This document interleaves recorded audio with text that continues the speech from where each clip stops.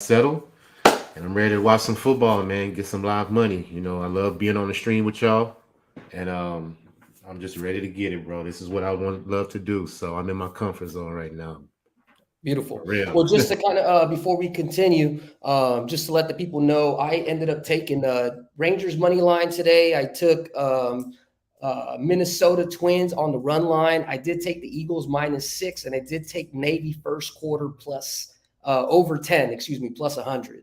That over 10 plus 100.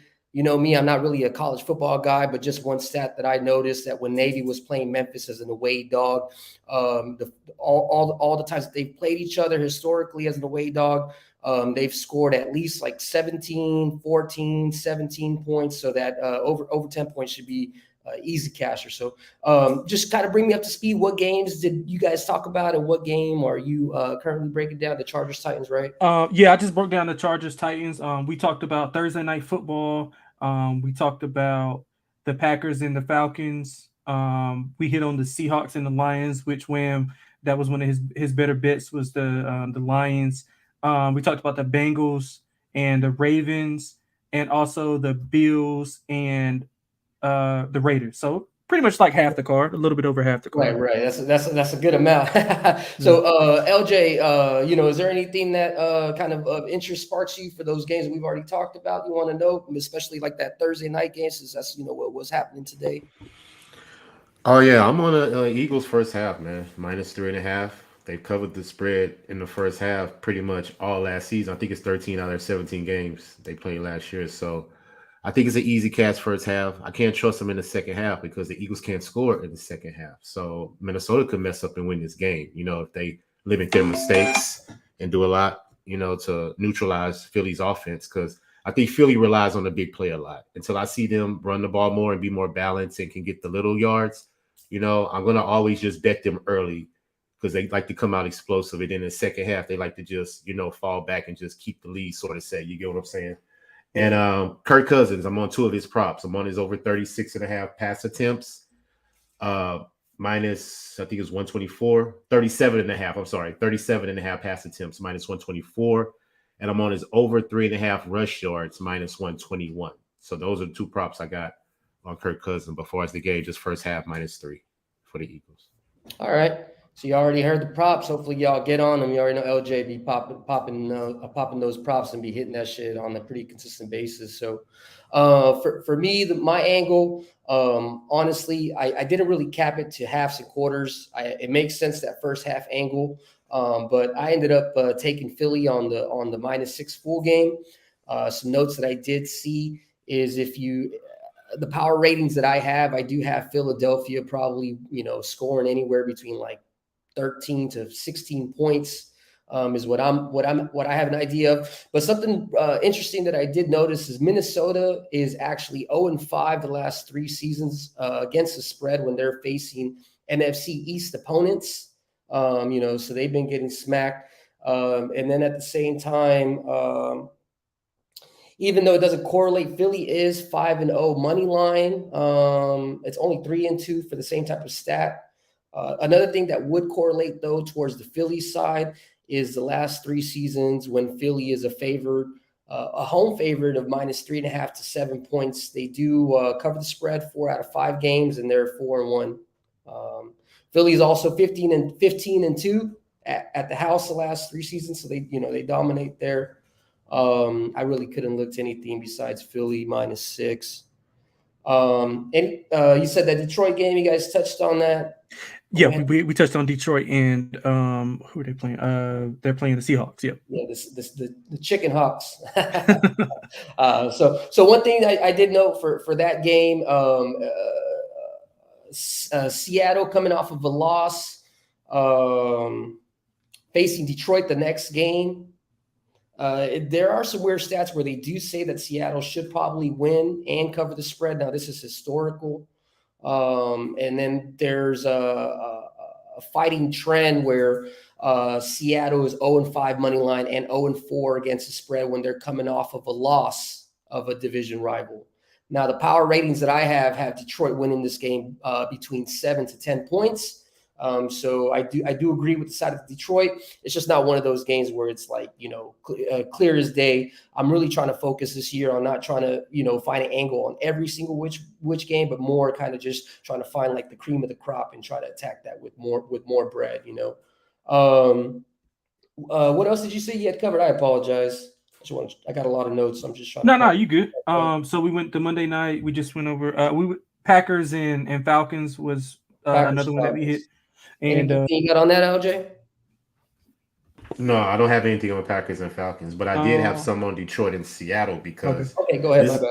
This is a revenge game for Detroit because Seattle beat them last year in Detroit. Yep. So I'm thinking Detroit has this circled on their calendar because they want to beat them. And as far as Seattle, man, they give up too many points. They allowed 30 points last week.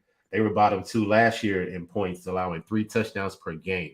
But Detroit also gave up 3 touchdowns per game. So I think the better bet may be the over instead of trying to pick a side. You get what I'm saying? But if I had to bet a side, I would bet Detroit to win this game coming off of revenge that they know that they beat them last year in their home. So those are my thoughts on that one. Plus, David Montgomery, anytime touchdown, should be a pick as well. Mm-hmm. Once Detroit gets down in the red zone, they're going to give it to him. And I'm gonna look at Jahmyr Gibbs. Is that his name? Jamar Gibbs, the rookie. Jahmyr Gibbs. Yeah, I'm looking at him too. I'm looking to see if they weigh him like that as well. Yep. Yeah, they put his prop rush receiving around 60, somewhere around there. Yeah, I'm gonna jump on that as well. But official though, I think I should just take the over because both of these teams can probably score on each other. Yep. No, you're right. Hopefully Seattle does their part. That's a little bit more concerning, but you're right. That was the strongest stat that I have found for all you SQDL lovers out there. Seattle coming off of a loss versus Detroit are a historical 5-0 to the over, period. So that just backs up what LJ's thoughts were. So I definitely I have another trend that matches that too. The last 3 road games, Seattle versus the NFC outside of the division has gone over. So it's a lot correlating to the over for sure. I like hearing that. We've still got a couple of days. I would definitely try to lock in your bets. Probably by like tonight, maybe even early tomorrow. This is when you should get the injuries. So if you really want the best of the number, I mean, I think in NFL it does make a difference when you're talking about NBA. It don't make no sense to bet the game early. Wait until right before tip off. NFL, a lot of the information is already told, or a lot of the beat writers are kind of getting information. Make sure you have them on your Twitter. Follow all the beat writers, all the beat writers, and then you can kind of get an idea. And the line should be somewhat telling. So really, you're going to get the best of the number. I mean, yes, you're going to get the best of the number when it drops, but with the information divulged, let it process. You're probably going to get a real actual number, probably between Thursday night to Friday afternoon. That's typically when I like to put my bets in. So, what else did you? What else do we need to catch up on here? We got Bengals Ravens, which is a good one. Raiders Bills. I'm not sure. We didn't have much on Raiders Bills. I'm not sure if you guys had much on that. Real quick, I'll just put my little tabs and I'll pass it to LJ. With Baltimore versus Cincinnati, one note that I did see is Baltimore, when they're coming in as an away dog off of a win, when they're playing Cincinnati, they're technically 0-6 to the money line. So I know some of y'all a little bit kind of looking at the line like saying, why is Cincinnati favored? But they are favored for a reason. Cincinnati is also 4-1 money line and 4-1 against the spread the last 3 seasons, coming off of a loss against a divisional rival, which they had against the Bengals last week. However, one thing that I would say that covers the Baltimore side, Baltimore is 4-1 as a road dog the last 3 seasons. However, Baltimore, if you look at them real closely, they're not good turf. They're not a good turf team. They've actually only won 4 out of 4 games, and they've lost 5. So 4 out of 9 games they've only won on turf. I got my power ratings going towards Cincinnati winning this by 4, possibly even adjusted to 7 because of the home field. You're able to get this at like a -3 when it's that tight. Honestly, because of the little information with the Baltimore for the spread, I'd either take the money line and use that to, parlay it, or if you're okay paying the juice at minus, I think 170 or so, that's okay as well. But this could very well be a trap game. They did lose J.K. Dobbins. I have to look a little bit more at the injury report, but he's gone for the season. But LJ, what do you think? Yeah, that AJ Dobbins may come back to haunt them for sure because they're a running team. So the more bodies they have in the backfield, the better because Lamar likes to run as well. Get that like, And y'all. I saw Baltimore last week because they played my Texans, and we pretty much shut them down. Like Flowers, he got away. He got some plays. That was the X factor on Baltimore. But as far as the run game, we pretty much shut them down for as Lamar is concerned and the other backs. So I think Baltimore could win this game, but I'm hesitant to bet it because that injury. And I don't think Lamar is ready now to weapons to where he could just chunk the ball down the field versus the Bengals secondary. But I am expecting Baltimore to win because all the numbers point to them, especially like you mentioned as a road favorite. They're 7-3 on the road ATS straight up last year, 11-3-1 against the spread as a dog since 2020. So they played very well in this spot. It's a division game, so it's a toss up to me for sure, bro. But it's all about if the Bengals can protect Burrow. The Ravens had 10 quarterback hits, 5 sacks last week on our quarterback. So I can imagine what he could do to Joe Burrow if they can't protect him. So turnovers can come into play. Things like that can happen, when you're vulnerable in certain situations and, aspects of your team. But far as me picking a side, I just stayed off, man. I would pick Baltimore as a money line just to, throw some money at them. But far as me being confident in a side, I'm not sure because, like I said, it's a division game, and I would probably pick the under. That's probably always a safe bet. Division games go under. But far as what was the next game we talk about? The next one we hit on was the Vegas and Buffalo. Buffalo. Yeah, we didn't Yes, have much on Vegas that and game. Buffalo. Hey, before Yeah. we give before we hop in there, we've been going for almost 50 minutes strong. I'm gonna give a little quick 30-second break just so we can take a little drink, get a little smoke. Want to tell y'all appreciate y'all for being here in the show. You know what I mean? So got to pay a little bills real quick, put a little bit of tunes, and we'll be back at it.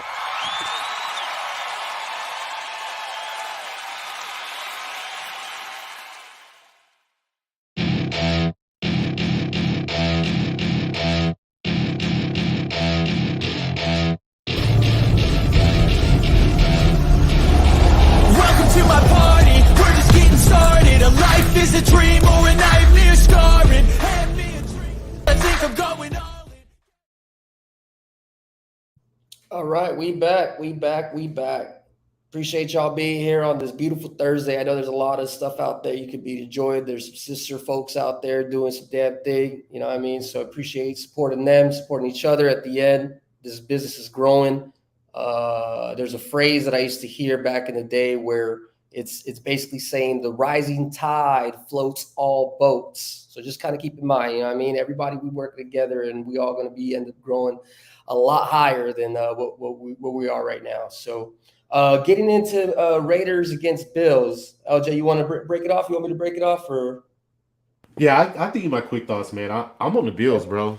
Like, I really believe they're gonna manhandle the Raiders because the Raiders defense suck. And what more bounce back game than Josh Allen can pick on than the Raiders defense?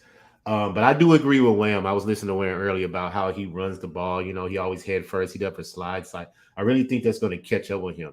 He's going to get beat up if he continues to want to be a running back. You see what I'm saying? But Yeah. as far as the game, I think Buffalo handles business. 10-5 versus the conference last 15. They're number 2 in wins off a loss since 2020. 7-0 against the spread since December 2020, coming off a game after committing 3+ turnovers. Yeah. So all that tells me that the Bills are going to handle business at home.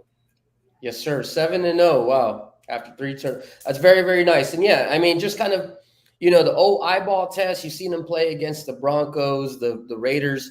That was a sloppy game, and there's a lot of mistakes by both secondaries. The Raiders aren't ready. Garoppolo is still playing that, managed quarterback type of role as he did in San Francisco, but he doesn't have really that great schemer in Shanahan to be able to kind of capitulate a game plan that's going to be strong enough for them to put enough points.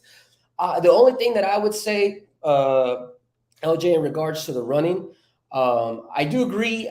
I'm not really that much of a props guy, so I'm not saying that he could not hit his props running over, but I think this could be one of those key marquee games, like to the point where he's going to have all day. I don't know what the props are for him to score like 3+ touchdowns, or maybe for some of these wide receivers to have some ridiculous stats. but this might be one of those key games where we see some stupid numbers from these folks. So, I mean, if I look at the actual information that I do have, though, the Raiders, technically the last 3 years, they are 4-2 against the spread off of a win against a divisional rival. So that is something that does go against the Bills.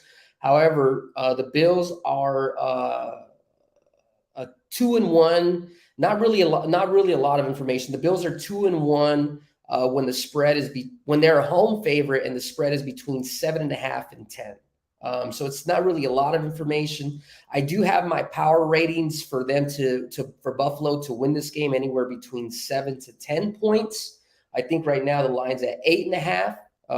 So technically, it could be there. You maybe could buy down to that key number of 7 to make sure you don't get jacked up. Another thing that I did notice, though, that I was more comfortable possibly taking is the over. For some reason, I wrote my note down information. Let me double check this, but it says Las Vegas is an away dog coming off of a win, is 0-4 to the money line, and they're 0-4 to the over. Let me just look at that note real quick, just because I don't have it written down like my others. But that's what I have here. So let me back up with you guys on that one. Hold me on that note. What's the next game? That's pretty much everything that we hit on. Oh, beautiful. Okay. Outside of just the Chargers Titans. I don't know if you guys had anything on that one. LJ? Yeah, I'm on the Chargers, buddy. Simply because road favorite 4-2. Hey, LJ, we kind of on right together right now. I mean, the numbers point to there, man. Tennessee really can't score the ball. Tannehill is not a good quarterback. And I think the Chargers coming off that brutal loss versus Miami last week, I think they're going to come to play, and they play well on the road against the spread. 7-3 straight up as a road team against the spread last year. So they play well in this spot, and they cover the spread on the road. Justin Herbert's a better quarterback, in my opinion, so he's going to move the ball. And they ran the ball way more than I thought they would last week, man. They ran the ball 40 times last week, So I was on Justin Herbert's pass attempts, and he missed it. And he ain't missed that last year. He was 4 in a row. Yeah, he missed it. I took it, and he missed it by like 4 because they ran the ball more. You think that had to do with sorry to cut you off, LJ. You think that had to do with old boy that came from the Cowboys? Probably so. Yeah, Kellen Moore. Yeah, Kellen Moore. He wants to make the team more balanced, and I agree. It needs to be. He don't need to be throwing the ball 50 times a game. Right. No, see what I'm saying? Don't. He needs to be Not more that balanced. He can't. Yeah, so I agree with that, but at the same time, I still think he's going to be around 35, 36, 37, around that range still, because they're always going to be engaged. They don't blow people out. You can score on their defense, so he's always going to have to contribute late in the game, which is go get those pass attempts up. Before it's decided, I'm taking the Chargers -3 over the Titans. Their Titans coming off a loss as well. They allowed 274 passing yards last year, 282 last week, and to Derek Carr, of all people, So I think that Justin Herbert gets his passing yards, gets his attempts again, and he'll definitely take care of the Titans -3, in my opinion. Nice. Appreciate that break. That's a good breakdown, OJ. Let us know if anybody in the chat here is on any of these games that we recap real quick. Grit and Grind asked, what are the thoughts on Monday night? We had already kind of talked about it, but just to kind of put it out again, I'm on the Eagles -6. LJ liked the Eagles first half. I don't want to speak for everybody else, but LJ, what you have? Eagles first half -3.5. Eagles first half, and then Lonty, you had anything again? I had Swift over 53.5 rushing and receiving. Wham was on both teams to score in the first quarter. Ski was on earlier. He hopped in. He liked the over, and I think we pretty much. I don't think anybody liked a side. I think it was kind of up in the air for all of us. Nice. Hey, man. Well, let me just stop the show real quick. Without further ado, we got a little special guest. You guys already know him. He's one of our key pieces here at the Who Bangin', repping for us all day, every day. You can catch his shit making money. Bring him out.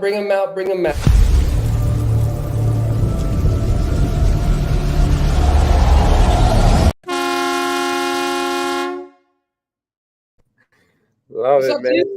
What's going on, fellas? How y'all making out? Oh man, we Yeah, just not getting the bad, day man, not started, bad. man. How's your What's day up, going? Tease? What's up? What's up? Man, it's going, bro. Just got a couple things here, man. Yo, I'll tell you what. I don't know. I just joined in, man. I couldn't get in and check you all out. I don't know if you all talked about it, but that Hawkinson prop tonight, man. That's a play, bro. With the Nakobe Dean being out.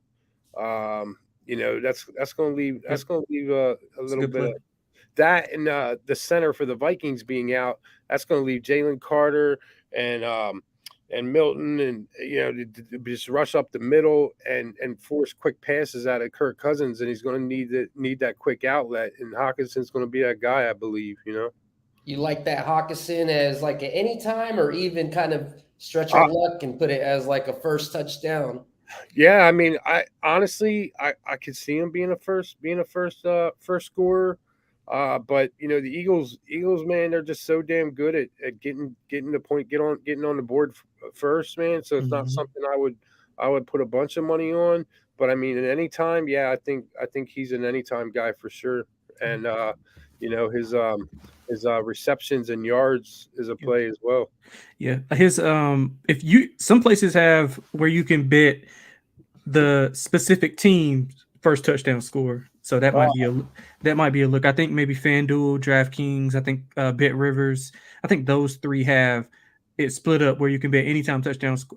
First touchdown score for the full game, and you can also split it up by team, so you can pick a side. Really? Yeah. Yeah, So I if you didn't want to check that out, that's a good look for Minnesota's first touchdown score. I Yeah, think so. absolutely. I'm pulling up FanDuel now because I'm curious on that. Yeah, check that out. They should. Well, they had it last year. I haven't looked at it this year. Well, unfortunately, a lot of us can't bet that because we don't live in a legal state. Yeah, me either. I don't either. I have to drive about Where you 45 at? minutes. I'm in North Carolina. Yeah, Oh, okay. I gotta drive 5 minutes. So, Oh, 5 minutes. but Oh. I'm in an illegal state. I live in the first state other than Nevada to approve sports gambling, and Man. I can't even do it online, man. It's some bullshit. Yeah, I got where I'm in North Carolina, and it's been legal for 2 years, but not mobile's supposed to be legal in January, so I'll be able to Well, play some. at least you got that on the horizon, man. They ain't even looking at it right now. Oh, That's that killing sucks. me, man. So you always have to go somewhere, Tease, is what you're saying. Yeah, exactly. Okay. I can't sit in my chair and just Yeah. because when you're watching a game, you're like, oh hell, I'm taking this live. Yeah. I can't do it, man, and it pisses me off all that You money. got to be at the casino. You got to be at the sports book. Yes, sir. But I mean, I literally, if I got into my car and drove like 3 miles, I'm in Pennsylvania, and I could, Yeah. I mean, I'm 20 minutes south of the link. It's so crazy, man. I'm like really close. I just to cross that line, Yeah. That's how it is, man. But hopefully I'll be there soon. I'm determined to move to a state that has legalized sports betting. Yeah. I mean, Pennsylvania is great. It's got a lot of options, it really does. And like when I was in Vegas, man, I was pulling my hair out. I couldn't get any FanDuel, like the bets that I could get on FanDuel that I was doing every week. I couldn't do because I'm in Vegas, and I was so mad. Yeah. I was like, why don't you offer this? Why aren't they offering this? Did I think our friend left, but I think we left at the Bears-Bucks game last game. Did you guys have any breakdowns or looks or props for Bears-Bucks? Nah, that's a Bears and Bucks. Nah, I don't have none of that game. Nothing. Yeah, honestly, I capped the whole week, and I mean the whole weekend, the whole card, and that was one that I did not like. I didn't like. Let me see what I have, but I just didn't like that game. I'm not. At the end of the day, I'm not going to bet it. If I had a gun to my head, I would have to take Tampa Bay, just because of the fact that if it was in Chicago, I don't think Chicago is going to win. I mean, I can't say they're not going to win a game on the road, but they're going to be. These are the notes that I have for the game. I have when the Bears are an away dog and they lost their previous game, and the line is 6 points or less, they actually covered their spread. It's very limited. It's only 3-0, but it's limited. I do have Chicago Bears are 0-2 against the spread against NFC South opponents. So that's a bad thing for Chicago. And then the power rating, I have power rating. I have the Buccaneers winning by 6. Well, they should win by a lot, but here's another thing. Nothing to me correlated between those 3 things, so I'm staying off the SQDL and the normal under the hood stats, and then just power ratings that I use as an index. None of the 3 categories made correlation, so I stayed off. No, I feel you on that, man. And one thing that I'm looking at here is these Eagles, they're going to have 10 days rest, and they're going into Tampa on a Monday night. So that's going to be Tampa's next game, man. Is Tampa going to get caught looking ahead? I know it's not a division opponent, but that's a big game for them down there. That's going to be a big game with the Eagles coming in on a Monday night down in Tampa. I mean, how many Monday nights has Tampa seen in the last 10 years? Ain't that many. Let me see what else we got. Keep it moving here. I don't know when these fellas are supposed to be coming back. Next on the list, we got the Chiefs facing the Jaguars. The Chiefs are getting 3 points last time we checked. You guys got anything for this game? It all depends on Kelsey. Yep, definitely. And also Chris Jones is back too, so yes, he's going to put pressure on Trevor Lawrence. And I think Kansas City's going to win the game. Yeah, no, absolutely.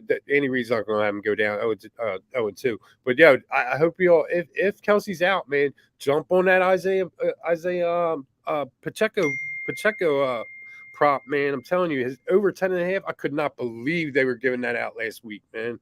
Over 10.5. Give me a fucking break, man. And it was like at minus 108 or something. It was ridiculous. Damn.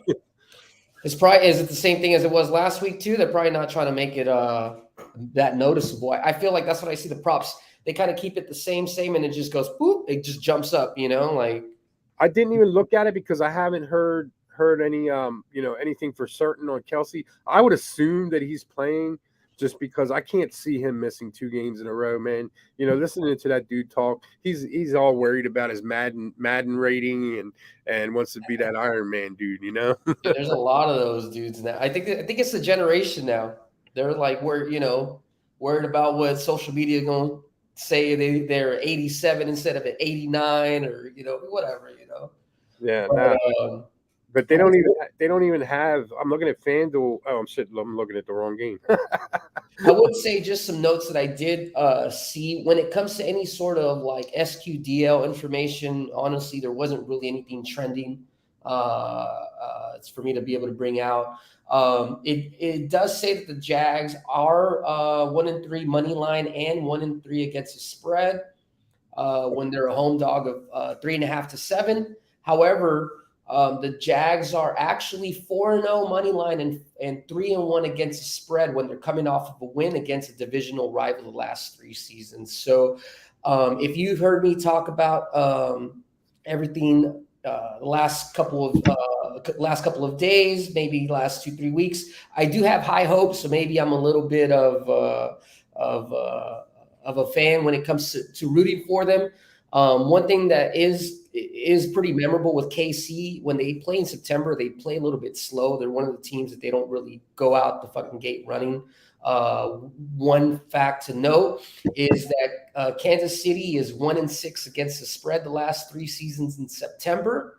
Also, Kansas City Chiefs is 1-5 against the spread against AFC South opponents the last 3 seasons. So technically, we all think of the Chiefs as like this monster powerhouse, but technically you're getting them at the right time of the season when they're not all there. Kelsey is, definitely Kelsey is a big factor as well. That could only give more fuel to the fire, as well as the fact that the Jags, I like that stat that the Jags are 3-1, coming off of a win against a divisional rival. To me, that just means that the Jags are going from one division game to another division game. They're going with the mindset that it's still important. There's some teams that maybe they play one division rival and then they take the pedal off. But to them, at least the past couple of seasons, the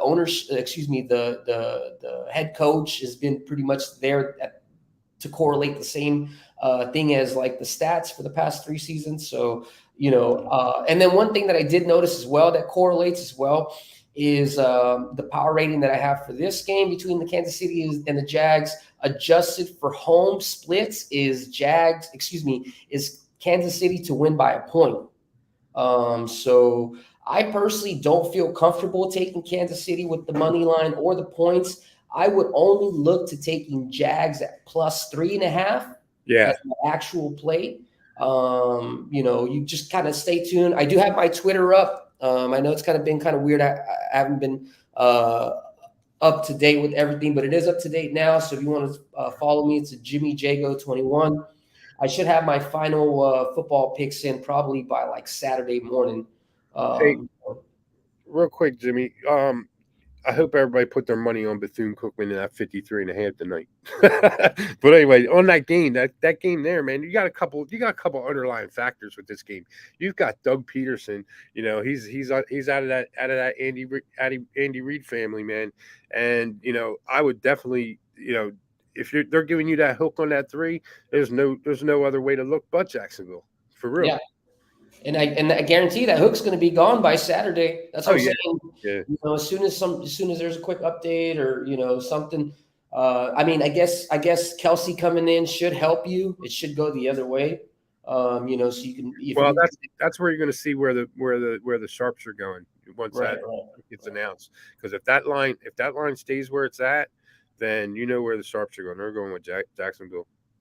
Right. Yeah. And I mean, nonetheless, the stats are the stats for a reason. So, I don't have the information on every injury on every game the past the past 4 opportunities that they had when they won against a division rival. But at the end of the day, these numbers are based off of what's locked in at the final second, the actual, not the opening line, but the actual locked in line. So at the end of the day, the numbers are going to play in itself, and it favors towards the Jags. So +3.5 is probably going to make my pocket. But yeah, do you have anything else, or do you want to move on? No, man. And bringing up that sharp picks, that would bring it down to 3. But I'm talking about because the public once they see Kelsey's in, they're going to hammer the fucking Chiefs. I have a feeling that anyway. That's what my look would be. You know what I mean? So, but yeah, I agree that if you're thinking the Jags, take them now, take them while you're getting that hook. You know what I mean? Because I really don't see the sharp money coming in and pushing that up past 3.5. Hey, real quick, I'll take a quick little drink smoke break, man. If you haven't already, I know we don't have a lot of people up in here. Let's go ahead and get that word out. I know there's a lot of other stuff happening right now, but this is still very important. Just in case there's any live opportunities we want to take, if we can get any updates on scores as well between that Texas game. But yeah, let's get back to it real quick. 15 seconds.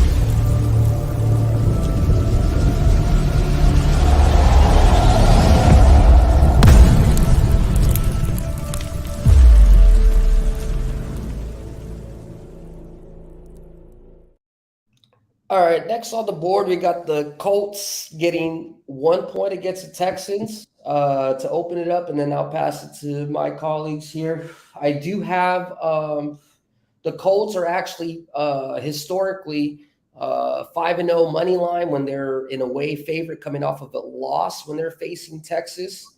Also, Texas. LJ, I'm sure he's probably seen it firsthand. Unfortunately, it says that it's 2-14. Correct me if I'm wrong. 2-14 at home.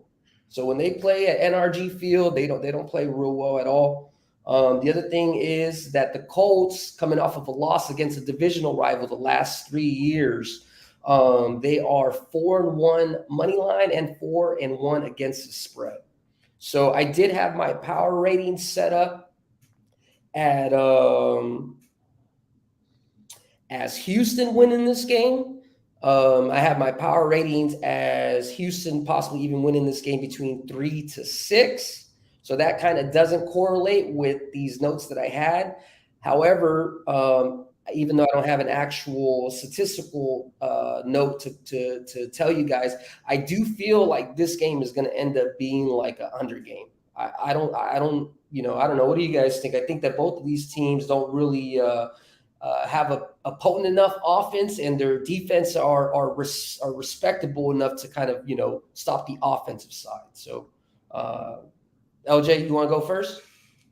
Yeah, I can agree with that, man. It's probably going to be a field goal kicking game because both quarterbacks are rookies, so they're going to make mistakes. It's their first year. But I'm looking more at my defense, man. I was coming to the season looking to see how the defense was going to change because we gave up 170 yards last year on the ground a game. That was just horrendous. We only gave up 110 on Sunday. And if you take 38 yards away with Lamar Jackson, we only gave up 72. That is that's almost 100 yards difference in rushing. So I see that. We got Will Anderson on the line from Alabama. I'm on his over half a sack because his instincts and his quickness is what we needed on our defensive line. He gets after the quarterback. You got to double team him. So that opens up holes for everybody else. So I believe we're going to be getting at Anthony Richardson because it was something else interesting about him.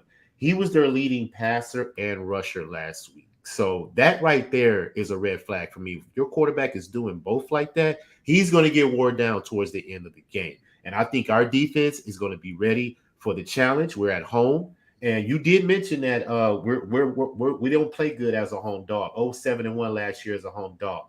3-17 since 2020 as a home dog. 21 losses against the spread after a loss since 2020. But they are 11-7 against the spread versus the division since 2020. And the Colts are 5-14 against the spread versus the division since 2020.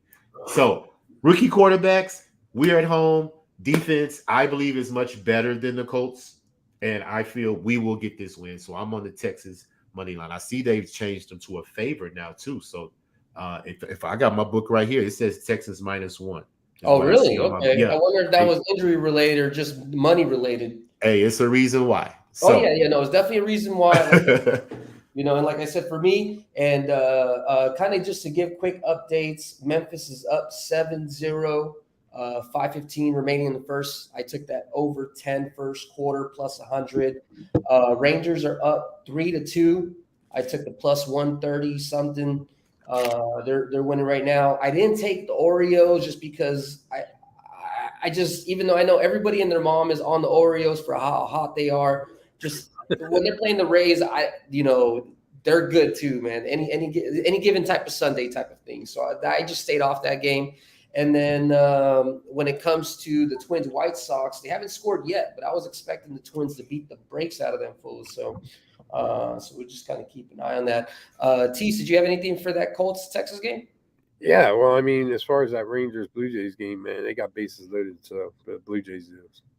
So keep an eye on that. But as far as this game goes, that line, I see that line at 1.5 at some books. Texans now, so it's definitely flipped, and that was my first thought was Texans. It's going to be the Texans. Texans are winning this game. If I'm going to bet this game, it's going to most likely is going to be the Texas in the under, or maybe Texas money line in the under. Okay, yeah, Texas. So we're all in agreement, kind of with the under. I like that. So I'm gonna just write that down. I mean, I don't see, I think Texas's defense. Not making it official, right? But just I like the fact that we just all have that thought process. Well, I mean, Texas's defense, I can't see. I really can't. I can't see the Colts putting up many points on that, man. I can't see them scheming their way to scoring that many. You know what I mean? It's not even that they're not good, but they're also not really coach-wise not that good to get you anything over the top, Yeah, and I mean, vice versa. Personally, I think it's going to be one of these old school football games that that some of us love that are more into the running game than passing it all day. Man, you're going to see back and forth, last possession type of game, like LJ said, a field goal, or maybe a pick six, or something exciting is going to finish the game like the Eagles did last week. So it's going to be something like that, I think. So moving on to the next game, unless anybody has something else to say. Let me see. We got the Rams versus the Niners. Last time we put the info, Niners were taking 8 points. The notes that I have for this Niners and Rams game is, I mean, it's not really a secret anymore. Niners been dominating the Rams. Niners are 11-1 money line and 10-2 against the spread when they're playing against the Rams. I don't know if there's some SQDL that I've missed on there that just looks too clean. It looks too easy, right? That's like if I just put one team plays another team. But one thing that I did notice, though, Rams do play them tough. Rams are the last 3 seasons, they are 5-1 money line, and they're 4-2 against the spread when they're coming off of a win against a divisional rival. Also, Rams are the opposite of the Chiefs. They typically start off very fast. In the last 3 years, they are 6-1 money line in September. Los Angeles Rams are also 2-0 against the spread whenever the last 3 seasons, whenever they've been numbered as a home dog of 3.5 to 7 points. I do have the power ratings for it. And what was weird is I couldn't find any specific trends for the Niners that stood out besides that trend that they usually do beat them. But usually, like I said, we don't play them this early in the season. And then just the power rating that I have for this game is the Niners should win, but the Niners should win anywhere between 4 to 7 points, which would get you the cover of the +8. So if I had a gun to my head, you guys already know that's my team. The Niners is my team. I think we're going to be outstanding, just like how the Eagles are in terms of possible Super Bowl favorites at the end of the race.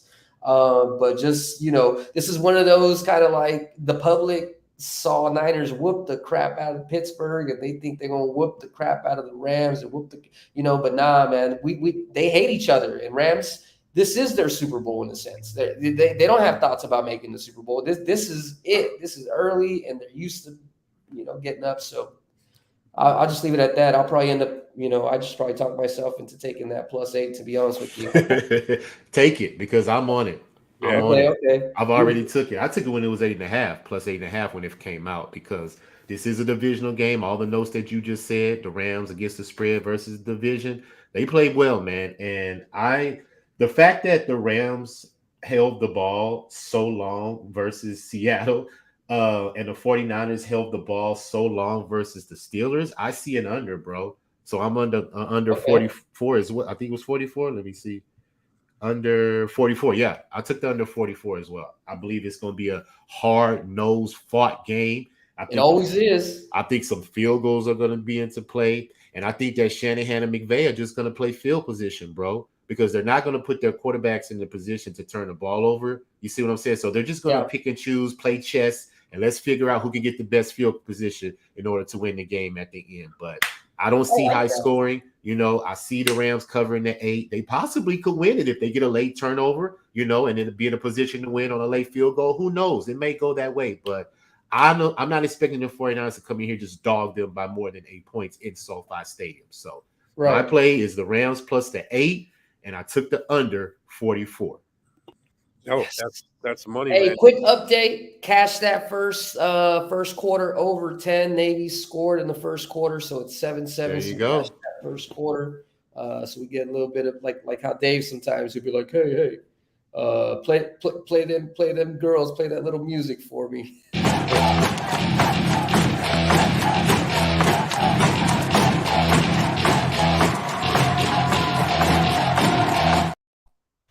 And your Blue Jay and the Rangers got out of that jam too. They got out of the jam, bases loaded. Nice. Oh man.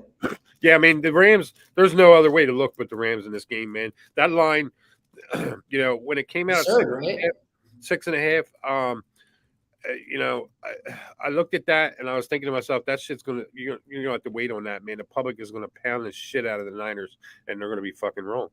Yeah. And I'll tell you this, like I said, the only thing I could say, honestly, one thing that helps me as a capper is I feel like I got somewhat okay sports muscle memory. And I can't tell you, I got to look back at SQDL just to see it, but I can't tell you how many times this line is usually like +3.5 or -2.5. And then when they're really good, maybe it's like one way is getting -5.5, and that's it, So I'm just continuing to hammer against my team. we're gonna see if Brock Purdy is durable enough durable enough to sustain, because he's going to be going up against a hell of a lot better defensive line than he went against last week. And I still have my question marks on Brock Purdy, man. Everybody was all up on his train, and I fucking called that shit. I said, first fucking hit, he's out. And bam, that was a week before it happened. And bam, first hit, he was fucking out in that NFC Championship game, man. I still got big question marks on that guy. I don't like everybody fucking putting the crown on his head already. I just think it's hilarious, man. So I mean, Jimmy, I don't know how you feel or whatever, and I don't mean to talk shit on your squad, but this was a Ram spot for me. I mean, no doubt about it. Hey, it's all good. Maybe you talked to me 5 years ago when I didn't cap as hard. I'd probably, I was about to throw you in, DJ. I was about to give it dog. I was about to give it a little bump for you. What up, DJ? What up there? We talking? Are you over here bad talking my Niners against the Rams? Don't you know we 7-0, man? I'm just speaking. Don't you know we 7-0 as SoFi? That's our home away from home. Did we just go through this last January? Did we just go through this? I didn't say they were gonna win, DJ, or they were gonna lose. I said +8 is good money. That's what I said. Oh, okay. Good money. So good money. Y'all don't believe in the Niners. Hey, you're definitely a longer Niner fan than I am, but I seen the Niners. They whooped the shit out of them, but it's Purdy, man. You know how that rivalry is, man. Well, Purdy. Yeah, it will be more of a rival. It could come down Rangers to something close, but it's going to be more Niners fans there than Ram fan by far. A Ram fan already tried to sell me his tickets. He's like, I don't even want to see this. People got beat up at the last one, so they already trying to sell the tickets. Hey, if that ain't better than a Twitter beat writer, I don't know what is. Niner fans do be fighting, bro, because they were fighting when they came to play the Texans too. Like, y'all Niner fans are crazy, man. They fight, bro, for real. They do get crazy, man. We learned it from the Raiders, man. We learned it from being next to the Raiders. Probably so. I gotta say, I went to Candlestick in 2006. I didn't have a fucking problem wearing my jersey. The only problem I had is they were going to throw me out the stadium because they wouldn't let me hang my sign. Rays up 3-1, 0-0 still in that Twins White Sox game. My bad. Go ahead. So what's up, Prez? I'm gonna tell you off top. I'm gonna be looking to put the Niners in something exotic. They gotta go in my parlay somewhere because I don't trust the AD to. It's in a rival game like that. I'm sure Rams is tired of getting whooped on, but they just not better than us. We didn't say that. We said they're gonna cover the 8 points.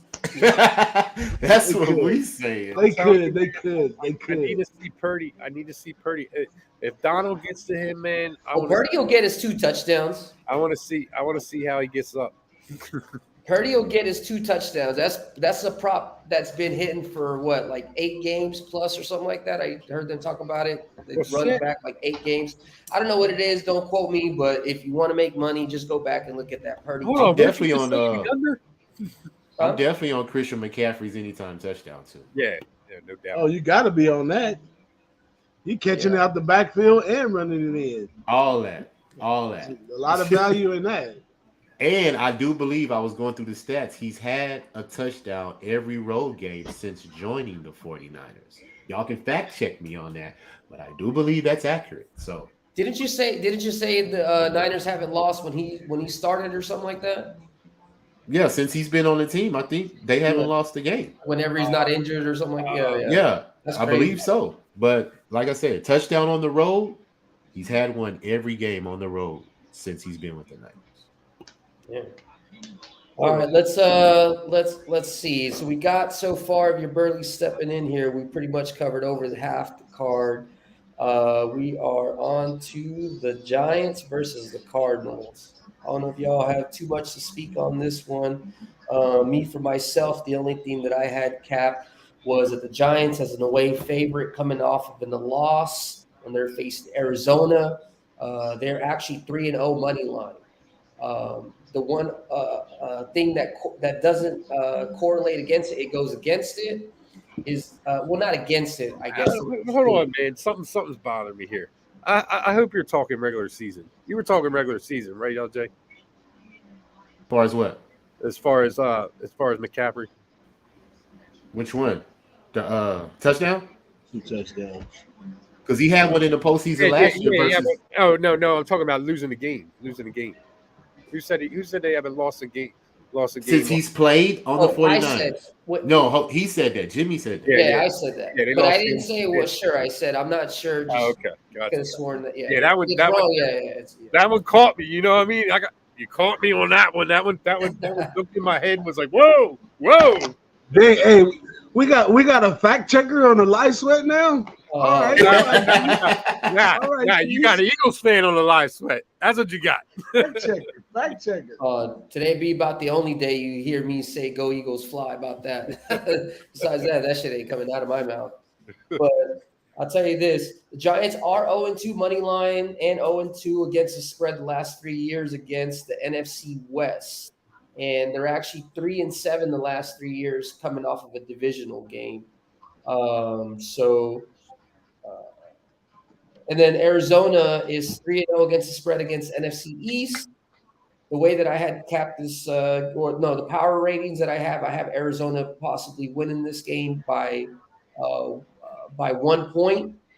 It doesn't. None of this relates. I'm staying off the game. I don't. Oh, one thing that I do like the under. I do like the possibility that Arizona still can't score.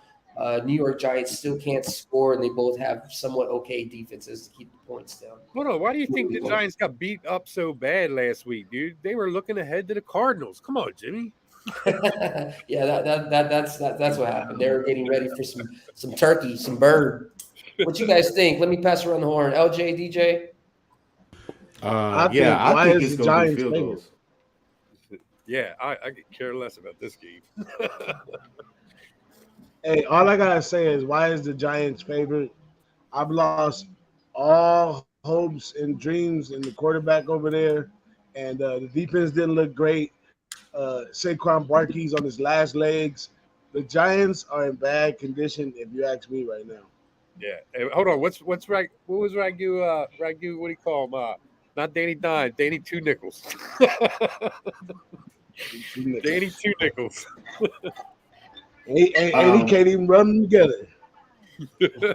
I see field goals in this game, preferably on Arizona's side. So I'm going to take Matt Prater over 1.5 field goals for the Cardinals, because he's probably going to have 3, because they're not going to be able to score the ball. And if you just look in the history of just psychologically, you usually take teams that got embarrassed on national TV the week before. That's just always a psychological cap for me. Now, are the Giants good enough to cover a 5.5 spread on the road? Like, I'm not saying all that. But if I just had to make a play, I'd expect the Giants to win the game because, like y'all say, they're favored for a reason. So, but minus 5.5, I don't see. What the fuck is you doing? We're tripping, man. Don't turn the stream to an LSD stream.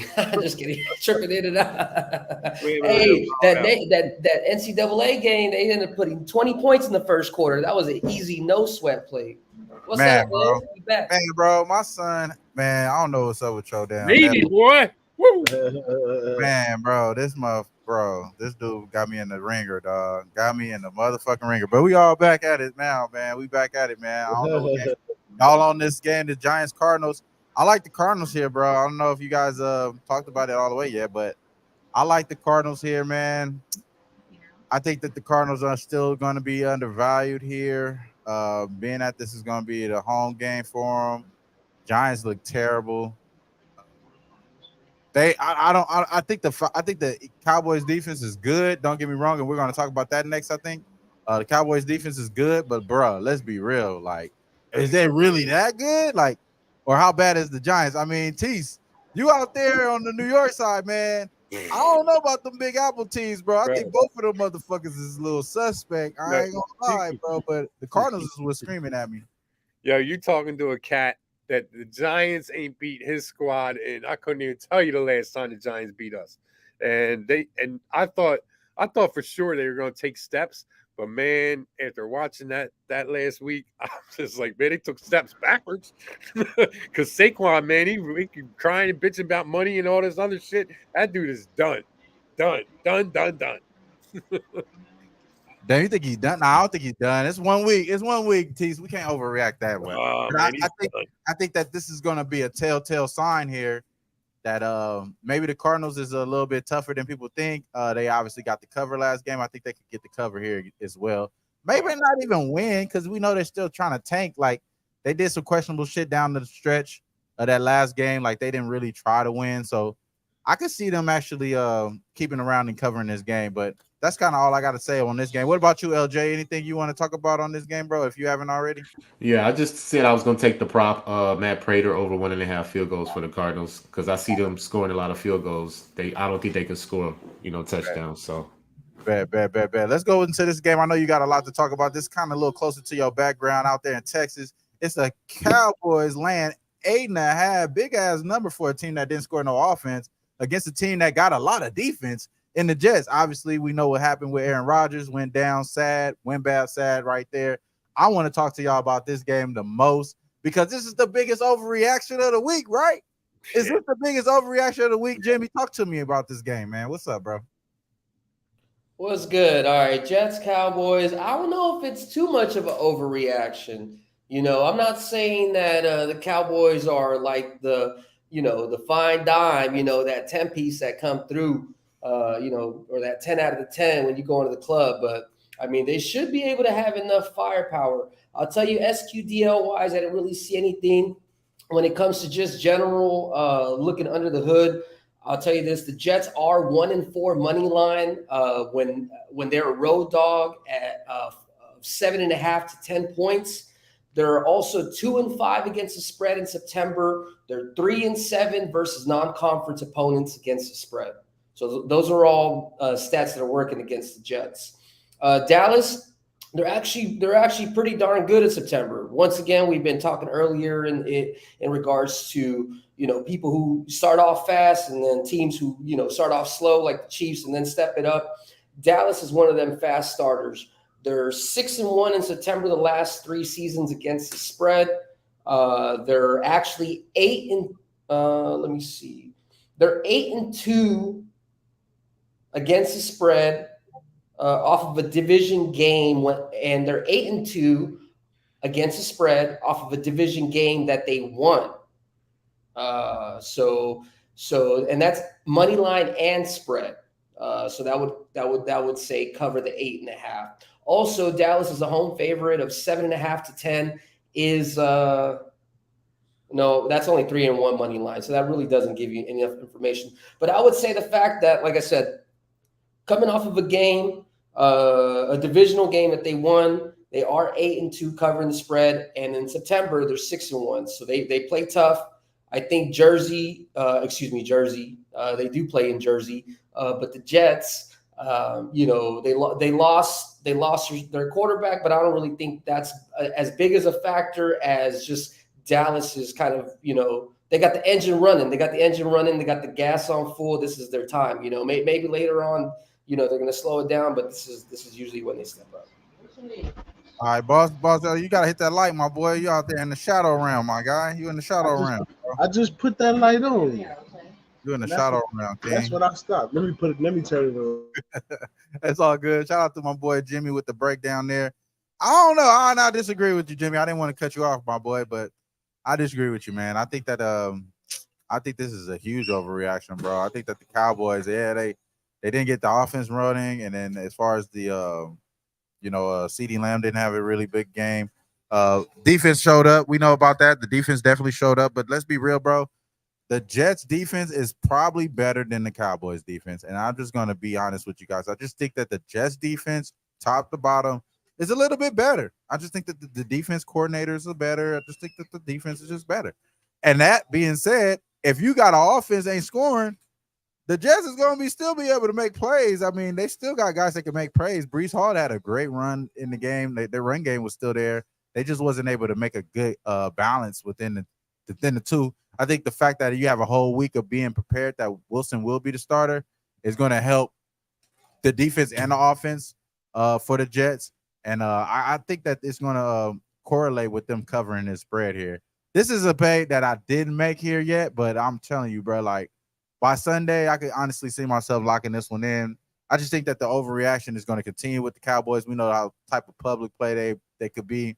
I wouldn't be surprised if this gets all the way to 9.5 around kickoff. So I'm a little patient here. I think that we get a little bit extra value on the Jets later on, waiting a little bit, especially after the college money start to roll in. All those people betting on Colorado after they win their money against Colorado State, they're going to try to double back on the Cowboys or some shit like that. So I'm going to wait.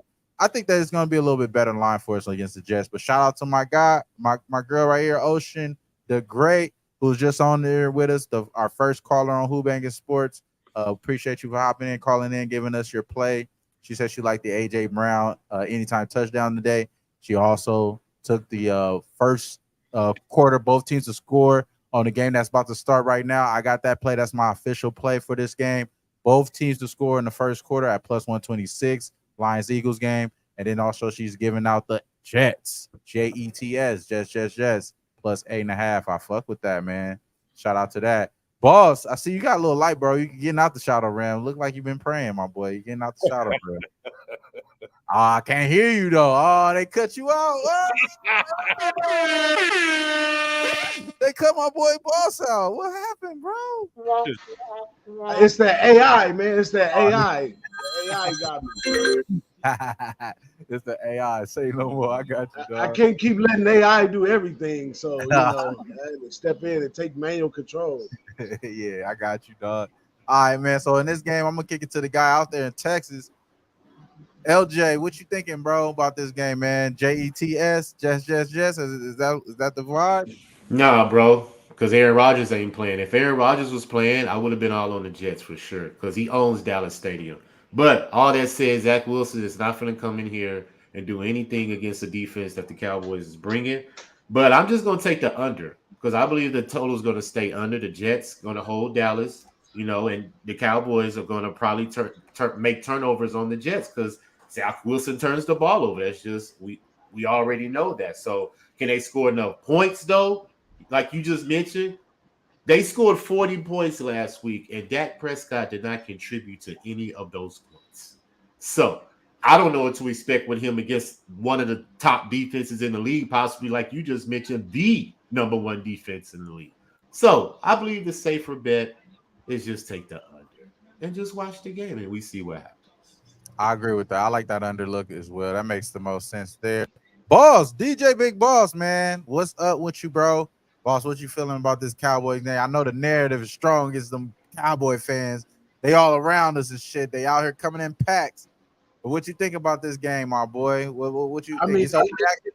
It probably won't be a game that I'm a bet, but I'm gonna just tell you my honest opinion because, like I always say, NFL, it comes from the heart. We watch this shit every year. So basically, to me, the whole Aaron Rodgers thing is trash. Aaron Rodgers is on his way to bumism. That ayahuasca shit got him fucked up. He thinning out all kinds of shit. How did he go down on that play is just ridiculous. They said at the game that they didn't see anything in the locker room in the back, but they still need an MRI. Just looked like a whole narrative, a bunch of stuff going on. But as I learned earlier this week, part of Aaron Rodgers' mission over there was to mentor Wilson. So Wilson is a guy they do believe in, believe it or not. And Wilson, that's their guy. He basically won the spot by default, but it was probably a little encouraged or something. But anyways, Dallas defense. So that's the part I'm really biased, right? Because I don't like Dallas that much. So I believe that defense can't be that real and all that kind of stuff. But I mean, the numbers and what they do on the field and all actuality does. But they didn't show me nothing impressive in a 40-0 win. You know what I'm saying? It was nothing really impressive in the whole win to me. When Wilson came in, they knocked him around a little bit, but he eventually got his mojo going a little bit. He just couldn't get it in the end zone, with all the theatrics and all that stuff. Who knows what was going on? But so I can't go against the Cowboys at home opener. Jerry gets the money, you know what I'm saying? So it's hard for me to get to the window with that one. But yeah, I'm gonna say I like the Jets. Maybe if I had to make a play, I would put the Jets in a teaser to get more value out of him. I fuck with that. I fuck with that too. But at the same time, it's kind of correlating with what I'm saying too, bro. Like, Yeah. I think there's a little overvalue here, and the Jets may be not only a good teaser spot, just a +8, +9.5, 9, wherever you could get there. We're gonna just keep a break here because we got live action going on. Again, I told you I'm on the first quarter, both teams to score. We're in the red zone here with the Eagles. 3rd down and goal. Looks like we're possibly going to kick a field goal here for the Philadelphia 76. I'm 76. Eagles. Philadelphia Eagles. God damn, I keep doing that all day. But yeah, so hopefully they kick this field goal and make it, and then we get the Well, Vikings. say he ready for NBA. That's what you say. Hey man, 23 days away from preseason, bro. Let me talk about really this close, dog. We really close, bro. Let me talk about this Cowboys game. First off, that Cowboys defense, man. You know what they went against? They went against a team that had no fucking offensive line. Their offensive line is garbage. Garbage. I see. That's 3-0. It's good. It's good. It's good. Yeah. Yeah, but that offensive line's garbage. The only thing that kind of scares me here, and it doesn't scare me as much as it would have last year, is Zach Wilson. But him having Aaron Rodgers, I mean, you could see in the difference that he played on a Monday night, man. You know, you could see the influence that just in poise that I think he had, playing against that Bills team. So I expect that to step up. I mean, there's no way that I could take the Cowboys minus the 8.5. I think a touchdown would be the most I would go if I was going to. I just could 8.5, man. It's just too much, man. It's got to be the Jets or nothing. I fuck with that, bro. I fuck with that. I'm out here sending invites here because I see my boys is live and direct on Twitter, man. Shout out to everybody at the chat, man. We got Jay up in here, Devontae Smith already with a 60-yard catch. He got that, jumped right over him, did his shit right there. That's how we got the 3 points. Shout out to Justin McLeavy. My boy, he's always up in here showing love. Just pulled up. He says, yes, sir. Razor Sharp Picks, one of the sharpest minds out there on the gambling coast. Make sure y'all follow Razor Sharp Picks, horse rating YouTube channel. Does great content there. My boy does great work, man. Shout out to Razor Sharp Picks. Better love that dude to death. Damon, man, another guy, man, always holding it down. Grit and grind, always holding it down as well. I think Grit and Grind was on the Browns with me last week. Shout out to the Browns. Yeah, feel me? We got that money. So let's get that money today, man. Let's get the damn Vikings. Let's get them to score this touchdown or fucking field goal within the first quarter, and then we good to go, man. We good to go for this game. We honestly, I'm gonna kick my motherfucking feet up, bro, and watch this as a fan, man, because it's the only thing I'm sweating right now. Yeah, man. So that's this game right here. This next game, I'm not gonna lie to y'all. I don't want anything to do with this game at all. I think the Commanders are I think they are a better team than what they showed last week, but I was betting against them, so it is what it is there. The Commanders was one of the teams that was they was -7 from the beginning of the line opening up from that first week all the way to the damn near the kickoff, and we seen how that happened. They weren't able to cover there. Just kind of one of those simple things there. I just easy cap there. So I think that the Commanders, outside of that from last week, going up against this Broncos team, I mean, let's be real, bro. They come out the damn gate doing offside kicks. It's a new season. I mean, the Broncos is weird, bro. Like, it's a good fan base. I think Russell Wilson is washed just as much as Aaron Rodgers was. And yeah, it's over for the Broncos though. But the fact that this is a short number, you're getting Jerry Jeudy most likely coming back. I think they are going to play a little bit better than they did last game. So if I'm having anything in this game, it's probably going to be the Broncos. But I don't want anything to do with this game. If anybody doesn't have anything on this game, we don't have to keep talking about it. But yeah, my boy LJ says no. I'm pretty sure Ross doesn't. What about you, Teach? You fucking with this game? Oh, there's no way I'm taking Washington in, man. Say no more, bro. We ain't got to waste our time. Jimmy, what about you, bro? They got a look ahead spot, man. They play the Eagles the following week. Hell no. Yeah, say no more. Back with that motherfucker. What about this game right here, though, man? This game is very intriguing. Interdivision rivals. Patriots at home going up against the Dolphins, who just pretty much put the smack down, balled the fuck out last game. Tyreek Hill went crazy. I mean, the boy Tua wasn't hurt. He was doing his thing. And as we saying that, my boy Justin Jefferson just got a pass, first down, 9 minutes left in the first quarter. We're looking good going down the field here in this first drive. 2-0 Twins. Yeah. Oh, shout out to my boy Jimmy said 2-0 Twins as well, updating you guys with MLB. We got a lot of stuff going on, man. It's a live sweat. My boy Snizzo is not here with us, man. We got prayers out there to the Snizzo family. Man, we got prayers out there to the Snizzo family. He would be here with us, but he's not. We'll be back with us shortly. Until then, keep your prayers out to our guy. Love that dude to death. This is the Sunday night game, I believe, right, guys? Am I tripping, or is this not this is Sunday night game? Dolphins, Patriots. Yeah, it's Sunday night game. All right, cool. So what's up with the under, bro? This game scream under to me because I just think Absolutely. Obviously the Patriots offense got a lot better this year. I think the offense got a lot better. Kendrick Bourne looked good as fuck last week. Even Juju Smith-Schuster looked good. I expect him to have a better game in this game as well. They look pretty good on offense as far as the Patriots. I think the offense is only going to get better. Defensively, I think their defense is going to get better as well. So if I had to put something on this here, and I need this fucking 3rd down and 9 from the Vikings, but if I had to put something here, I would think the under, bro. And I like the Patriots, to be honest with you. It's just that I'm a little scared to go up against what I've seen from the Dolphins. The offense looked really good, and do I want to bet against that after seeing that? No, I don't. So most likely won't be on the Patriots. But if I had to pay, it's going to be under here for me, man. What about you guys? Anything here? Primetime under spot, I feel. If you like the Patriots, man, if anybody likes the Patriots, wait on it because the public's going to take money. That line's going to go up to 3.5. I think it's already reached 3. Probably 3.5. And at that point, I think that's a good number to take the Patriots at the 3.5. If you can get a 3.5, then yeah, I think it's a field goal game, man. The way Belichick coaches, he's gonna try and take Tyreek Hill out of the game, and put pressure on Tua. So I think I like the look on the under spot as well. Shout out to that. Boss, what about you in this game, bro? You got anything you want to talk about? Primetime Sunday night football. My bad, I was on mute. I got a lot going on right here. But anyways, I was talking about this one the other day. The Dolphins have always been a spoiler to the Patriots and the Jets and quite a few others. So with the Dolphins in this one, I kind of lean. My fault, bro. My fault. I kind of lean Dolphins, but something tells me that Belichick at some point got a peak or something. So I'm off this game overall, but I like the Dolphins look. I mean, I like Dolphins more in the first half. They're a young team. They're likely to come out more explosive. And I don't want to go 4 quarters with the Patriots, though. I fuck with that. Jimmy or LJ, anything for Sunday night?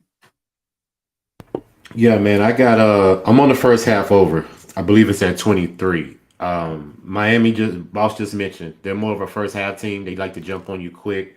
And if New England can at least contribute to a touchdown, I think Miami could probably score maybe 18, 17 points in the first half. And that'll put you over that 23. So as far as the side, if I had to make a play, I would pick Miami, off a win, -3. They're favored for a reason. But I just look at Miami scoring at least 25 to 30 points, bro. They're good versus division, 13-5-1 against the spread versus division since 2020. Top 5 against the spread after a win since 2020. And New England, they don't play good as a dog. They're 0-5 in their last 5, going back to last year as a home dog. So, but it's a division game, prime time, like you say, under as well. So I don't know. I couldn't pick a side. But definitely, I'm on the first half over 23 because I believe Miami's going to probably jump on them quick. Or New England can score, but I believe points is going to be early for sure. I like that look a lot. This is a game that I probably would be looking into both teams to score in the first quarter because I do think that the Patriots' offense is a little undervalued, and I think the offense is high power with the Dolphins there. So you may be onto something there. I'm gonna keep that. I'm actually gonna put that down in my notes here. That way I won't overlook it on Sunday. So other than that, Jimmy, man, what about you on this game, bro? The only thing I would say is I would like to agree a little bit with DJ. Just on the notes and off of my mind, I can think like Miami when they made that little turning point a couple years ago when they got the new Miami coach. I can't remember his name right off the top of my head, but that's when they really started dominating New England. That's when Tom Brady left as well to the Buccaneers. So if you look at that time on forward, that's really when they've been doing it. But if you look at the actual statistics on it, like between these two teams. New England is actually 3-13 as a dog the last 3 seasons. So it's not really a good spot to take them on the money line. Also in September, they don't really play that well either. They're 1-5 against the spread in September. New England is. When it comes to Miami, the notes that I have that's good for them is they are 6-2 the last 3 against the spread in September. Other than that, there wasn't really anything notable. I do have my power rating for this game being with New England winning this game anywhere between 1 to 4 points. So I'm possibly going to stay off. I'll probably end up putting it as a round robin into something, for New England side. But honestly, this is not really one of the stronger plays that I have. So, but if you had to put a gun to my head, I'd probably be on the New England money line. Like I said, I don't like stats for both. I don't like stats for both sides. None of it. Nothing correlates really. And just to confirm here, my guy Alante, he had a power issue, so he wasn't able to jump back here with us. But he did like New England +3. I did write that down for him. So as far as Lante picks that he did lock in was New England +3. He also had 2 more plays in these next games. So we'll go straight into these Monday night games because we got 2 doubleheaders for Monday night. First game, Saints at the Panthers. Our guy Lante, he likes the Carolina Panthers here. I agree with them a lot here as well because I think the Panthers' offense is going to be a little bit better than last week. Bryce Young is going to play better. Miles Sanders is going to be able to hold the fucking ball and go up the middle. And I think that Jonathan Mingo will have a better game as far as the rookie preview that we see in the first game. Their defense is what's scary though, because their their offensive line is scary too.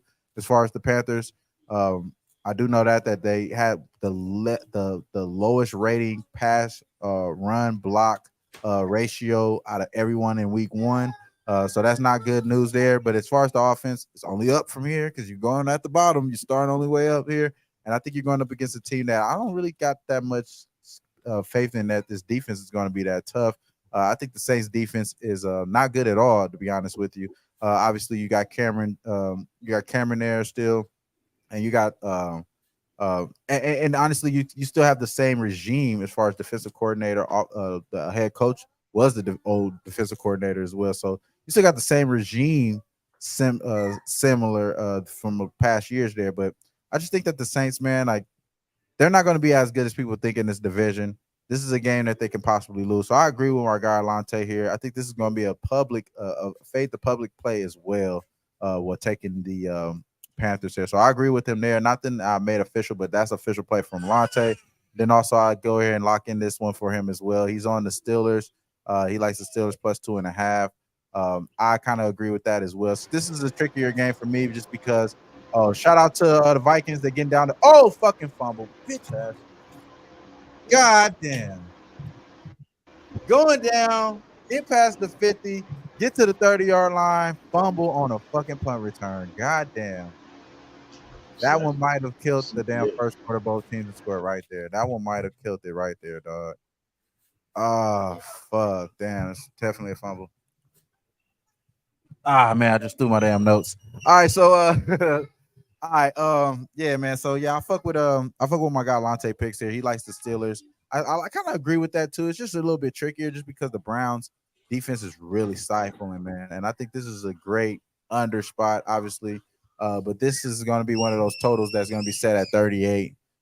So it maybe it isn't as much of an under spot that people think because Kenny Pickett and George Pickens, they only looked as worse as they could ever look in that first game. They could bounce back here for sure. The Browns looked amazing, and I think they are going to do the so there. So I'm fucking with them. With my guy Lante picks, he's on the Steelers. He's on Carolina.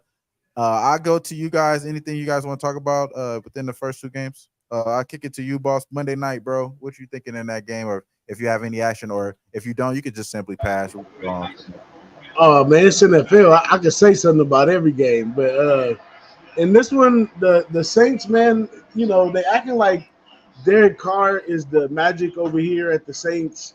The defense of the Saints is playing well. Going into the Panthers as favorites, I don't know. I'm kind of wishy-washy, but the Saints is one of the teams that I have going 4-0. So maybe they get past the Panthers in this one. All right. What about you, Jimmy? I want to start off by saying I'm gonna stay off this game. I don't like shit in this game, but long-term stat that I would say New Orleans is 7-2 historically against the Panthers, and then this year's rating I have Panthers winning. I have Panthers winning by 1. So, but I'm staying off the game. All right, cool. What about you, LJ? Yeah, man, I'm staying off the game too. The stat that Jimmy just mentioned, I had that wrote down for us, the Saints, and also Carolina, 5-1 as a home dog last year versus the division, man. But they were on 1 ATS, last week versus Atlanta. But they're at home. They play better as a dog. So I'm just gonna stay off though. I got high hopes for the Saints. Like I said, I bet on the Saints as a early play for the season. But I have to see Derek Carr go in on the road versus a top, one of a good defense, not one of the top notch, but Carolina has a good defense. So I want to see him go on the road with a new team and win on the road. So once I see it, then I'll be able to bet on him. But as far as that game, I'm just gonna stay. What about this one right here? Go ahead and kick it right into this one. We'll go back the same direction. The Browns and the Steelers. I think I'm gonna take the Browns, man. I like their win that they had over the Bengals. And the Steelers just got demolished versus the 49ers. And, I'm just going to stick to the fact that last year, whatever team played the 49ers, the next week they lost because they got beat up so much, physical, tough team, and can the Steelers overcome that now having to play a division rival? You get what I'm saying? Browns coming off a win, like I said, beating the Bengals. The Browns I think they're going to be on a mission to try to compete in this division. Deshaun Watson is there now. He took a whole training camp to get familiar with the team. Myles Garrett sacking you on the defensive line. So I think the Browns are going to try to make a statement. So I would take the Browns minus 2.5 if I have to, but I'm not making it official. Got you. What about you, Jimmy and boss? What do you guys think about this Browns Steelers Monday night last game for us? Well, I'll give you a couple little tidbits, and then I'll give you my idea where I think it's going to go. Pittsburgh has been really good when it comes to Monday Night Lights. Last 3 seasons, they're actually 3-0 money line on Monday Night Football games. So, they've been winning them games. Essentially they played one of the toughest teams in the entire league in the Niners. So they got, punched in the face, as we know. Us that play football before, and sometimes when you play, a powerhouse opponent the week prior, and you're going to go. Not to say that Cleveland is a step down, all the way bottom tier, but they are a step down from the Niners. So, it's essentially Pittsburgh coming to a step down, and Cleveland facing Cincinnati. I would say it's neutral opponents. It's nothing, but. I do have my power ratings for Cleveland to win this game. Anywhere between 2 to 5 points is what I had an idea. But the best look that I have for this game, I haven't decided if I'm going to get to the window yet, is the under 39.5. Cleveland, when they're favored, and the previous game was won when they played the opponent, they're 0-6 to the under. This dates back to 1998 or something like that. So Cleveland under 39.5 is probably the way I'm going to look. If I look at anything right now, I still haven't made a decision. DJ, what you got? Well, first off, I'm trying to get this live bet right here. First half under 20 in this game right here. But second off, for the sake of social media and a good laugh, I'm not sure if Deshaun Watson likes his new masseuse. I still have to see. How's it working out with the new masseuse. But conspiracy theory wise, Browns put money up to make this happen. I got Browns down as a 4-0 team as well. And it is tough against Tomlinson at home. And, he is the type of coach that fixed the characteristics of, yeah, he might have got beat last week, but he can fix things and make it look like a new team this week. He fits that characteristic as a coach off top. But does he have the tools he need like he used to? I'm not sure. Only time's going to tell on that. But Browns put the money up to beat the team. They got him as the road favorite right here.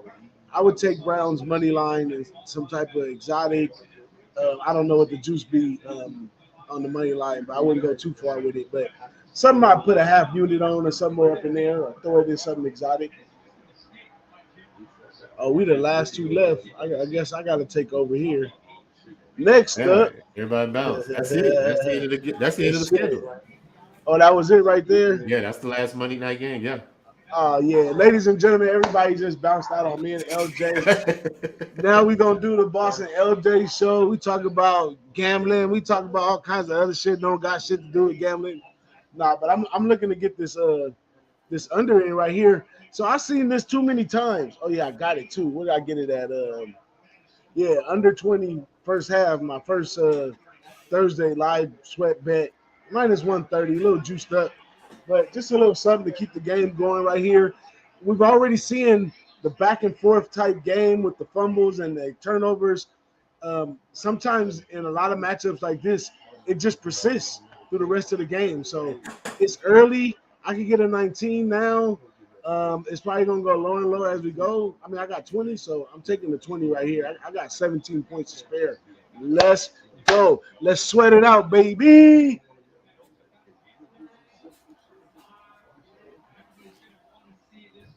Hey, it's over with for me, bro. It's over with my first play. First team to score. These motherfuckers fumbling 3 times every drive and shit. Like, it's over with, man. It is what it is. I appreciate everybody for hopping in, man. I'm gonna have to dip up out of here real quick, man. Do my little break. I'm gonna try to hop in before I go to work, though. Out here, man. Appreciate my guys. You already know, bro. I'll be back, though. Tell nephew, calm down, man. Hey, I'm gonna step out too. I'm gonna give me a drink, so I'll be right back. Oh, you good? Oh man, just the person I wanted to talk to, my man Jimmy. It's cracking, baby. Yeah, just me and you. You got me for like another 10, 15, and I got to go coach about like 15 little 5, 6-year-olds, man. Oh, that's what's up. That's what's up right there, man. What, 5 or 6 years old? Oh, that's yeah, it's soccer, so it's, man, it's fun, but I would say about like a third of the practice is trying to get them to get in freaking lines and stuff, But it's pretty cool with soccer with like getting everybody in the game. Like you don't have no parents over you. Why did my kid not get in? You pretty much get everybody in. Nobody tells me. No, well, they already know because me, like, I try to help the coach. There's me and then like another dude who tries to help coach the team. So none of the dads really say nothing, As a matter of fact, I think I've had 1 or 2 parents because mostly it's a bunch of Hispanic kids, and some of them only speak Spanish. Sometimes it's hard because the head coach, he only speaks Spanish, so some of the coaches, some of the moms is like, man, thank you for talking to my kids because he don't know what he's saying. Okay. Oh, you the bilingual interpreter. There it is. I do it all, man. So that's what's up, man. But it's always good, man. Always good to donate some of your time to the youth, man. Oh yeah, man. I don't know if I ever told you that part about me, DJ, but I that's something I love. I'm coaching soccer right now. Not really, but it's informal for my boy. I was actual coach for my girls' softball team when she was a little kid. I used to coach a softball team for the Boys and Girls Club, like right when I got out of the military.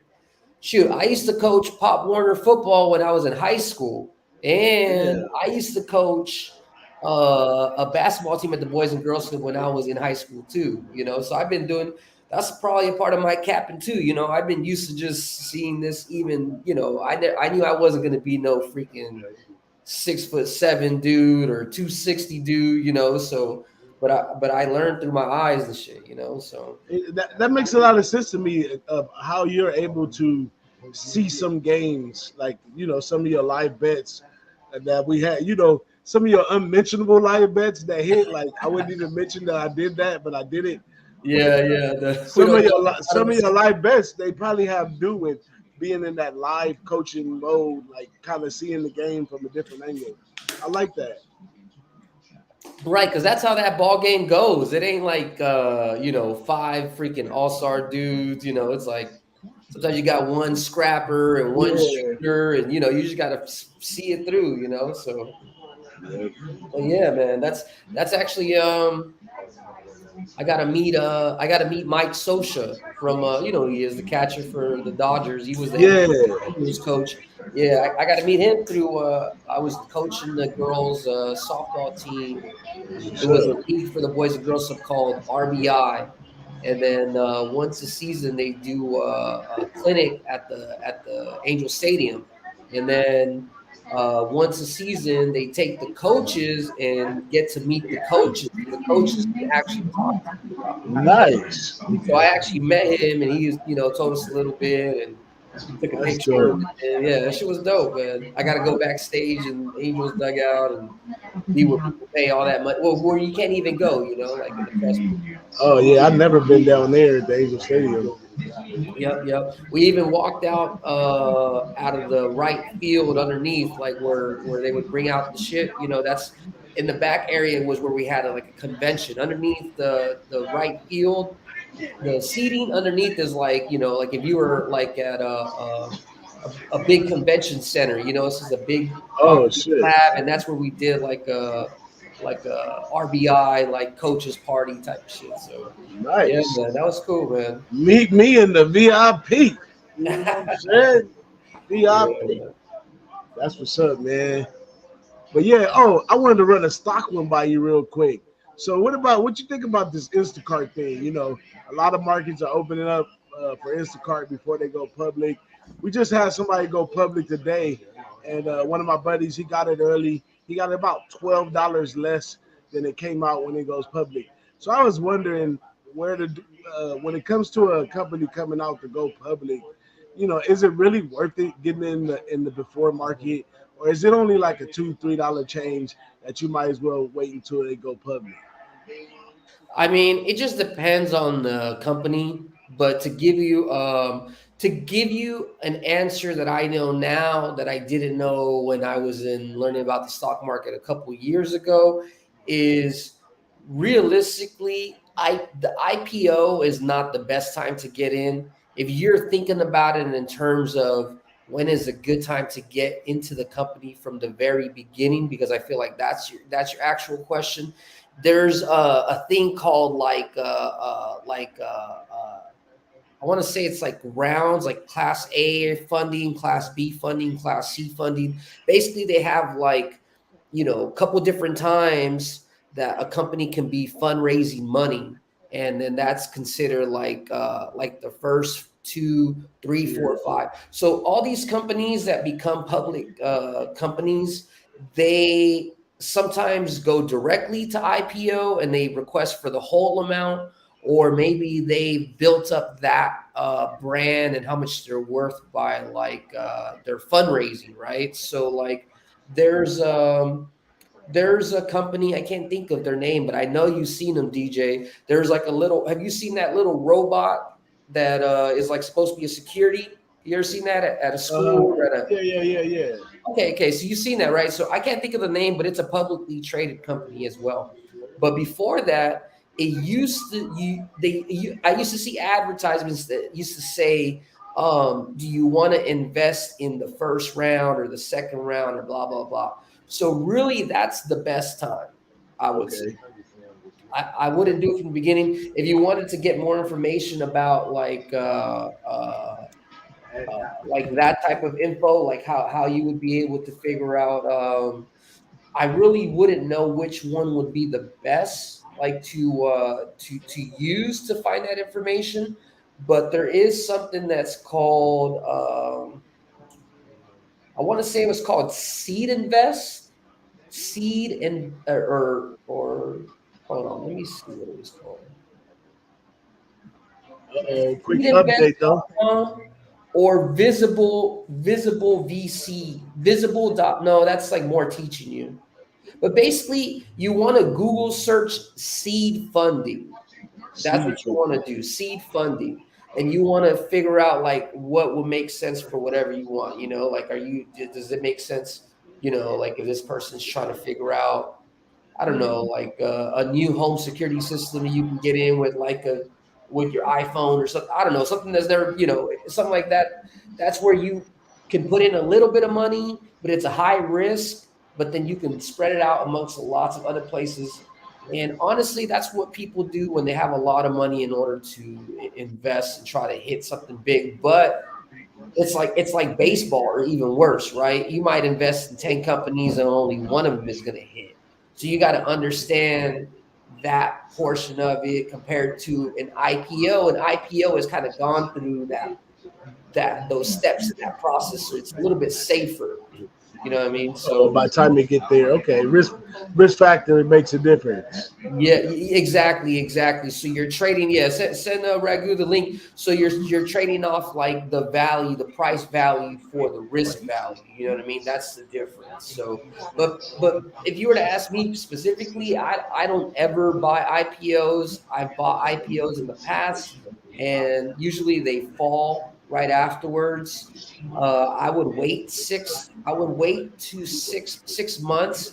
You may even need to wait up to 2 years. The only reason why I say that is because when a company goes IPO, if it has employees, there's employees that have been already given stock options or stock exercises, right? So in their contracts, they're basically told, okay, we're going to give you this much stock, but you can't use it until 2026, right? Because the company already knows we're going public in 24. We can have these guys give it to them now so they can get credit now. They can be happy, and then our investors will be happy because we're IPOing. You know what I mean? It's almost like you're taking care of Peter and Paul, I guess you could say, you know? So, my bad. I know it's a lot. No, that's what's up. So I'm all trying to you ain't got to give them. Go ahead. You don't got to give them all the information. You know, I know you could go on for hours on this, but I was just wondering. There's a big buzz for Instacart right now, and I was wondering. I've never really messed with too many IPOs either. Yeah. I'll look at the notes for Instacart itself. Let me see. Let me pull up it's called Cart. Right, Instacart or no? Instacart. Yeah, see, there's a website that I use that I can look at the chart. Let me see if I look at another chart. It's bringing up an old stock. I don't think they're public yet, but it's supposed to be CART. CART. Oh, it's not public yet. Okay, that's why. They're offering it in places like Robinhood. Some little small markets. Let's bring in. So you can get in like pre-IPO or something like that. Yeah, pre-IPO. Let me bring in my co-host from the Boss and the Sauce. Y'all all know who he is.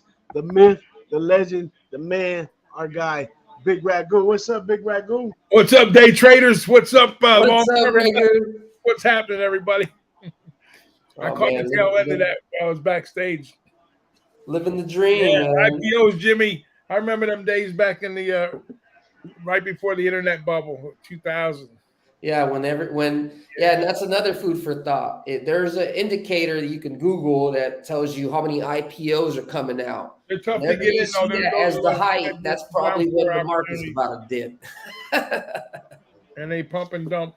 Yeah, not pump and dump. You know, the guys that get in, like you said, with the employee packages that they offer, you know, they can't sell by a certain time, and then they have a limited amount of shares that you're able to get in through the brokerages that have it for their good clients, and then, like you said, you know, they'll take a little bit of a profit out of it, and then you have to wait. So they're tough. It's tough. Yeah.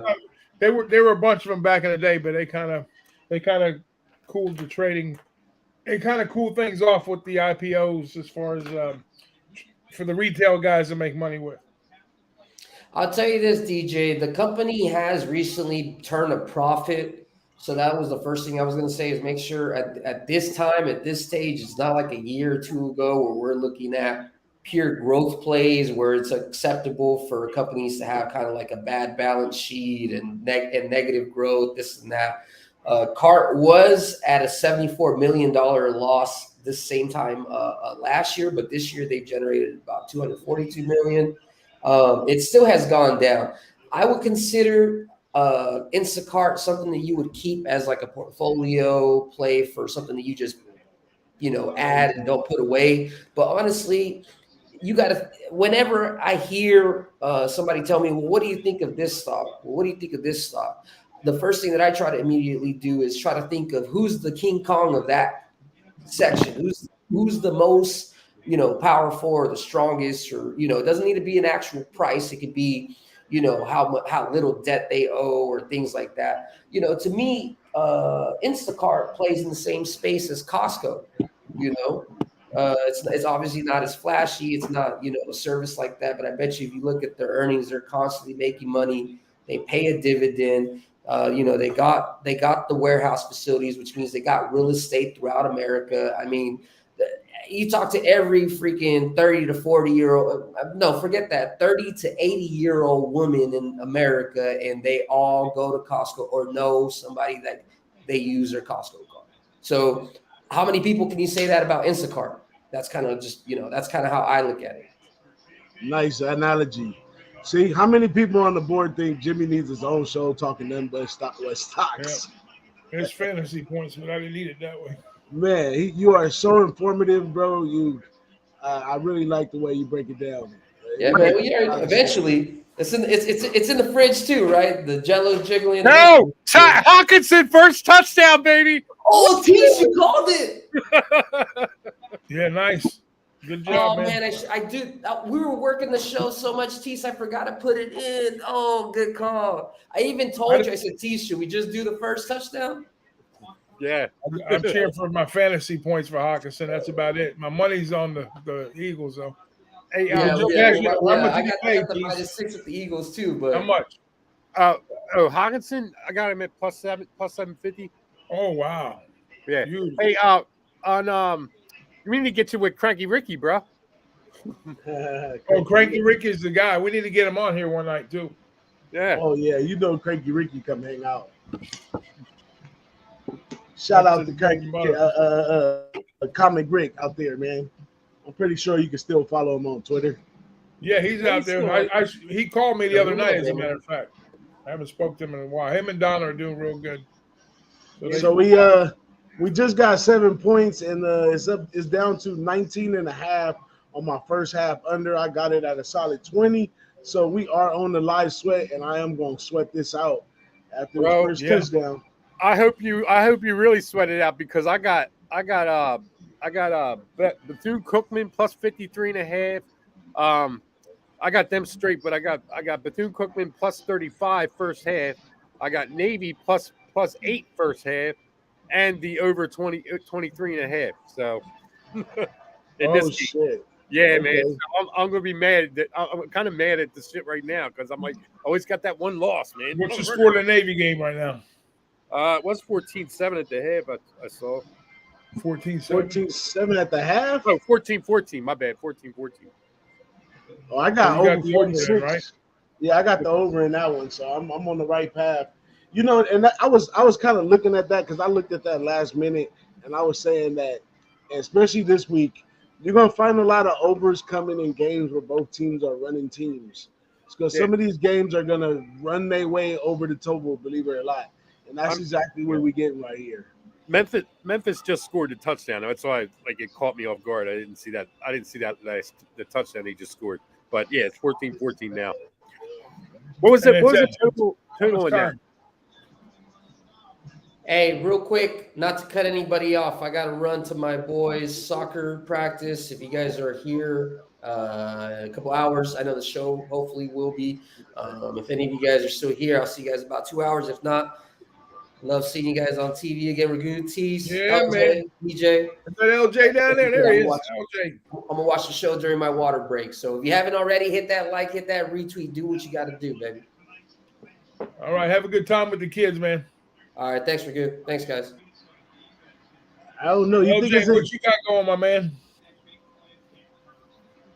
Man, I'm over here crunching numbers for the weekend, man. Crunching them? Are you working? Over here Always studying, grinding, doing man. notes. Always grinding. You got anything going for the Hey, game man, tonight? I'm locked in, bro.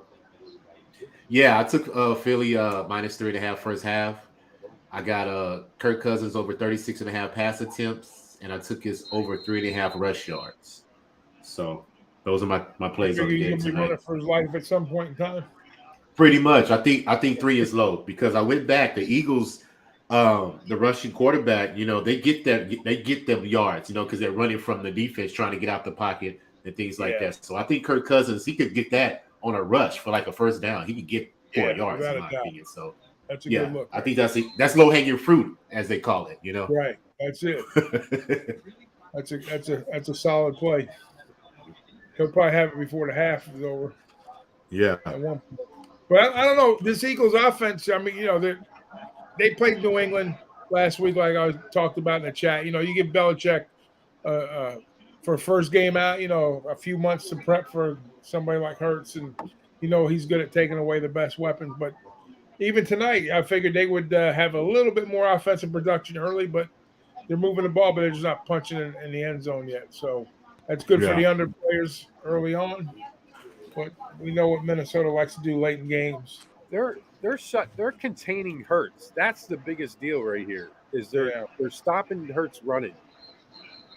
You think with Steichen going over to the Colts that their offense was going to drop off a little bit early on and make some new adjustments, or you think they're running the same plays that they were while when Steichen was there with the new OC coming on board? Did it major changes other than a little bit of personnel? No, I doubt they're running the same offense. I'm sure they got some of the same packages in there, but I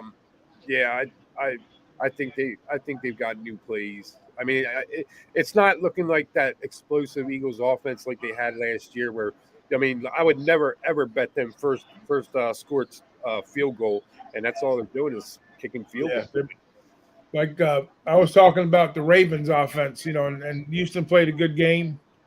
I think LJ talked about that earlier Monday night on the Monday night show a little bit.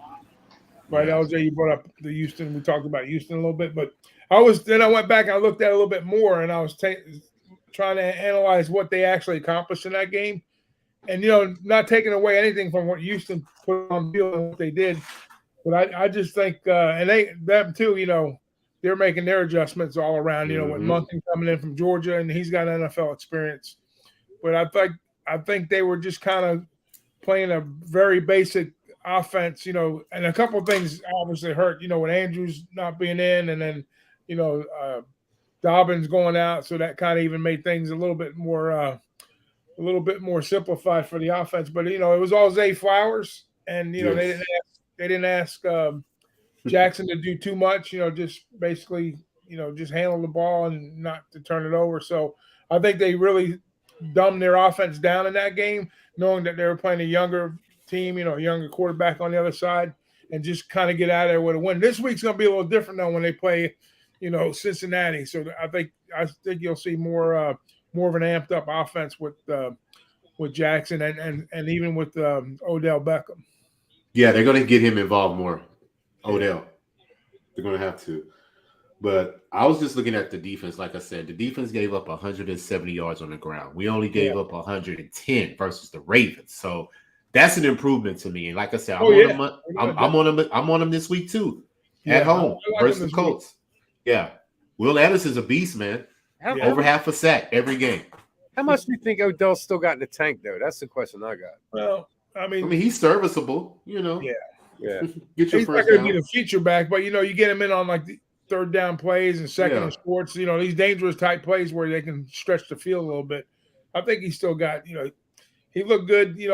I know he sat the year out, and then he had his injury, but I think it kind of reminds me almost like when we see those receivers do this, like T.O. back in the day. When he kind of went through his thing, and a lot of these guys they're maybe just a step slower, but they're still very dangerous, and just their presence on the field is going to present some opportunities. I mean, Flowers, he showed out.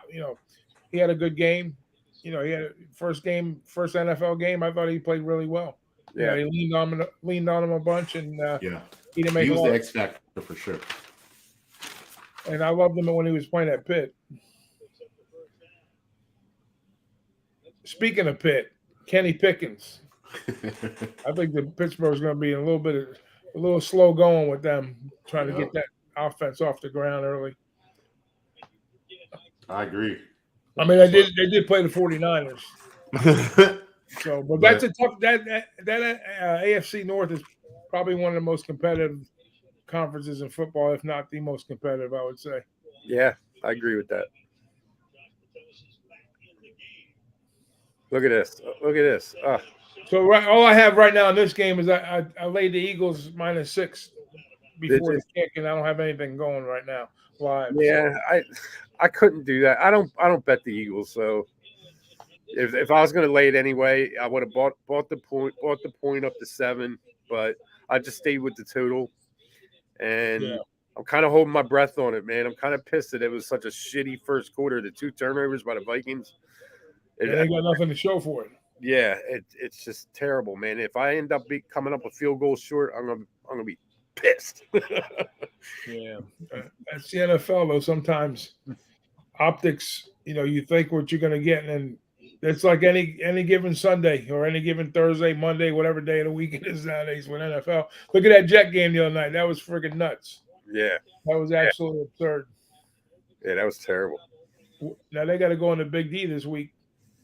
They're gonna have their hands full trying to cope with the Cowboys on the offensive side. That's going to be I think it's going to be a bad matchup for them. Worse, not like what the Giants did, but I think it's going to be tough sledding for the Jets, especially with Wilson back there. But I think the Eagles are.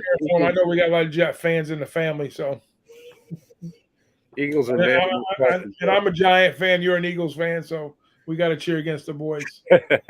Yeah, right. I'm with you there. I think that the Eagles are sealing my coffin, bro, with this long drive right here, man. They're just running the ball, running the clock. Yeah, they're just sucking it up. Yeah. The only thing I can hope is they get in the end zone and maybe we had the big play. That was it to Smith, right? And everything else was kind of been like underneath. Yep. Yeah. DeAndre Swift's been playing well. There we go. We got AJ Brown, but he ain't going nowhere. I do authorize this touchdown, Tease, because I am on the Eagles for a game. Yeah, we gotta get points on the board sooner or later. Especially when you're in the red zone, you gotta punch it in. Yeah, we on the sweat. We can sweat the total out. So yeah, we do need this touchdown right here. Yeah, you need to lead going into the half if you're gonna. Unless they have a total implosion on the other side, second half. But well, my thought was that the Eagles score more. Two field goals is not good. Yeah, the Eagles score more in the first. Well, at least last year they were a first half team, and I just worry about them scoring points in the second half. Yeah, you should be.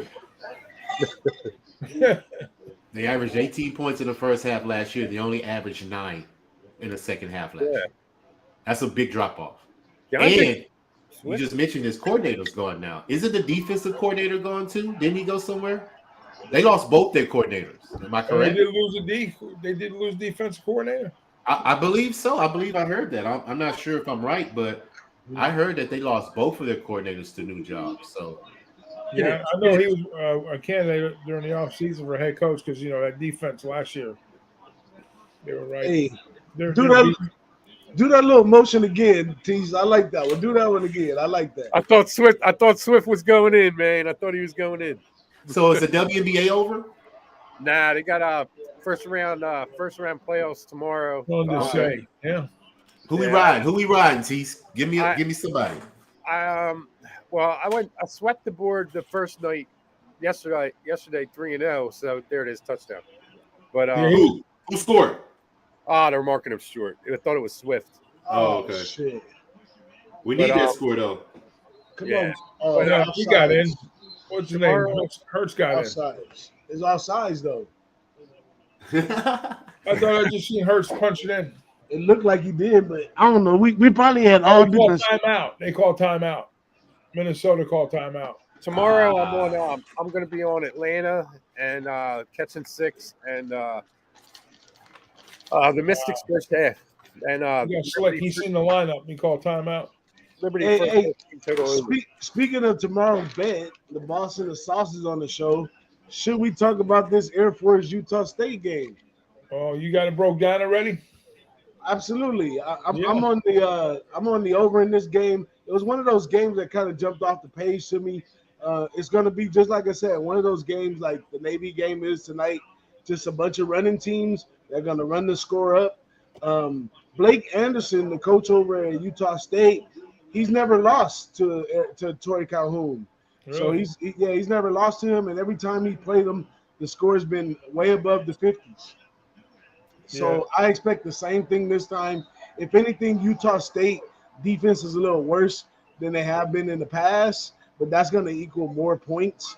But Blake Anderson has always found a way to score against Air Force. So I'm big time. 2 units, and I don't usually do all that unit stuff, but 2 units this time. Big Ragu knows me. You never hear me hear 2 units. Yeah.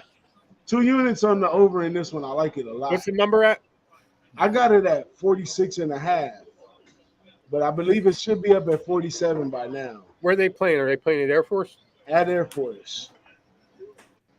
Yeah, I didn't I completely break it down, but I was looking at the over initially with it. You know, just what I do is I'll look at all my power ratings first, and then if something really like flies off the chart, I'll circle that portion of it. You know, just I don't try to make the decision based on numbers, obviously, because X's and O's is always a big part of everything. But just with a quick glance on that one, I was kind of leaning towards the over without the breakdown going into it yet on the ratings. So. It's still at 46.5 too, so you can still get that play today. It should go up by tomorrow. I'm pretty sure.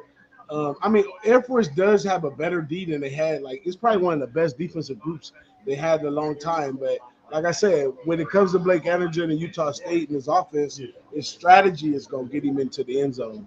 And he doesn't have the best of players. He kind of just has a little broken off balance in from when he came in here and won the Mountain West and to where he is now.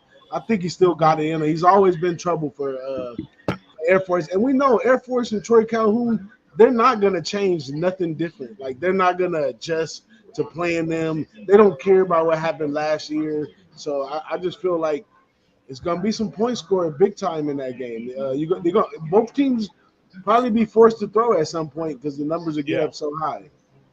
Well, I know the season started off better for Anderson this year. Last year was kind of a throwaway season for him, right? He had a real bad year last year. Yeah. Well, he had his quarterback Logan Bonner go south on him at the beginning of the season, and that's what kind of threw him off last year. But now he had a little more time to work with these guys. I'm not sure how long Blake Anderson is going to be right here, but I'm not sure who out there wants Blake Anderson, like what jobs are available for him. But yeah, was he Western Kentucky or Arkansas State? He was Arkansas State. Yeah. Remember, he's a guy that was in Arkansas State, got a divorce or something. No, his wife passed away. Yeah. He moved out to Utah to start a new beginning. Came in on the pandemic year, the first year, and won the championship. But it was all because it was a COVID year. Element of surprise played its biggest factors. They got some big wins against some teams they probably shouldn't have. And the next year, it just showed his true colors. Logan Bonner stayed the next year, and it didn't work out for him. So now he's putting the pieces back together. But quality coach, hasn't plateaued yet. If he can get some more winning success here at Utah State, maybe he can have a resume to get like a Power 5 job or something. But great guy, great guy. Yeah. Hey, I just noticed something, man. I told you I had that first half parlay with Navy and Bethune-Cookman. Thank goodness Miami missed the extra point, man, because it's 34. The line was 35. So I need a touchdown out of the Vikings in this last drive. I'm sorry, boss. I got a lot of money on that one, man. It's okay. It's okay. I lost many a bets, my friend. I'd rather you win than me. Well, you're going to win it back tomorrow with that. Well, hopefully I'll win it back tomorrow. One of us will win it back tomorrow with your over in the Air Force game. How's that? And I'm going to give a sneak peek. I can't give them all to y'all because The Boston Shaw Show comes on every Saturday, 7:30 a.m. on the West Coast and 10:30 a.m. on the East Coast. But I'm gonna jump into a team everybody expects me to take Notre Dame again at this point. At home, minus the 34. I'm on the other side this time. I'm taking the points with Central Michigan. You know, Michigan's not very far from Indiana, and it's kind of falls on the interstate rival type deal right there. You know, I'm pretty sure they've recruited the same kids or something like that. And I usually like taking the dogs in these situations anyway. And I've always, even though Marcus Freeman, he doesn't fall in line with all the rest of Notre Dame coaches with the not trying to embarrass some teams and sticking to the school tradition. This one, I think he will. You know, 34 points is a lot of points. Maybe he gets out of there at 24, 28, somewhere up in there. But I think it comes up shy of 34 in this one. And I'm taking Central Michigan in the Notre Dame game. I didn't break the game down yet, but I'll tell you what. If there's one quarterback in college football I like as a dark horse to win the Heisman, it's your guy, Sam Hartman. Because that kid, I'm telling you, he's going to be playing on Sundays. He's got the brains, he's got the poise, he's got the tools. And then, you know, and I don't know who the main guys are for. I mean, you know the personnel better than I do on Notre Dame, but you know, he's a guy that could open an offense up, and you know, with I'm not gonna say take average player and make him superstar, but he'll make your receivers look good. And, you know, he makes the offense look good. And I don't know how he's playing out with the tempo now. What's happened with their tempo with Notre Dame since he's been there? Are they still running? Basically, they're not running. I know they're not running the Wake Forest style offense. That's a fact. But are they? Have you looked at the number of plays they're putting? Well, you know, we got rid of Tommy Rees, so we got the new offensive coordinator here, and the look looks a little different. We got targets. We got receivers out there. We replaced the tight end from last year. We replaced him well with a new guy at tight end. The running game is by committee. We got them big. We got them quick. We got them all this ways. The offensive line in the Navy game looked really, really well. But in the last game, the offensive line took a little ass kicking for a little while. They had to wait to like the third quarter, fourth quarter for that pressure to kick in before they could win the trenches. But all these Notre Dame games are going to be played in the trenches. So the Central Michigan, they're not no slouch. You know, they play hard. They nice and big in the trenches. I don't know how athletic or how talented, but they're sizable. So it's going to be another fight in the trenches right here. But this one, Notre Dame gets up and calms down. We need to start bringing in some second-string guys and third-string guys and start looking towards further down the season. So this is a spot right here where I'm on the other side of my team. Y'all heard it first. I'm on the other side of Notre Dame, so don't be hitting me with all that hate mail. Nah, yo, I'm happy that I could finally root for Notre Dame again, man. Because I couldn't. Y'all know how I feel about Brian Kelly. Man. I just can't stand that dude, man. Scumbag. Yeah, you gotta take the emotion part of it out. Like I used to be that way with the Gators. Like every time, even though they're half an hour from where I live, and I'm a big FSU guy, I have been since I've been in Florida. And I always try to take that emotion for my disdain for the Gators out, but you know, then it seems like when I lay money with them, they always disappoint me somehow. So that's like a double indemnity for me when I bet the Gators and lose. You know, that I swear I'm never going to bet them again. Then I'll see a spot for them. I see, you know what, this is a perfect spot to jump on them. So I think they did a great job. I think they did a great job. You know, moving on from him, man. And I think I got high hopes for Notre Dame, man. I do, man. I can see them in the playoffs this year. Yeah, they're going to surprise. Their offense is definitely going to be ticked up, you know, a step up this year with Hartman there at QB. It's going to be a good one. That USC Notre Dame game, I got that one circled. I can't wait to watch that one. So what do you think about this LSU Mississippi State game? Now we know they're probably going to have, I think that's Mississippi State first opener, but you know they're going to have something. They're catching a lot of points. 14.5. Now Kelly's so wishy-washy from week to week. We don't know what we're going to get out of him. We know what he has, but we don't know what we're going to get out of him. But this Mississippi State team could be a team that plays down this year without Leach. The biggest thing I seen when I capped Mississippi State was the Leach's system was so dynamic, so contemporary, so complex. The athletes he have, it will be hard for them to fit in another coach's system. I think we get that problem this year. That's legitimate, but I do like the fact that Will Rogers stood there at quarterback for him. You know, that I like. So that's a little bit of glue there, but like you say, personnel versus system, that could be a little bit difficult to kind of throw together. But a lot of times these athletes, especially the quarterback, that's a big part of it. If they had a different quarterback there, I'm sure they're letting them, just like we talked about tonight with the NFL. You got a lot of the same pieces there, different signal caller. So, and then you see, like, not saying Philadelphia is struggling mightily, but it takes the time to get adjusted. At least there, it had the tail end of the season was, it was tragic because of what happened with the head coach. But they had spring, they had, a couple games under their belt now, so maybe they were starting to make some adjustments. But they're not going to definitely run that air raid like you were saying. That's definitely out of the question. So you probably won't see those big points. And even when he first got there initially, they were more defensive minded team than they were on the offensive side. And they kind of worked their way back into the air raid system. So I don't know. And then I think LSU is going to have some different ideas of what they want to do on the defensive side too, with this team. So I think it's going to be like you said, I think it'll definitely be a trench game.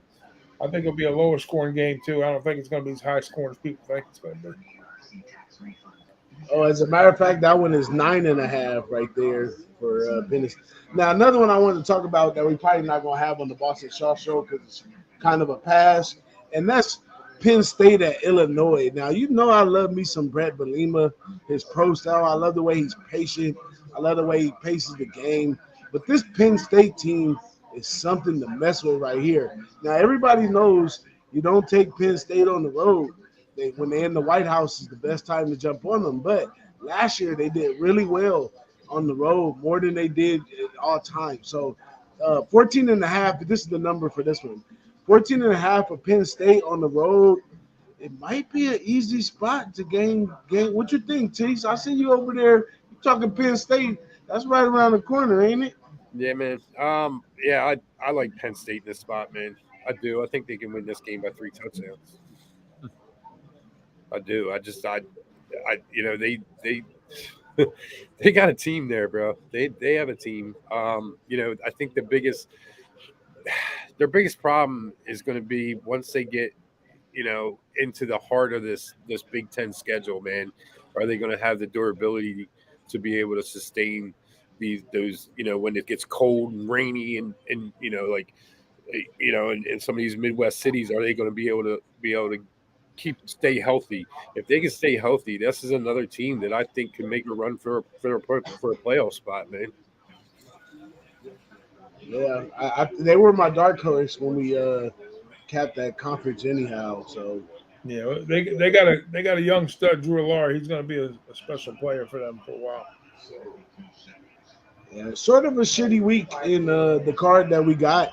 And from looking at the season early, it was already scheduled. I think there's only like one real good matchup this week. Probably a toss-up between Minnesota, North Carolina, and this Penn State, Illinois game. So not a great card for college football this week, which is good because you're going to ease up on some of those bets. When I was having like 10 good games last week, I'm down to about 6 this week. And really got to be picky about your spots. I had to eliminate some games that I didn't have complete knowledge of, and the eye test is key right now. Yeah, I'll tell you what, the Vikings are picking on Bradbury's replacement, man. They're picking on him right now. Are they that big? So that might be a spot where the Vikings can actually exploit them, man. I don't know what the hell that play was, but what do you think what's the total in that Penn State game? Total in the Penn State game. I know they were like is 2 touchdowns. 49. 49. Yeah, 49. All right, so Illinois 1-4 the last 5 at home. ATS 2-5 against the spread in the last 7. And they lost.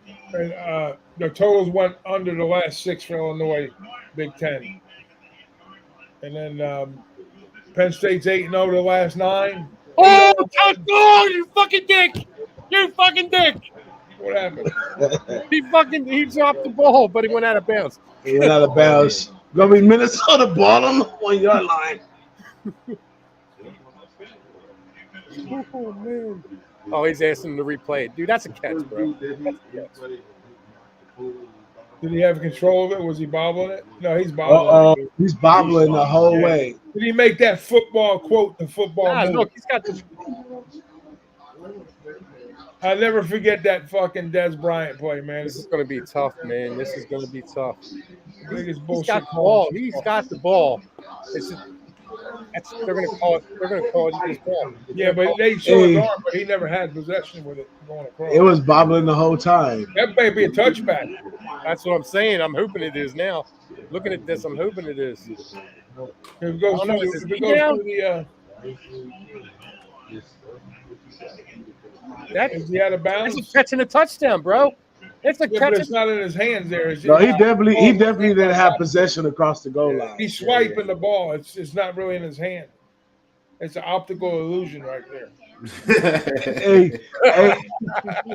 the most bullshit call of all time to me, Big Ragu, there's a is bunch is the little paper note for the first down marker. I think that's the greatest shit I've seen in my life.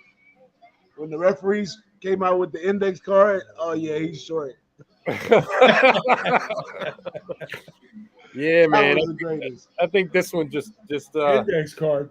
this You one don't just remember that when the ref What came game out was with the that? little? Oh, it was about 2 weeks. What they do? They put it between the marker and the ball. Yeah, yeah. You remember that? Oh shit! No, I don't remember that one. Oh, I'm gonna have to look it up. I'm gonna have to look it up and be able to I mean, post it. there's a ton of them, man. that's The funny. Brady Tuck rule. You know that game. Is, Oh man, I don't even want to talk about that one. fuck. Oh, then they man. call Testaverde when the What's- ball wasn't even in the end zone, and they call a touchdown. You know, just I mean, it's My question is this: how long have the players and people been trying to get the league to change the turf to artificial grass in all stadiums? They've been doing that for a while. Now all of a sudden, Aaron Rodgers gets hurt. Now we're going to change the field because their big golden boy lost money for everybody. You know, once it affects their bottom line, they're going to change some shit. You know what I'm saying? That affected a lot of people's money. That Aaron Rodgers is not playing this season, bro. I'm telling you right now.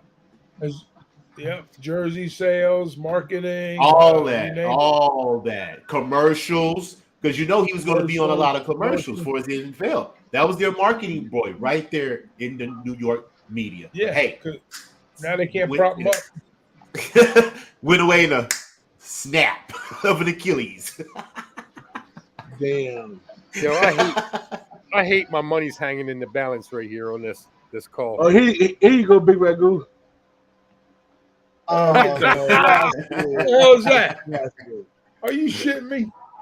You don't remember that game? What is that? That was a What game was a that? real life game. Let me see what game was this. You had to find you found the clip, so you got to know what's attached. Fucking touchback, Occurred bro. during the Cowboy Raider game.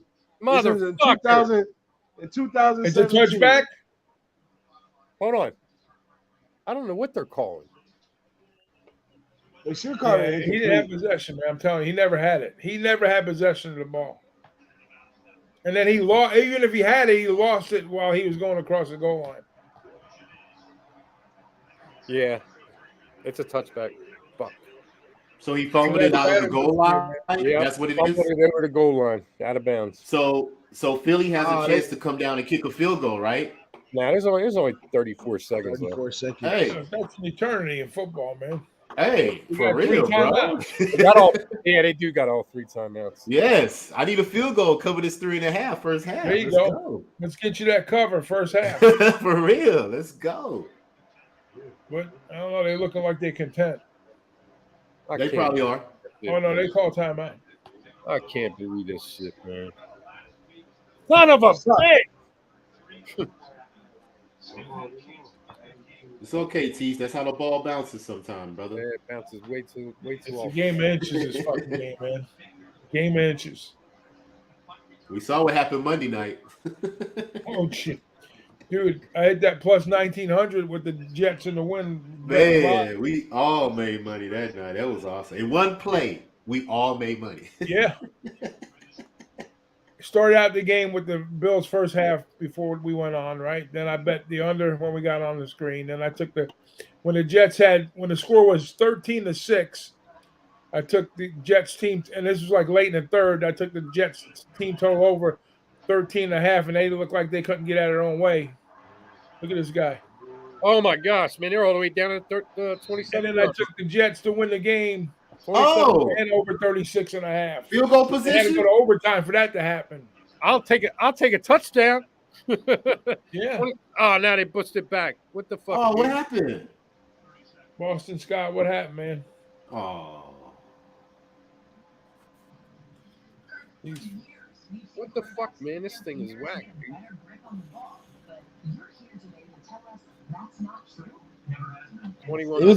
Anybody out there in the chat watching the Navy game?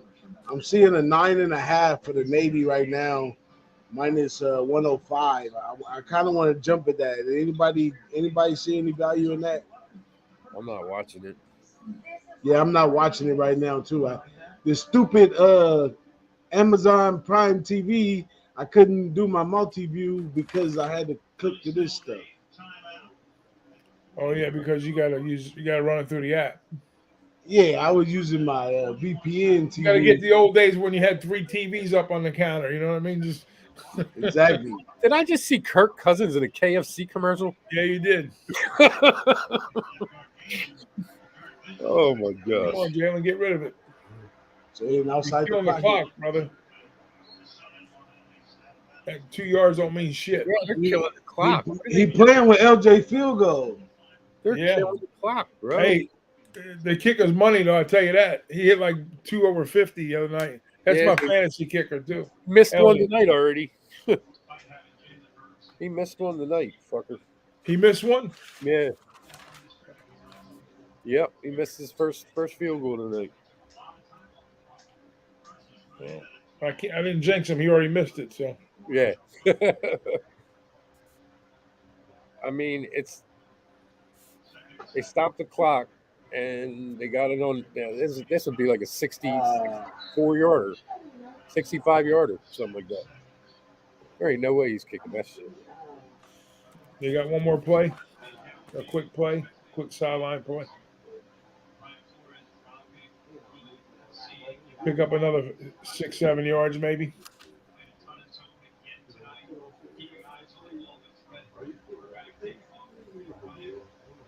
Yeah, I don't like this offense at all, man. I really do. I'm going to see if I was halfway right about the Ravens when they play Cincinnati on Sunday. It sucks because you can't get an idea in preseason because these starters aren't playing preseason. You know? Yeah. Well, here you go, LJ. Come on and step over here to the sweat box. As the kicker takes the field. Let's isolate on LJ's reaction when they. How long is it? How do you solo LJ stream? Oh, here we go. How long is the field goal? Come on, LJ. Let's cash it. It's pretty long. They ain't said it yet. Okay. He missed the 55, huh? He'll make up for it on this kick. It's a 62-yarder. 62. That's Dempsey range there. Make sure they can see your eyes when the kick goes up, because the eyes say everything. Yeah, I'm watching it right now. 61-yarder. 61. 61-yarder. 16%. He made that a couple times, man. He made that against the Giants. They call timeout. He made that last year too. They call timeout. Trying to ice the kicker. Yeah, right away. You Come ain't on. icing. Why we gotta ice the kicker? You ain't icing Memphis Jake. Yeah. Come on, man. Come on. Why we gotta be icing, man? This ain't the end of the game. It's just halftime, man. Yeah, It's all good. And I'm going to end It's up a tight game. Every Hey, point matters now. I'm only looking at a push because I got 20. So I'm Yeah, gonna you give it gonna over get to a flat you. 20? I'm gonna give it over to you. The only thing I can hope for is maybe he comes up short and somebody from LSU jumps on the field and runs it back. No, he made it. He dribbled it. That's my man. Yeah. Play my music. Play some music. I Play cash. the Play some. Hit my music. Play something, huh? Play some, boss. Wait. I gotta find them. For real. That's what we do. We cash money, baby. Feel it. First half. Over. That's all that matters.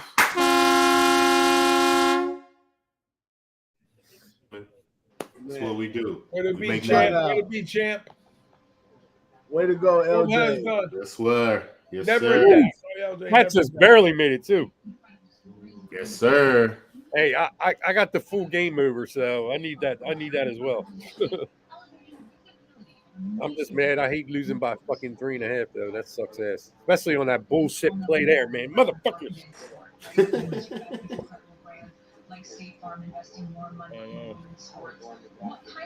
My man Drinking Hand says this game should be 17-10 Vikings at worst. Well, it ain't Drinking Hand because we on the Eagles today, bro. So I love you. I love the whole family. I'm done with them. Get in and get out. I'm done. Oh, yeah. That's it. That's like you hit him on a slot machine. You know, For real, bro. Yeah, Hit, well, hit the button. I'm Hey. telling you right now, the money when a couple people hit me up on Twitter, and I told them, man, take the Vikings and spread, man. You know, take the 6.5. Like, you know, this was yesterday. Take the 6.5, buy it up to 7. You know, When I go to the casino with my wife, she be playing, right? And let's just say she got $1,000 in the pot, right? And I'll walk by because a lot of times if I'm not by her, she does real good. So if I come up and I see a lot of money up, I'm like, hold on, what you doing? She's like, no. She'll be like, go away.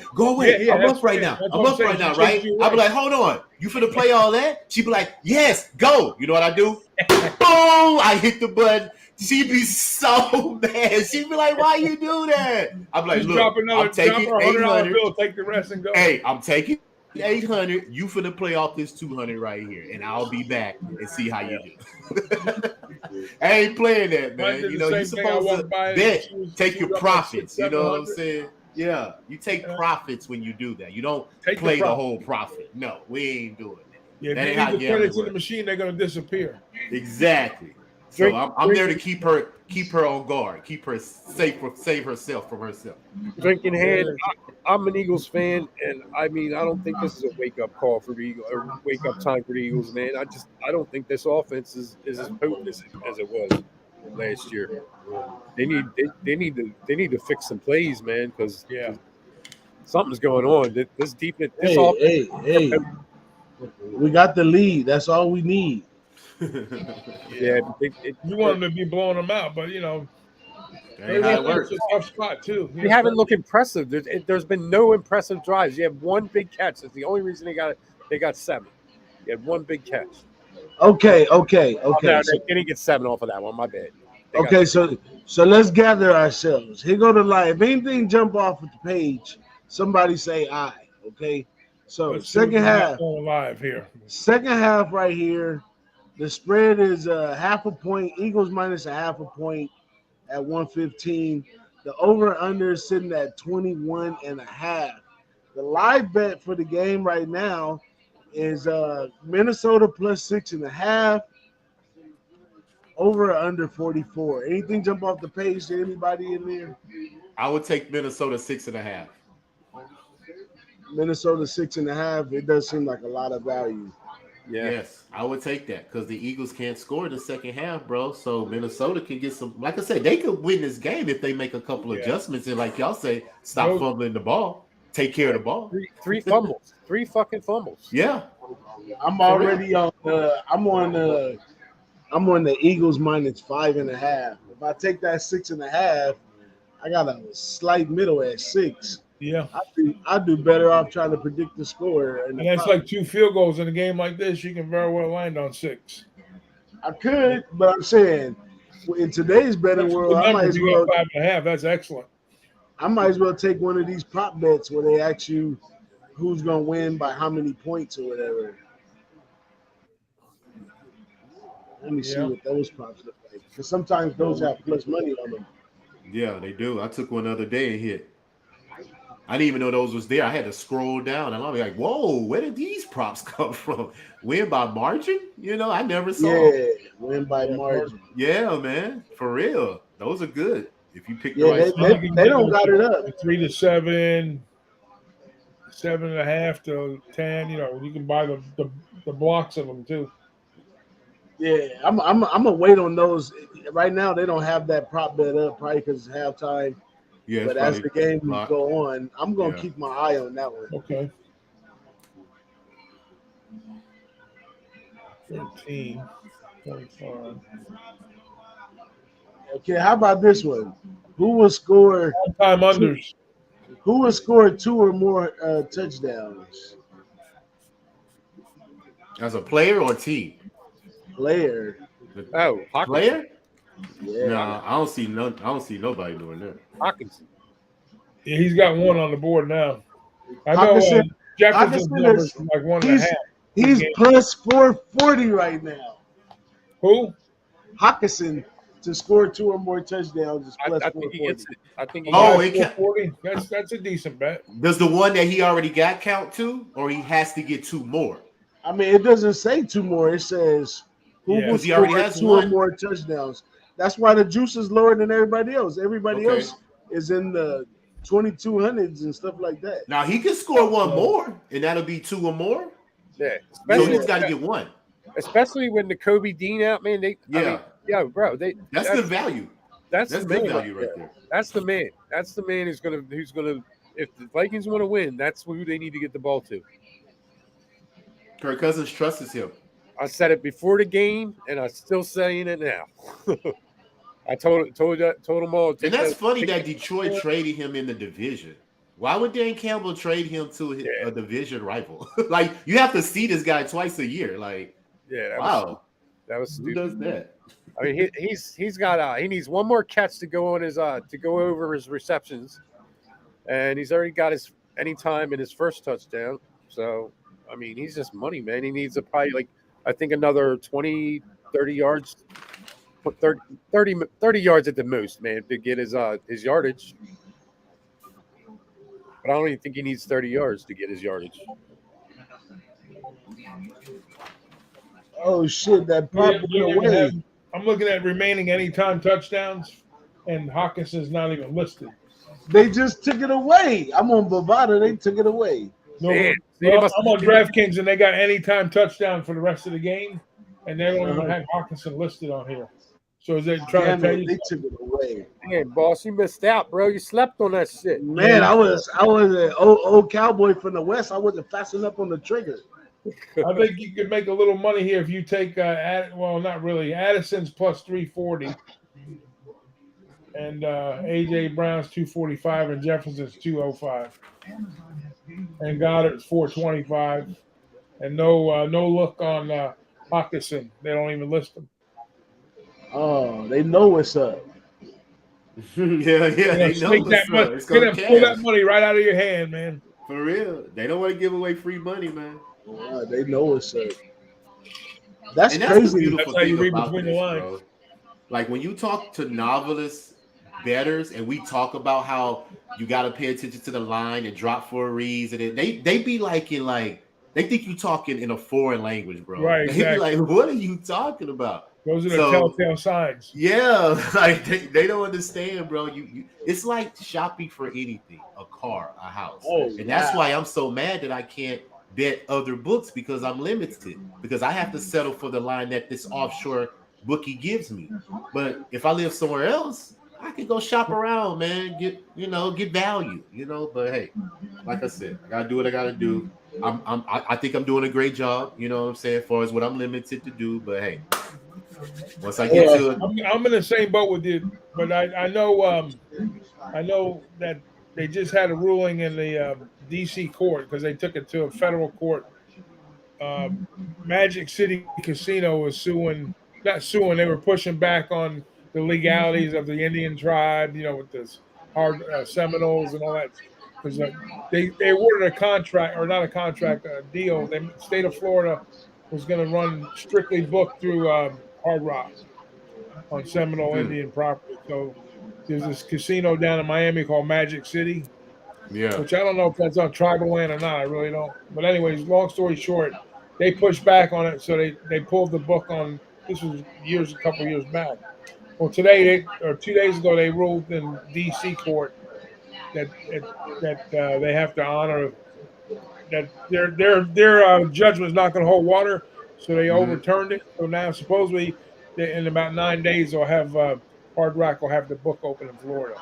All right. So we'll have like the app available to us, and That's what's so up. I mean that's another place you can shop I hope that works out. instead of offshore and your local. FanDuel has Hawkinson up at 2+ touchdowns for 430. Who's that now? FanDuel. Sucks, man. I was 3 miles away. I could fucking go. Put that shit there. Hey, check this out. When I said that the second half was at 21.5, right? It's been bet up to 24. Wow. Yeah, but the spread is still at half a point. That means to me that means I think that means that Minnesota's gonna score, and taking Minnesota plus the points, which dropped down to 6 now, is the spot I need to be at. So basically, the number's the same as the opener. I mean, what the kickoff number was, pretty close. If you put the math, 6.5, and what's the score? 20. What'd you say? 24. 24. Yeah. Yeah. So this 48.5 was the kick, right? So it's 44 now. Well, you can get Minnesota on the second half of FanDuel plus 1.5, so you're actually getting them plus 7.5. Yeah. I mean, that's the only time I really like back in Minnesota. I'm on the Eagles, for the full game, but it's like if you think you're not going to cover, this is like the perfect opportunity to hedge out. Yeah.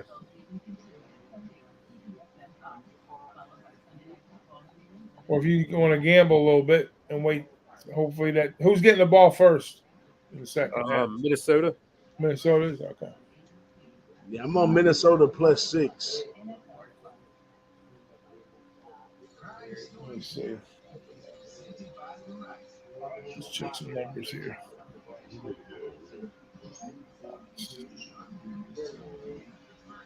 Wow, man, they got on FanDuel. They have a total touchdowns scored over 4.5 is juiced at minus 160. So they're saying 3 touchdowns coming in the second half here. Yeah, I wish I would have took it when it was 21.5.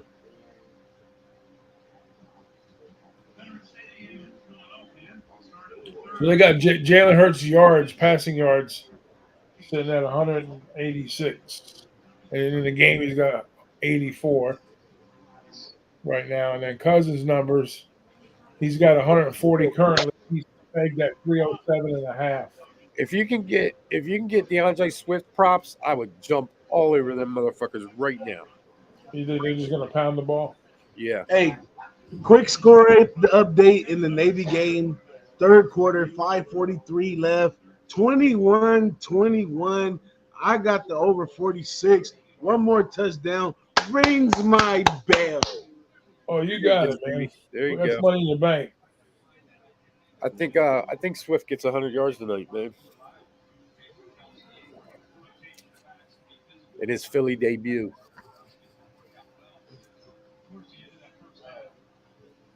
Well, Lincoln Financial Field debut, I should say.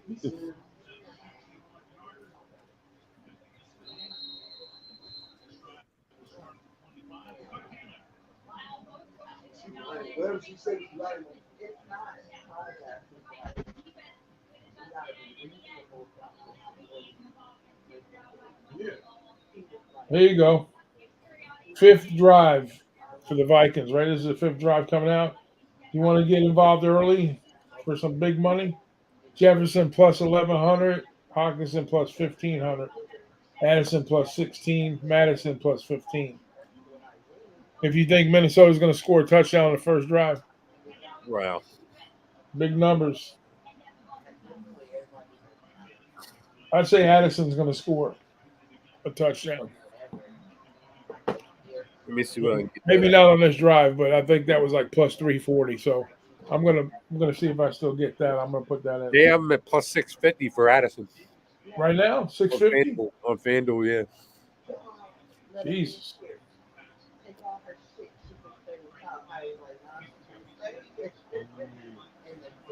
Next score. Yeah, they're done now. They took them all off. Then they have yeah, they took them all off. Yep, they took them all off. You gotta be quick with them. Yeah, you can't. If you talk about it, you better do it. Look at that fumble. That's why they call it. You won't have that same conversation twice. Fumble. The fumble. These motherfucking Eagles are gonna take it in. Wow. Fucking fumblerooski. I think that's it. Mr. Trifecta in the house. Fucking tomahawk chop. What's up, Nate? Here's that Eagle defense. And there's Kirk Cousins Josh fucking Sweat. it up on primetime again. Josh Sweat. Yeah, he might not throw an interception, but he's sure as fuck gonna fumble. Oh, it's first and goal. Eagles, let's go. I like that. I like that. Touchdown. I like that. Josh Sweat. Oh, wow. They didn't give it to him. Look called at it that short. shit. These crooked referees, man. DeAndre Swift. Hey, I want nothing but touchdowns in this shit. It looked like the refs got the under. That's a I'm touchdown, telling you, bro. man. How did they not give him that touchdown? They didn't took away two Even when already. he falls down, the ball's already over. Yeah, No, how the he hell gets did they right not here. Good luck. Good job, referee. Good job. That's Hurts right. is gonna get it down. That's what they got Jalen Hurts for, because he's long and can stretch out. No, That's yeah, it. he's right. He's right. They didn't make it. He didn't make it. Touchdown. That was a good call. It was a good call. Hey, Steichen tried that play with the Colts. It didn't work for what's his name, Richardson. They tried that same deal. They couldn't push. They tried to get a first down, like midfield. The fourth down, they didn't get it. That same offensive lineup. Hey, you could have got. That's a little different personnel. You don't have a fucking Jason Kelsey at center pushing that pop. Yeah. And you got could have got Hurts at plus 440 at for a second touchdown. But yeah, Jason Kelsey, man, he's a fucking beast, isn't he? He's like the smallest center in the league too. Yeah. That dude, man, I would not want to get into a bar fight with him. There we go. Let's go, You might be one of them Eagles. rugby guys, man. Them dudes that play rugby and shit. Pushing that pile, man. They can't see you in the back. I know. You see Kirk Cousins' face? He got. I watched that Netflix special with the three quarterbacks. That was a good show with Mahomes. Yeah, I saw that one. Did you see the Kelsey one? The one on Amazon? No, I haven't seen that one yet. Yeah, they got a Kelsey one that just came out on Tuesday, the other day, Tuesday. But I mean, it's hard not to like Kirk Cousins if you're a family guy. Yeah, and you watch that show. Yeah, I mean, he's aces. A good person all the way across the board. Yeah. You got to kind of cheer for him a little bit. You know what I'm saying? You want some good things to happen for him. But when we bet against you, Kurt, sorry, my man, we're taking the money and we're hoping bad things happen to you on the field. Nothing bad injury wise, but just couple turnovers here. Maybe a pick or two. Yeah, I feel. I mean, I feel the same way. I feel like that you're feeling on that, man. To be honest with you, but I'm a cheer for Kirk Cousins this year. I hate that the Eagles signed Mariota after watching that, dude. Just because of the way that shit ended in Atlanta, and I didn't realize that shit was like that. You know what I mean? The way he just abandoned the team like that. Yeah, that was crazy. Yeah, and then I'm seeing the Eagles sign him. I'm like, oh man, what the fuck? Yeah, I think he's had a frustrating career overall. That was he should have never been. He should have never been a first round pick to begin with. I don't think. Yeah, I mean they did prop him up pretty high. When he was at Oregon coming in. Yeah. You know, I get that. You know, I get, but you know, that's the thing I worry about. Not I worry about it, but you see it with these young, you know, these quarterbacks. I mean, Hurts panned out. Obviously, you know, he didn't win the Super Bowl, but he got to the Super Bowl early on, and like Right. Tua, you know, he got hurt. You know, Mariota got hurt. So all these, you know, those young quarterbacks that run that option and stuff, you know, just it's not good for them long term. I don't think, but Well, I mean, they just got to tone it down later on. you got to look at Hurts, man. The dude squats 600 pounds. You know, I mean, That's true. he takes care of himself. And the thing, I was kind of questioning Hurts like the whole time until I saw him getting better every freaking week. He Yeah. was getting better and better and better. And you can see that the guy works on his game. He's not Yeah, one he of the does. quarterbacks that's content. He's really super dedicated. You know, focused. I've seen that last year. I mean, I had him on my fantasy team, so I paid a little more attention to him as a player. You know, week to week that way. But you know, like you said, his worth ethic is phenomenal. I love him as our quarterback. I really do, man. I was questioning it first, but watching him last year, just progressing, man, I wouldn't want another guy, to be honest with you. Yeah. Well, you got a good one there.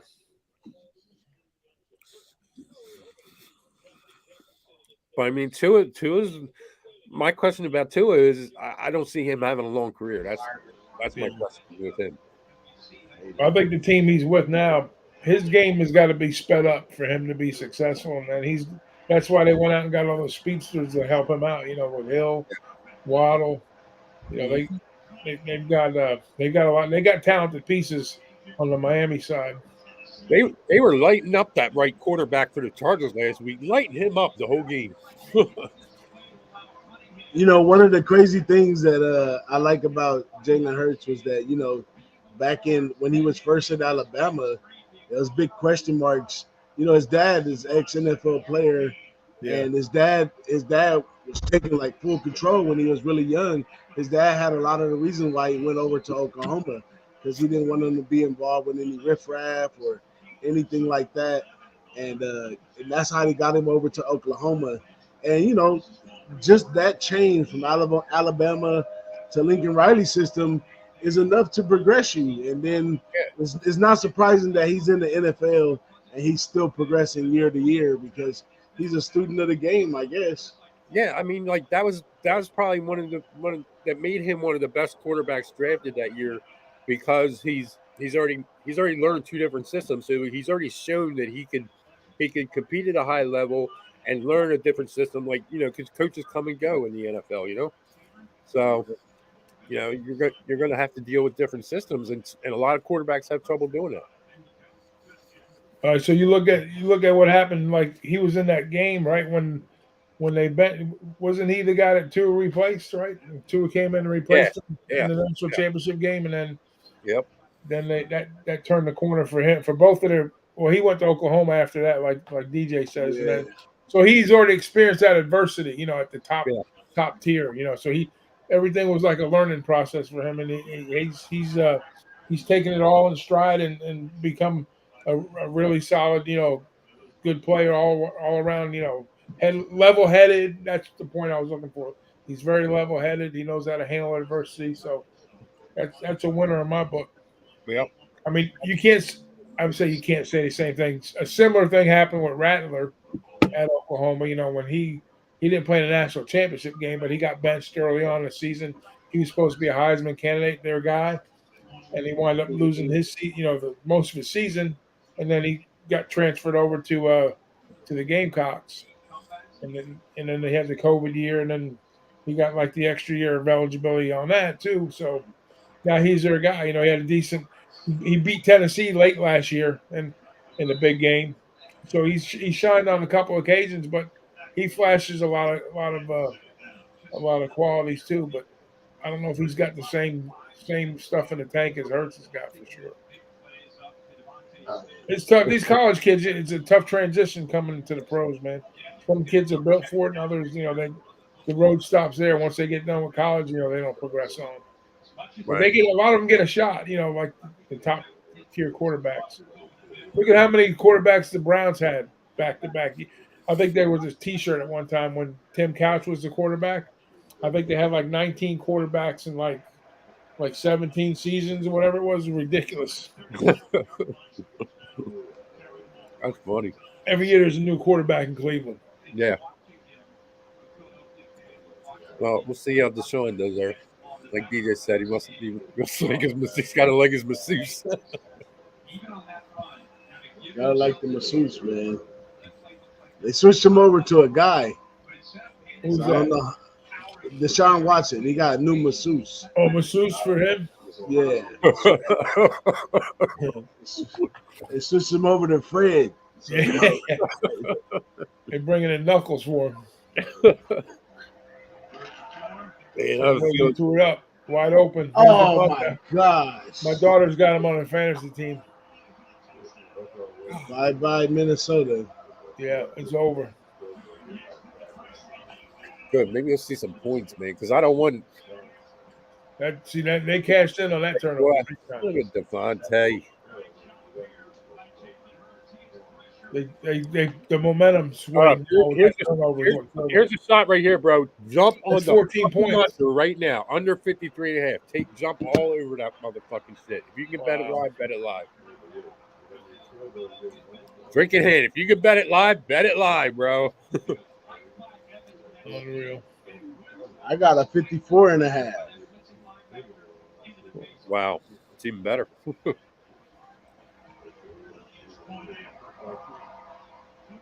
I'm gonna holler at my daughter, let her know she got a touchdown. I'm gonna mute myself. I'll tell you what, man. I have 500 on the fucking over 48.5.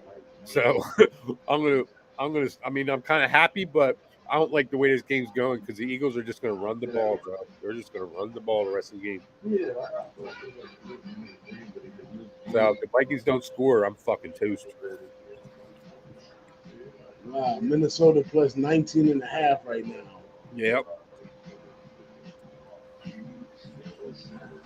And I mean, you got to look at the situation, man. Can you really trust Cousin just straight throwing the ball the rest of the game?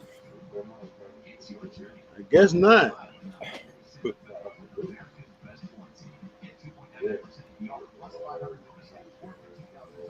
I almost hopped on that team total for the Philly too, but I said, they just covered it. I think it was like 25.5. Yeah, it was. I wish I had seen it, man. Because I mean, I wish I'd taken a look at it because I don't look at those things, man. For some reason, I'm just such an old school bettor. They're not trained to be my first look, you know. And I need to start looking at that shit. You know what I mean? Both of you guys know what I mean. These bets weren't around 10 years ago. You know what I mean? No, not at all. No. So I'm not trained to look at these things, man. It's a live bet. What 10 years ago? Huh? Yeah. Yeah. Hold on, let me call the bookie up. Hey, man, can I get what's the line? You got a line now? Because you're lucky you got it in before the game started. Forget about live. Yeah. I know that's why the apps are king right now, man. You know, all the even when you go to the casinos, you know, with the kiosks that they have there, you see people running up to them all the time, just in between commercials and. The options are sick, man. The options are just sick. Go ahead. Sorry, DJ. I mean to cut you off. It's shorter lines at the window in Vegas because of the machines. Oh yeah. Because some bets the window don't even take no more. That's true. Tell them like a first quarter bet or something like that. They're gonna tell you go straight to the machine. Tell you bet it on the app or bet at the kiosk. Yeah, that's true.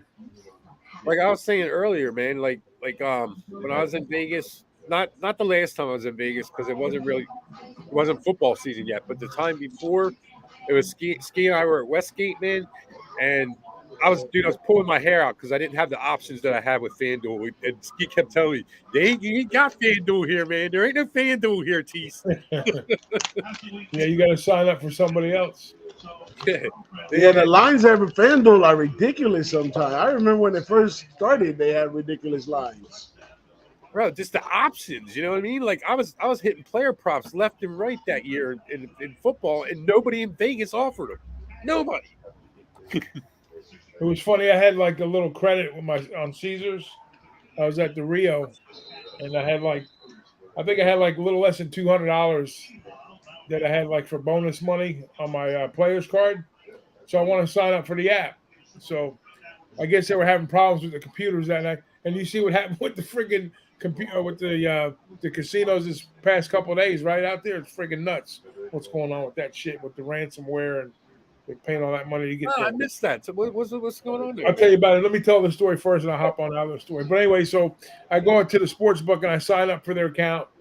Now I can't get. There's something wrong with the app. They won't be able to download the app. But they said, well, you can still play it in the computer, so we'll put it in for you as long as you present ID and all. I said, okay, sign me up for it that way. But the app has got an issue with it. So I went down there and after whatever the game was, I said, just let it all ride on the side, whatever it was. And it wound up, it was I think it was the Cubs. They wound up winning baseball. So I went back the next day and they were still having problems with it. So I said, well, I said, I'm not going to get the money anyways, the way shit's going. I said, just put it all on the Pirates or whatever. And the Pirates are like plus 160 or something. And they wound up winning. So now I got like almost like $900,000 coming to me. And so finally, then I was moving from the Rio over to the Venetian. So before I left, I went back over there. And sure enough, the app worked and I hit the button, played me out.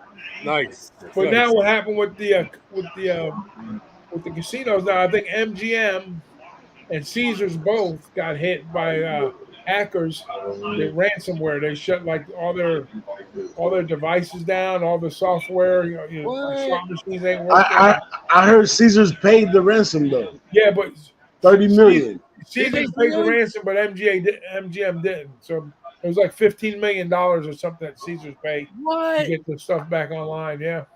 Hold on, how long cost like $13 million? It was this Sunday. Was it happened Sunday? Yeah, it started on Sunday. But it was only in Vegas because I was using Caesar's app on Sunday.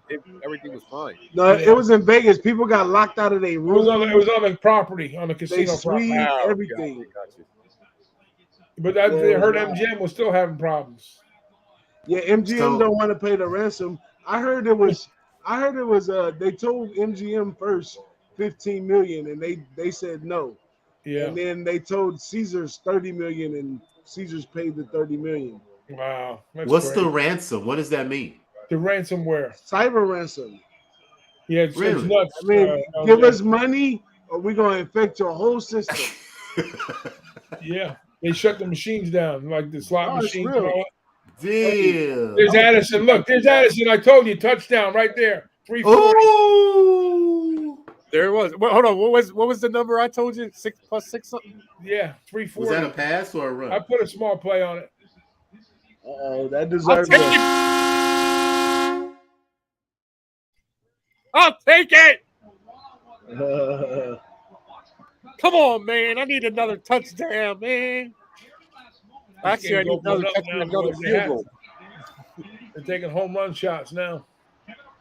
I need another touchdown and another field goal, man. 48.5. If that's in lands, if I get hooked, bro, I'm going to fucking find a bridge. I'm finding a bridge. If I get fucking hooked, I'm sick of getting hooked in the NFL. Sick of it. This is like crack candy here with these live betting stuff, though. So now you win, you want to go back in and bet a little bit more. But me, not so much. If I got 2 or 3 plays, I'm good. I'm good. Like LJ, hit if I that won button, already. take the money, right, LJ? This if I won already, bro, this total's at 59.5. There's no fucking way this game gets to 59.5. No fucking way in the world this game gets to 59.5. No way. No way this game goes to 59. The Eagles are run the fucking ball. All they're going to do is run the ball. I know my squad. well, they're gonna have to get first downs. Yeah, well, I'm just saying they're the ball. That's it. I feel you. And with DeAndre Swift, man, that's why I was like, DeAndre Swift. They're putting his number at 99.5 live. Jump on that shit. Nice. I wonder what it's at now. It's probably over 100 now. Because Minnesota coming to get the ball back. They just scored. The pressure's on the Eagles now. They got to respond. We're still up by 2 touchdowns. Hey, who's that? Right. Messing with my guy. Who's this guy right here? Snizzle. Look at him. Titties hanging out and all. You got somebody backstage? There he is right there. Snizzles. What up, homie? XD. What up, homie? What's up, Jimmy? James. What's up? How's everyone doing? Good, man. Not too Good. bad, my Making friend. money, brother. Making money like we do. They are. I'm not. Hey, it ain't I too love late these yet. prime time games, man. I swore I said, I'm gonna do a couple here and there. Hey, I came on, James. I came on, man, and I fucking called out the Hawkinson first touchdown. Oh, big nice. What was that? Like plus 800 Plus at least? plus 750. I just Okay, hit yeah. Addison plus 340 anytime touchdown. Yeah. Yeah. Okay, so you're alive to that, or did that hit? It just Yeah, hit. no, it hit. It just hit a Oh, little while ago. All right. He said it was plus 600. I got mad now. Yeah. What up, though, Tease? What up, though, DJ, LJ, and the OG legend, Mr. Doc Big Ragu? How you doing, misters? Doing great, man. Good to see you. Yeah, it's good to be with y'all, man. Hey, I ain't fully ready yet. I don't plan on putting a shirt on, though, just like J.R. Smith after the Cavs won the 2016 finals. You know what I'm saying? He rode that whole summer without a shirt everywhere he went. But just give me a couple minutes and I'll let myself back in. But what up to the chat? You know, we live sweating and betting over here at Who Banging. You know what it is. We with the fam. We with the OGs. And it wouldn't be nothing without y'all. So much love. Drink, everybody. Let's get it. Well, it's actually just drinking here now. But drink, I'm going to get one in my hand, and I will be back, and we will be drinking. Shout out to our boy drinking. Get one for me too, man. Get one for me too. I don't drink, but I wish I had a beer. I honestly do. I drink a beer right now. Yeah, no. I haven't had a drink. You know, I drink enough for the both of us. The last time I had a drink, I did a shot with Razor at the fucking Southtown. That was because it was like a plus 1,200 casher. That was the last in the NCAA tournament. Yeah. Yeah. Cheers to you. Cheers to you. We need to do a pool right now on what my man X is gonna be drinking tonight. Cause you never know when X niggas gonna pull out this stash. I said peels. He's gonna pull peels out. You already kind of know what it is. I like my teas. You know, that's kind of my chaser though. Like but I still got that bottles of Angels Envy. We're gonna bring that out. I'm gonna step out for a minute though. I'm gonna get everything situated, and I'm gonna try to get some more people up in here. I'm gonna send out a couple tweets and let's get it popping. Right? You got pants on, right? Yes. Look at I do have pants. The pants match the hat. Let's go! Come on! Last year I did a WNBA show with no pants on. You got some Zumbas on, man? Oh man, zoom. You know what Zumbas are? You know what I got out of bed late, man, and I just came out, threw a shirt on, and came out and it on camera. Shit, that Zumbas, that was back in the 80s, man. Shit, I know. Yeah, I remember that. no, I was just born in '88. So. MC Hammer made him famous in the late '80s. Hey, these days, Tease, take the hat off for a second. All those gym rats wore those fucking Zumbas. Take the hat off for a second, Tease. Really, we'll see it. Oh, okay, yeah. It's like Grey Goose. Yeah. See, you look good. You look good. But I was just wondering if you had a mullet going. Nah, bro. I've been No, growing you're up. just like me. When it's mid range, it gets a little poofy and a little wavy. It's all curly in the back. My hair gets curly. Yeah. So I gotta grow it out so I don't welch on my bet with Dave, man. Hey, I muted DJ just in case he's wondering, just because we could hear that background noise. We don't need to hear his business. But A couple hell yeah. Philadelphia's going backwards here, guys. Yep. Two You know what? That's kind of crazy. And if you looked at that was gold, bro. That was gold. Under 59.5 was gold. That was money. well, if you look at the line Vegas gave out to begin with, all right, This is the Eagles coming off, going in the Super Bowl. They didn't win, but they were there. And, a lot of moving pieces after you make it to the Super Bowl on either side, whether you win or lose. And their defense looked pretty decent last week. And what did we expect? Their offense to kind of get more towards the median, which was they didn't look that great, but they did enough to win. And right now, what are we seeing? We're seeing Minnesota regress more to their mean. They lost against, I think, average Buccaneers team, but that's going to play solid most weeks than not, and they will upset teams with Baker. But they're going to be 500 max. You can't go 500 anymore, but they're going to be around that when it's all said and done. Bro, he's going to merge that division because you got a Saints squad possibly, and then the Bucs Saints. Bucs can still win that division, believe it or not. Easily, they can still easily win that division. Panthers and the Falcons. I mean, the Falcons are improved, I think, but how much of an improvement are they going to take that next step early on with Ritter? I want to see the replay on that punt, man. I want to see if that hit that fucking Vikings foot, man.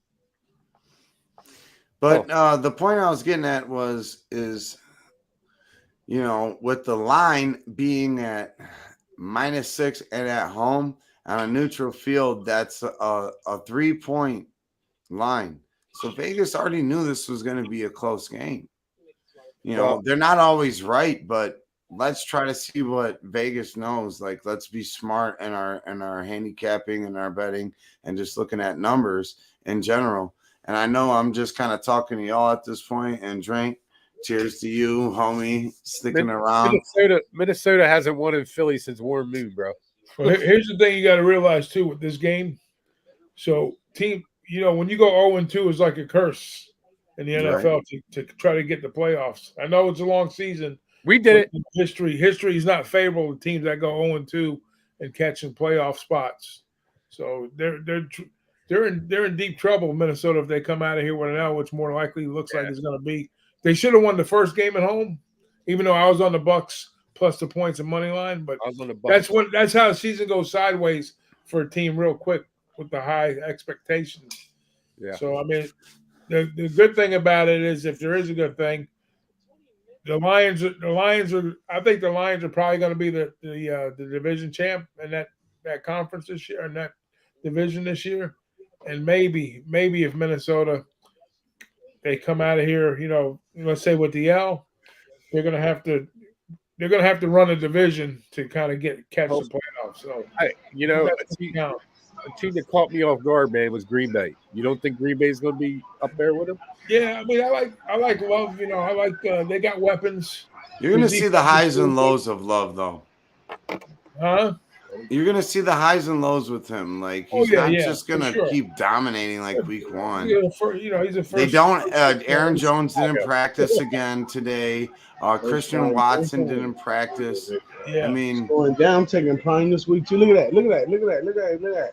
Well, the game has changed a bunch, even the last few years. So some of those old adages, where you say, okay, you go 0-2, but some things hold true to form for the long term, which that is one of them. But we'll see. With the way the game has changed a little bit too, we'll see if that still happens. I know they shortened the season up from 3 games, preseason, to try to prevent injuries. But you know what? It's football, man. People still going to get hurt. I don't give a shit how many if you play no preseason games. What happened? What happened with not to go off subject, but DJ said prime. That made me think, like, what happened? What did Colorado State, or what did somebody say about Colorado? I'll tell you. So what happened was on ESPN, old boy from Colorado State, their head coach said something. He tried to throw like a little slide dig in there. He said, when I talk to adults, I take my sunglasses and hat off to speak to adults. And I was raised that way. And then there's like people clapping in the background and shit. And so if you haven't watched the other little snippet from the Colorado side, Deion doesn't mention their name, doesn't say nothing. All he says is, you know, like let's go. Like basically, I forget what their little motto is. Like they gave us ammo. He was basically saying it was just going to be a good game, in-state rivalry. You know, whether we whoop them or they stay close within the number, blah, blah, blah. Now it's personal. That's what it was. He said, now it's personal. And he has all his boys coached up. These kids are taking this shit personal. What? He's got them all saying personal. It's Bro. personal. It's personal. Wait. Time out. You talk about Mountain West where I do it the best. That guy, Jay Norvell, is a bum. Yeah, he's a bum. He talked all his players from Nevada to follow him to Colorado State. The ship sank. Half of them left. You know, he's having a hard time. He's just a fake. He's nothing like his brother, Mike Norvell, at Florida State. So this guy is a fake. It sounds way characteristic of him to jump in the media. He's all about himself. He's scamming these colleges. Even though Nevada ain't got no money, y'all. They ain't got no money to pay no coach. One of the worst jobs in college football. But at the same time, he tried to extort them a little bit. That guy, I don't like Jay Norvell. I'm on Colorado. I'm sorry. 100%. Colorado all the way. What's the line? It could be 1,000. I don't care. I'm on it all the way. Yeah. Seriously. I mean, there's some outside interest as well. You talk about Colorado. They're gonna do College Game Day live at 7 o'clock in Denver. You know, when that's usually come on like early in the morning. Yeah. Someone, a little birdie whispered in my ear on Colorado's first win. They went sure it wasn't a who banging owl? Something like that. It was definitely a low bagger, but you never see this guy anymore. But he was like, man, you don't even understand how many rich people come out of Colorado, deal with Colorado, Denver, and more. And if you've seen last week, it was so many people showed up to the game, Shannon Sharp. I mean, it was a celebrity-studded crowd. Go look at the tickets. The tickets are like $380 something for the cheapest seat, but averaging about $500 a seat. $500. Hey, it's a money game. It's a fundraising money game for the Pac-12 with this game right here. The next game they got to play Oregon, then they got to play USC. All kinds of. Isn't the Pac-12 all being divvied up next year? Yeah, but this is the meat and potato game for Colorado. Colorado State ain't shit. They ain't shit. And they just gave them fucking ammunition, and like Dion was saying. So let me ask you this question: what's the chances of Colorado State covering the spread? What would you put it on? You got about a 4 out of 10 chances of Colorado covering. 4 out of 10. 4 out of 10, bro. All they are is offense. They don't really stride in defense since Jay Norvell been there. He's an offensive guy. Now, if you want to go on the over, that might show a lot of value because he's gonna figure out a way to score in his system. It's a high pace RPO spread type system, so he's gonna figure out a way to score. But Colorado's athletes are so athletic, it's ridiculous. They're like top tier. And what I was studying today is they didn't even unleash some of these second string and third string guys that's been recruited to come to Colorado that are multi-talented too. So they're going to keep them in the cut for Oregon and USC. Yeah. So this one right here, they're going, man, this is, you seen that KFC commercial, right? Okay. I know y'all seen the KFC commercial with Deion's son.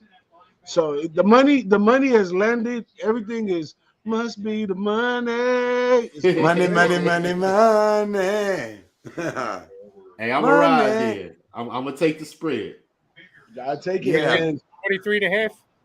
Just like last week, a lot of people thought Colorado was, the line shifted from -7, Nebraska to -2.5 to 3 Colorado. Well, guess what? They still didn't adjust that line properly. This could be another opportunity to hop on that. Hey, can I let everybody know? Yes. DeAndre Swift went over that 99.5 yards. Boom. What's that? Swift did what? All-purpose yards? Nah, rushing yards. Oh, rushing? He has over 100? Got 108. Damn. 107, Okay, 107, Swift. 107. And let me announce my win too with the Air Force game going over 46.5 as they score 49 points in this one. Okay. To both of us, Tease.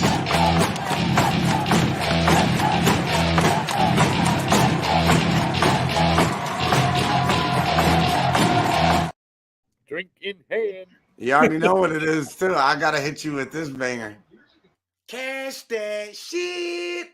Let go.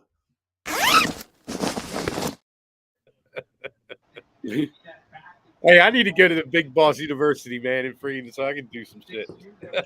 Oh Oh, man, yeah, you'll have fun. Once Hey, you, hey, once I- you lightly figure it out, you'll have fun. I think I'm gonna do it on Sunday. I'm gonna do a small little tutorial for some of y'all to come, a little private thing to try to learn the Canva a little better, so you guys could get out there and do that. I haven't even seen that, Ix, but great job you did on that.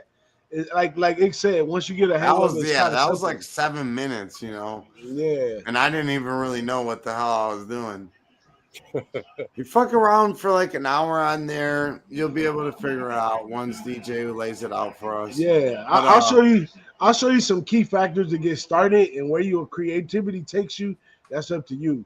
But I'm gonna definitely have everybody on Sunday, probably like after the games start, or like maybe that little dull period between the evening games and the Sunday night game. But somewhere Personally, that'd Sunday. be better for me, but just whatever's better for the fam, because I can always figure that out. We got we got Grandma Snizz's wake on Sunday, and then the funeral's on Monday, so that's all kind of ironed out That's what's up, now. man. But it was nice to go and spend time with her, talk with her. And I appreciate y'all holding it down. A lot of my sister flew in tonight or yesterday, but we all met up tonight. She's got my grandma had a lot of grandkids, and we were all able to meet up at one place together, and it was pretty special. It was real nice, a lot of hugs, not too many tears, just good memories, and that's what life's about, man. Leave your mark and make it something you're proud of. Like, I know my grandma, she helped teach us all that family's first, and that's something that I will take to the grave, and that I'm teaching my kids. So stuff that you can pass down from generation to generation. And even if you ain't got all that connection with mom, dad, grandma, grandpa, it starts in your home. Whatever you can do for your fam, you know what I'm saying? So start your own traditions, live life, and always try to bless them, never stress them, because the bullshit ain't worth it. And if you're feeling a certain way, always be it, just know you can reach out to one of us here. Absolutely, man.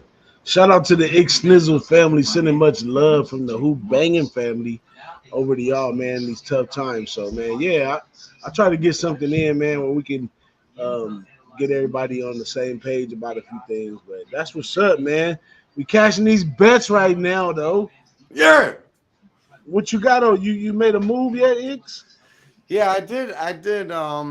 Nothing live. My pregame was Devonta Smith, over 60 or 60 plus yards, and the Eagles money line, and that was a SGP same game parlay, and that line ended up at plus 130 for me there. So with same game parlays, teasers, this, that, the other, I like to stay within, me personally, 25 to like $50. If I'm really confident on something, I'll throw 75, but that's kind of like where I like to stay for parlays, same game parlays, teasers, all that stuff. Along with live bets, normally my pregame units are 50 to $100, and then from there, like, I like to stick around 25 for anything live, 25 to 50. So that's, I mean, we've explained that on the live sweat before, but and at this point we're just talking to drink. So I'm gonna back off real quick. I'm gonna get me ice cold beverage. We're gonna watch the rest of this game, and I'm gonna send out a tweet. We gotta get the people up in here. Let's go, because we could be hanging out like this any fucking time, but we're doing this shit for y'all. We got the cashers already on the board. I know there's other places you could tune into on YouTube or on Pornhub or whatever the fuck you're into. But guess what? We're here right now and we getting that money. So you can go pay for Dave's pics from Dave's OnlyFans. You fucking creep. I'm out for a second. I'll be right back, homie. So you can, what do you say? So we can buy Dave's fucking Patreon? What? OnlyFans, you fucking creeps. Dave's selling his pics on Patreon, so he's hurting, man. He's trying to sell his panties and everything else. What you got left, Tease? What you got left on the board? The over? I got the over 48.5, man, and it's not going to get there. We still got time, bro. I wish I could have left and jumped in and threw that under 59.5 on, man. I would have put my fucking house on that one. Is it gone? It's been gone. Damn. Let me see what is it at right now. Right now we got 54.5. That's what I got the first time, 54.5. When the Eagles or when the Vikings scored that touchdown, it was at 59.5. I was like, oh my god, I want to lay everything I own on that. That's when you gotta have that online right there. Mm-hmm. If I can get a touchdown here, man, I'll feel a little better. But fourth down, a field goal. I'll need a field goal and a touchdown. Damn, that's the third time in a row that they did quarterback sneak on 4th and 1, and Jalen just stretches out and gets it every time. Yeah, I would have liked them to kick a field goal there, to be honest with you. I could take a field goal. Under 54.5. Eagles are going to take another 5 minutes off this clock. You know that. Yeah, another score. You can see the momentum. You can see the momentum slow down a little bit already. 10 rush, 9 first downs. 4th down plays. And the best part about this Eagles team is they're deep on the holding. They got a flag on that one. Look like holding. Yeah, look like it holding. They're deep on the offensive line, too. It's not like a few years ago when a lineman went down. Oh, shit, we're in trouble.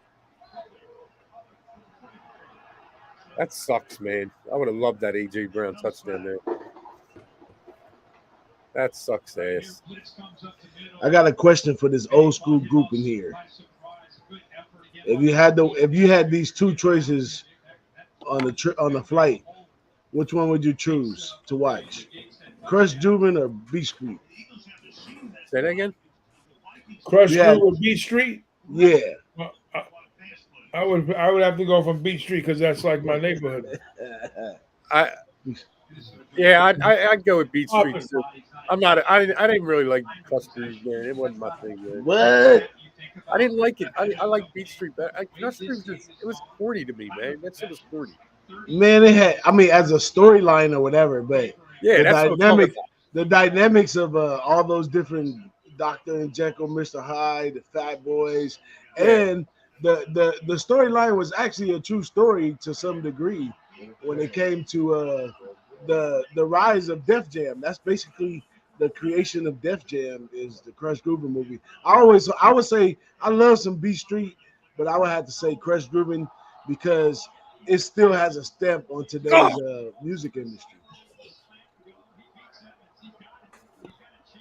I agree with Crush Groove too. Crush Groove, yeah. All that you said, music, you know. Yeah, it's like the heartbeat of that was like the heartbeat of hip hop. Yeah, the music. Yeah, I was thinking that was the true blueprint. Right, I was thinking storyline. You know what I mean? Like storyline, that shit was too fucking corny, man. But to tell you the truth, B Street was kind of corny because it was the end of the B Street. It was so sad that it could have been a better storyline. Bro, give me colors. I'll take colors. Robert Duvall, Colors. Sean Penn. Yeah. I remember seeing that in Roxborough, man. It's West Philly, outside of West Philly. Talk about Rocket.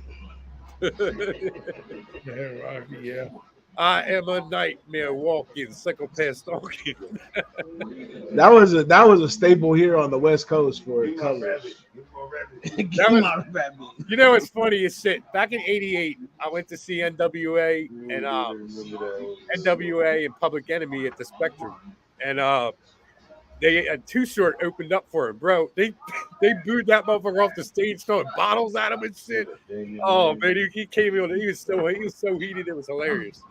Yeah, it's crazy how the times turn, man. Yeah. I wanted to see fucking BDP, man, Boogie Down Productions, but they weren't doing any shows. You know, compare us to those shows or not. That's because that whole battle thing was a war. It was a real war. The bridge is over, all that stuff. Yeah, it was a war back there. It was real. Yo, that was my that criminal minded, my philosophy, bro. That was just. They were oh man, those were just. I had to say that I was, as a young kid, I was mesmerized by Special Ed. And even to this day, I think the song I Got It Made was 10, 20 years before his time. Right.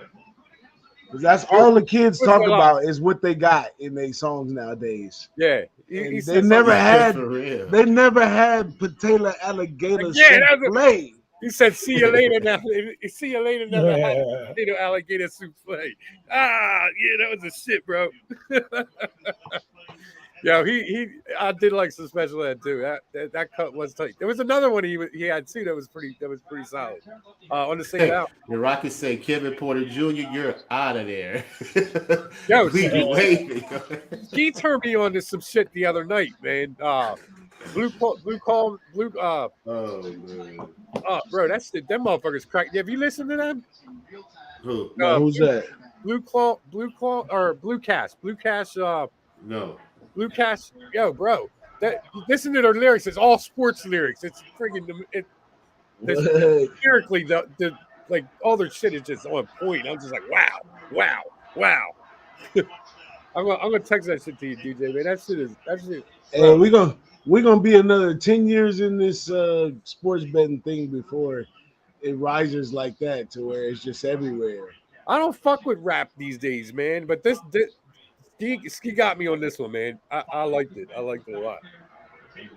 Oh, see, rap nowadays, you just have to dig for it.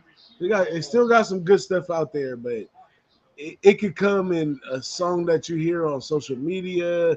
You don't know. You got to go looking for the good stuff. But it's still some good stuff out there. We can make a song in 10 minutes on StreamYard nowadays and put it out there. But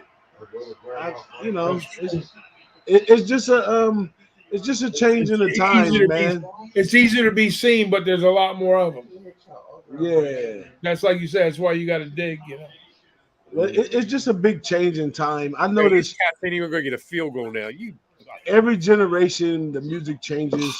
Look at Bone Thugs and Harmony, folks. I've heard every comment in the world about them, and look how great they are today. So it's just a changing of the times. And the young kids run the music game, man, not us. I smoked with them, man. Those Thugs and Harmony.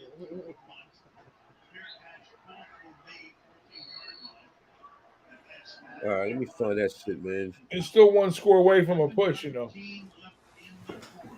On the would you say you have over 48? I got 48. I'm saying all the numbers are close to the. If Minnesota scores a touchdown, everything's going to be a push almost. Let's take a look at what the. Let's see what the live is right now. Yeah, we got to peek in on the live numbers here because the real numbers are getting close to game time numbers here. So you right at 48.5 T's for the live total right now. Yeah, I'm going to get hooked. I know it. You got the over or the under? I got the over. Oh, you think you're gonna fall right on 40? You got 48.5? Yeah. Oh damn. For 550, bro. It's okay. Somebody will kick the field goal. Oh, it's going up to 50. It's 50 and a half now. We had the field goal. We had the field goal until friggin' Hurts friggin' ran for that first down, or pushed for that first down, and then lost yards. The Rays beat the O's today, huh? Well, the holding penalty. You got a whole lot of time left in this game, though. Not Remember, really. fourth quarter in the NFL is the witching hour. Yeah, but the Eagles are going to take a lot of time off the clock their next possession. The Vikings have to score here. You're up by one possession. Navy just got the ball. Memphis fumbled on the fucking 1 inch line. Hey, how about Bethune-Cookman covering, baby, and covered comfortably. Woo. Oh, they got it on the 20 too because they got it in the end zone. Fuck them Canes, man. I'll be right back. Yeah, I didn't get on.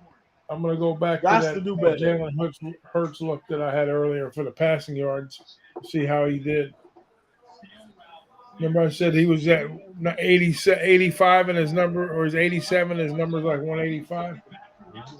Let's see where he's at now.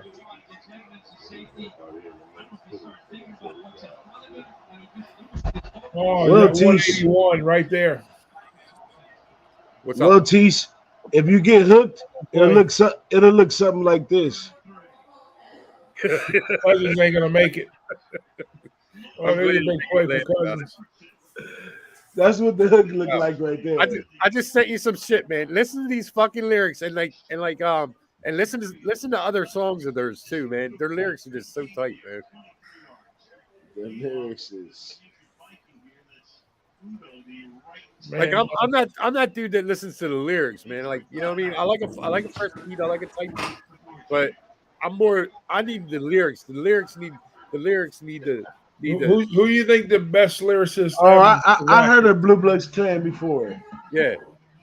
Who's your favorite lyricist?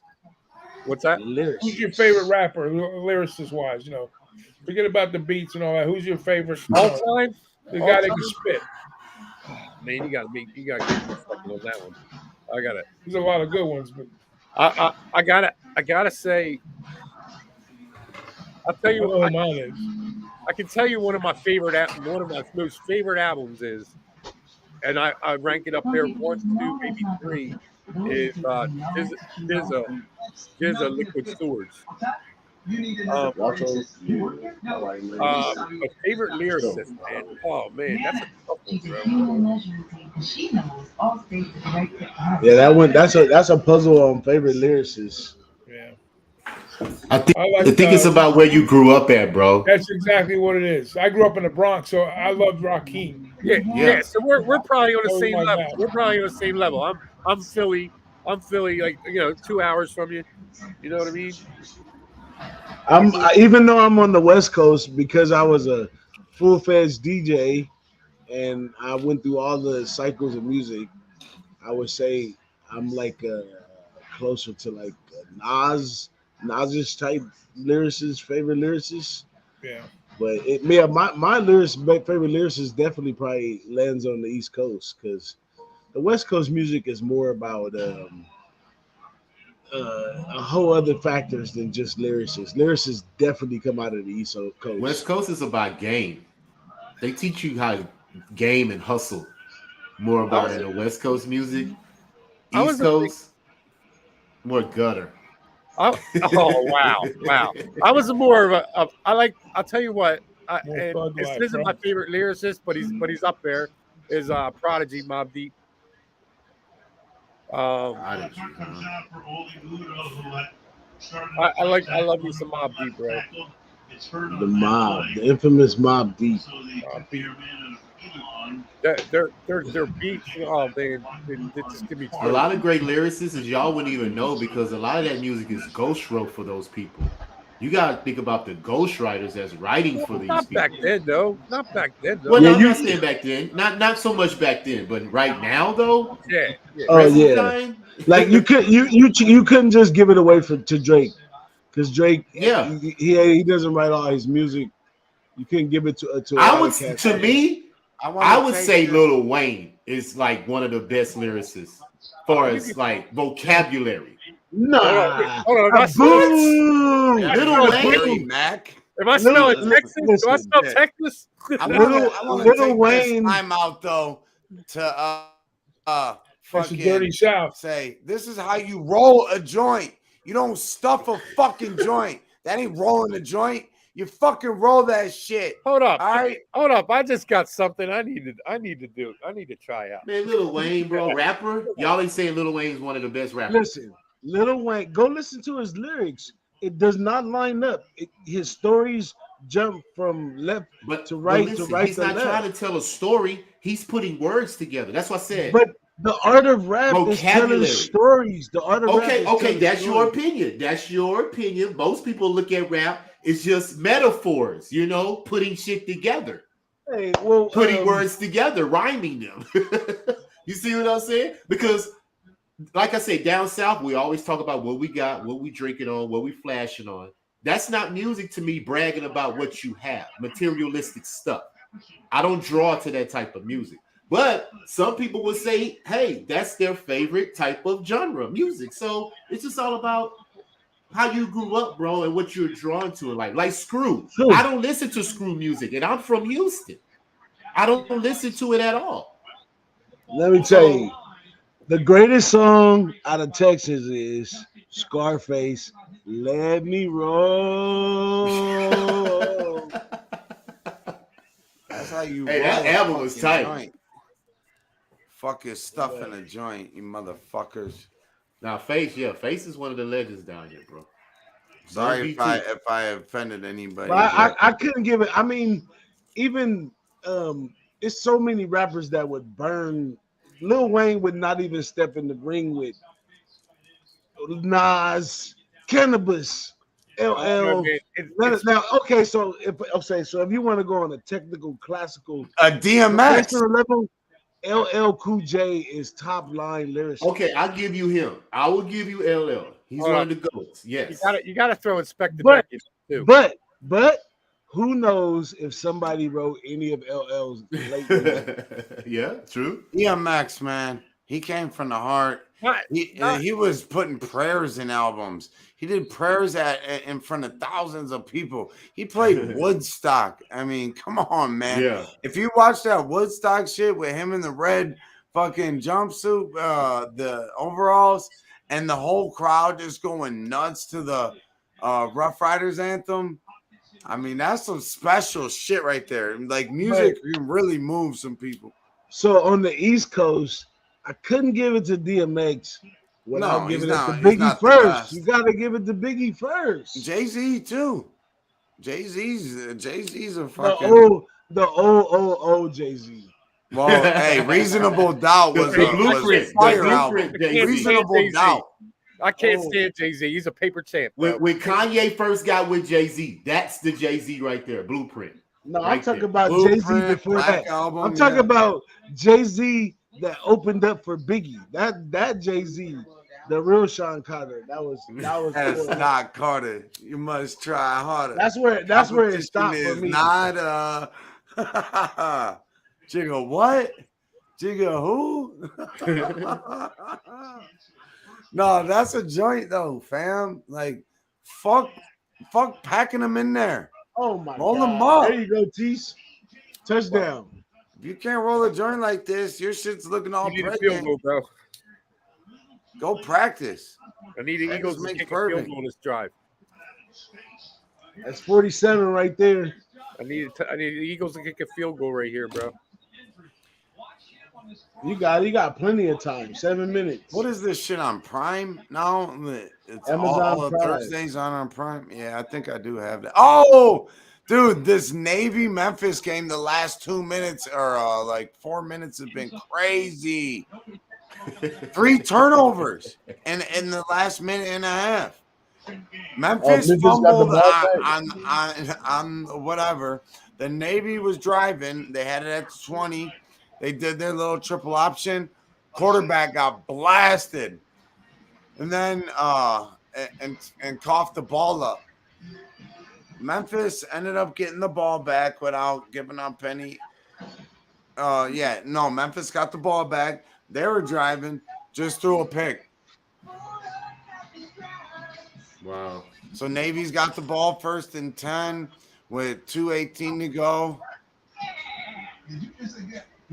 Against a 2-0 Memphis Tigers and 1-1 Navy. Shipman, right? They're the Shipman. So now the spotlight's on me, Tease. The total is up to 54.5. That's what I got, 54.5. Under that. So hopefully somehow crazy you can land. I think you got it, man. I said that was what it was at the half. I said the under. I said the under on that one. Yeah. I think the under 59 was just a gold spot, bro. It was a fucking gold spot. My goodness. The Eagles are going to take clock. They need to get in the field goal range. They just want to win. They don't care if they cover. I don't care if they cover either. I'm just saying they need to get in the field goal range because they need to put it in a 2-score game. Right now, if they kick the ball or whatever, turn the ball over, Vikings score a touchdown, they lose. Just like the Chiefs last year. Hey, The Chiefs. Chiefs. You need to be my lawyer, Cheese, because no matter if I'm wrong or right, you're gonna pitch a good case. He's gonna be in your corner, You just pitched the best not looking case for the door get while that over. you're getting cuffed up. Well, I'm talking my over. What up, Whamski? What it do? It is Wham. Yes. What's happening, man? Shout out to my boy Ski. Hopped on the beginning of this show, man. He's on Oh the shit, Ski came through. Big night. Ski hopped on. Yeah, Ski hopped on earlier in the show. Gave out the over, man. Looking good, bro. Looking good, man. Shout out to my boy. What up, Wham? Thanks for holding it down. My God. Wham, you're younger, man. I need to hear who Wham's favorite lyricist, best lyricist of all time. Best lyricist of all time. Very interesting question. I still got like 4 of them. For me, it's Pac. Ice Cube. Ice T's legit. Yeah, Ice-T was the shit, bro. Ice Cube. You know who slept on though? Old boy from Naughty by Nature. He slept on Tretch is slept on. Tretch is dope. Hey, but let me tell you about Ice-T. Ice-T gets the award for the most multi-purpose rapper. He can do a movie, he can do a video, he can do a sitcom, TV show, commercial.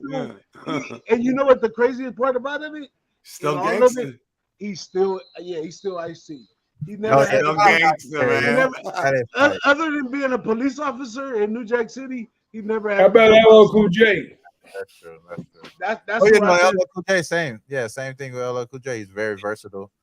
If I had to give it to somebody overall, because technically and be able to explain each reason why, I would say LL Cool J. Because hold on, bro. Hold on. Ice-T's best lyrics are move the bodies like up and down. Let's get butt naked and fuck tonight. Oh shit! Tease is always on that freaky shit, man. Hold on, I missed a line. I said, I'm not wearing this shirt. Take it easy, get all right? freaky and shit. Move your body up and down. Do that stuff. Do that stuff your mama calls. Do that stuff. Hey, we keep it soft R, not fucking light, porn. You know what I'm saying? Do that stuff your mama calls smut. What up, Jimmy? It sounds like Tease That's had what fucking Tease after dark. That little porn. Remember Ice-T did that little porn run? Tease was involved with that. Tease was involved on that, boy. He was making bootlegs of that shit. It's on wrong. Yo, you don't remember that Ice-T song? Come on, man. Come on, DJ. I know you. Ice-T at the gathering of the Juggalos. The first Ice-T song I ever heard, it was on a bootleg thing that I got in the hood, and it was the song "Shit, Goddamn, Get Off Your Ass in Jail." Shit. That was the whole song, and I was a little kid. I thought it was the greatest. That is a banger, though. Dude, this was back in like '88, man. That was Ice-T. It was girls. And it was "Let's Get Butt Naked and Fuck," but it was like spelled out in initials. So whatever the initials. That's when he did the whole porn compilation. I'm telling you. Yeah. That's sick. That's sick as fuck right there, dog. He's had a lifetime subscription. For real. The primetime TV and shit. No.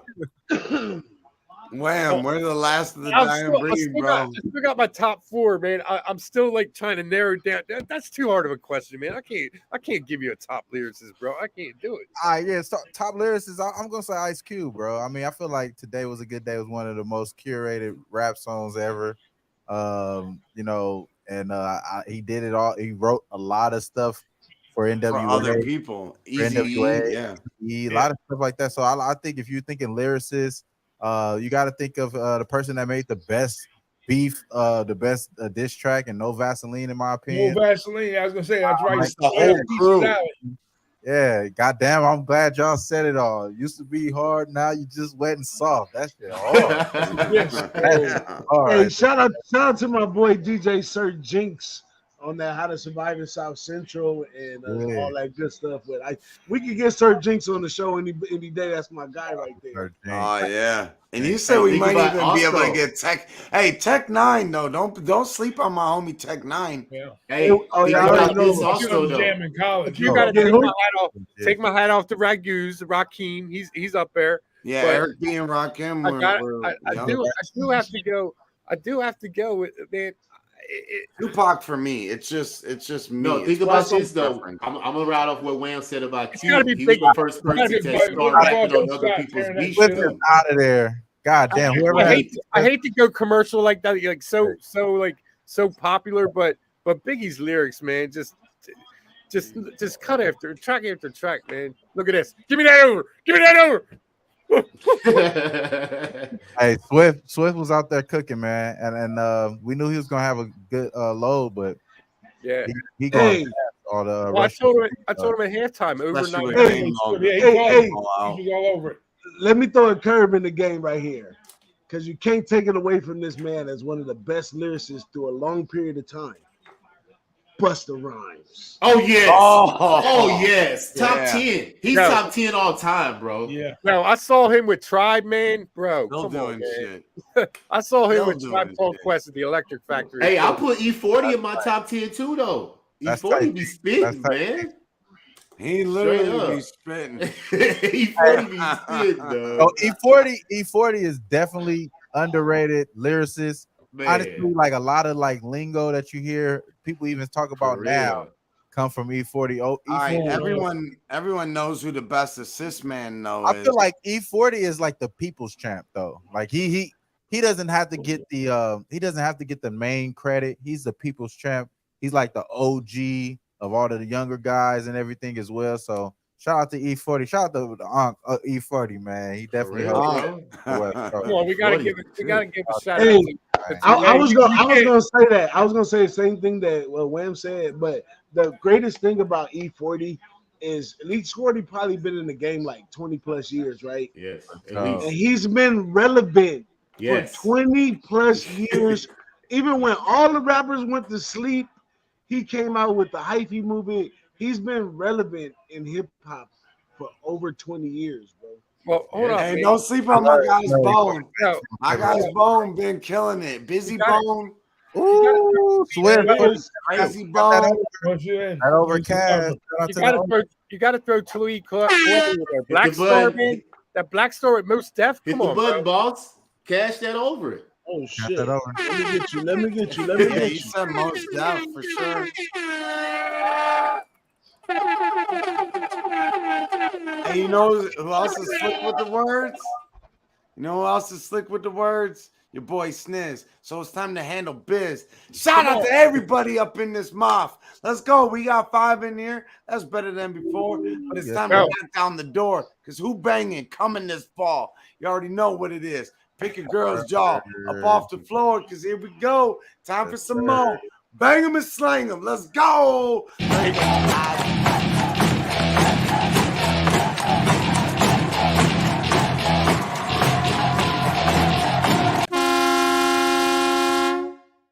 All right, now we need Big Boss to hook the books. Hook the books, Big Boss. I'm steady on this one. It's a field goal away from that under. But I just been betting live. I got the big money on the Eagles right here, so we can roll out the Eagles and I'm fine. Say But you're gonna hook the books too. Let's see if we can hook the books with a block field goal. Hey, this Navy Memphis game is getting sweaty. They're on the 10, 11-yard line. I don't know why that line was 14, man. I have no fucking clue why that line was 14. Navy has the ball on Memphis's 9. First down, first and goal. There's 9 seconds left. They're down 4. So, I mean, no timeouts either. Memphis got 2. I mean, why was that line 14? Was it because they got stomped in Ireland by a Notre Dame team who I think is going to be in the playoffs? Because Hey, they That could be. That could be. No, they really improved on defense. Destroyed it. There's Aaron. Yeah, he crushed the passing yard. That was a horrible spot. That was like one of the worst spots I ever seen. They gave him a first down. They marked it on the other. This is 2 yards off this mark. Holy shit! Hey, can I give you a girl lyricist who's MC Light? Yep. Nope. And whenever you say, I'm gonna say nope. I'm rock rough and tough with my Afro puffs. Ray, Nope. With bad stuff. There's only one female lyricist that you Eve, could ever Eve compare was to. tough. Eve was tough. No. You're gonna say Queen Latifah, bro? No. It's Little Kim, bro. Go check her profile. Yeah, Little Kim, She's man. way on- The rap was nice. I had her She rap fucking with album. Biggie. I had her she album, rap bro. With who just That said was Mob just who she Deep. was put She on rap with. with all kinds of Drew Yeah. Hill. She was That was passing. right. Who Right. she was put Right. on It's with. not all about disagree. Little Kim, man. Little Kim. I disagree. Mafia. Oh, Y'all Yeah. better go look up You Rhapsody. gonna look like Nicki Minaj, man. Go look up. Rhapsody Go is look up Rhapsody. Bro, Rhapsody is hard. he was bad, Rhapsody bro. is hard. Rhapsody is hard. Oh, For real. another one who is Rhapsody don't slept got on. no accolades. No accolades. Hey, it's all good. Millionaire You said is lyricist. slept on. You didn't say No, hold on. accomplishments. Hold on. Little Kim is the one who took me over the top to where bitches were just banging my door down because she told me what to do. Teach See, was now, jerking off to MTV videos. Is not Hey. what we all know now. No, it was that Little Kim album cover. That I'm one messing album with you, cover brother. was Tease. He's a freaky ass nigga. Yeah, he knows about the old school porns. Dog. Yeah. What the fuck? Hey, Wim, you wasn't listening when when I said that shit 2 years ago, were you? You weren't listening when I jumped on the mic and said that shit 2 years ago, were you? You know what I was listening. I was like this. I know you were. That's what I was on. I was telling y'all to shut up, bro. Be quiet. Hold it down. Hey, Chameleonaire is still doing his thing. Like, hold it down, Tease. Don't Hold do it it. down Oh, for motherfuckers just don't know, bro. They don't know. Hey, it was this one right here that got teased, man. Yeah, no, that was it. 100%. Hey, that's all it took. That's all That it was took. before she got the big That's fat all it took. titties. That's all it took.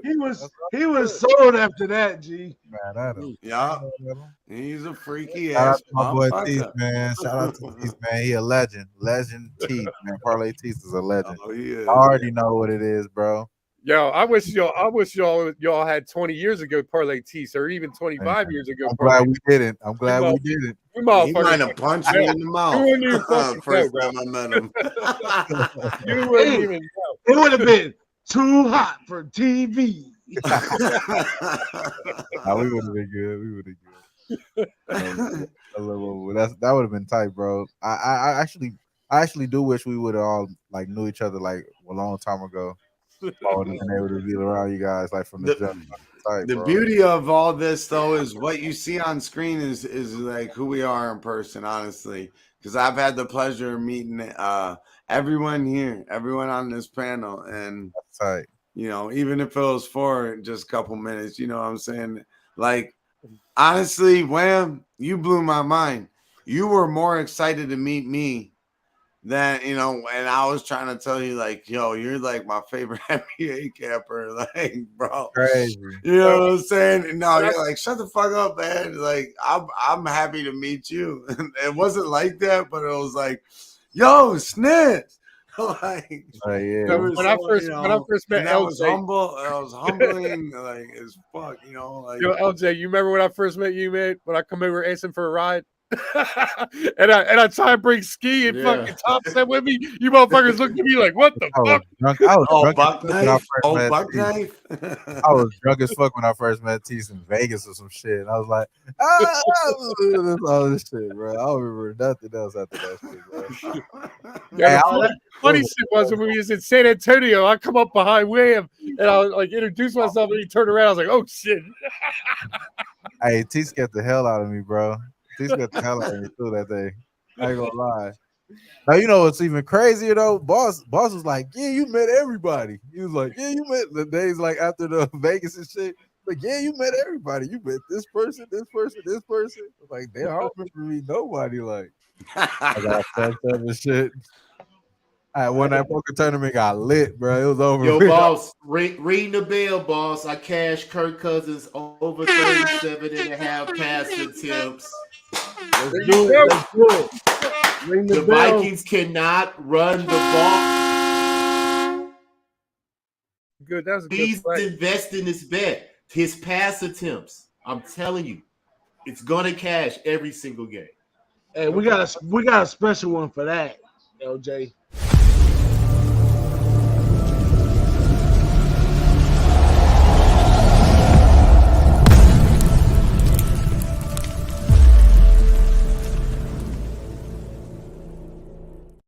Hey boss, I know Yes, what I'm sir. doing as soon as we get done this broadcast, man. I'm getting in my car, driving that 3 miles, and I'm rolling tonight's winnings on the fucking that Air Force over tomorrow. Hey, that Air Force over, man. It jumped off the page, man. I can't say it no other way. Sure, It that's jumped off the 1050. page. I'm putting 1050 on it. Let's go. Let's go.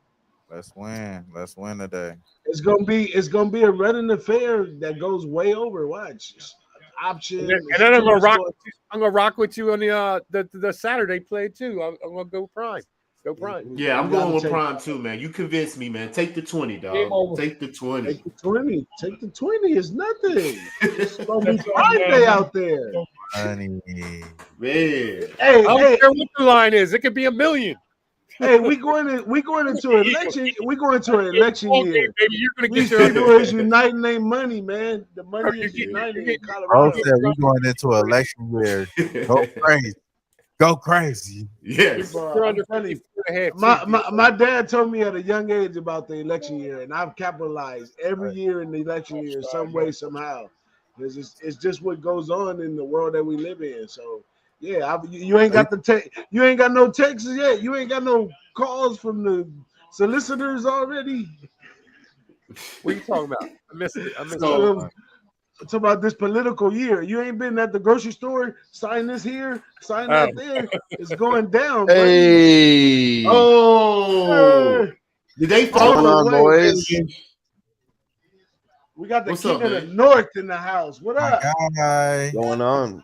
Just finished up with the Fight Lounge a little while ago. Thought I'd join you boys here, see what the fuck's going on tonight. I was wondering where all our viewers went to. Yeah, we had so many. It was crazy. Tight. Yeah, that's what I'm talking So about, you bro. say the over Navy tomorrow. That's your play? The over? That's my Air play. Force. I put it Air in Force? days ago. I put it in days ago, and I did 2 units. I never do 2 units like that. When But they I did- play? They play tomorrow at 5:00. My time. What conference is that? We're talking Mountain West, where I do it the best. Yes, EJ Big Boss is the best in the Mountain West. I don't bro. see that game. That motherfucker made me man. so much money over the years in the Mountain West. I just take my hat off to my man, bro. Hey, it's crazy because most of my plays this week are in the Oh, Mountain shit. West, Air and Force. I didn't realize it until I started like settling all my plays to see what I had, and I was like, damn, a solid 4 out of my 7 plays are all Mountain West. So you said and I, you know, Air Force, what you get at that? I got 46.5. Another touchdown. bro, I got it. I just looked at my bet because I was on here live betting. I got it at 44, believe it or not. I got the over at 44. Wow. I mean, it really jumped off the extra page. Hawkinson. All right.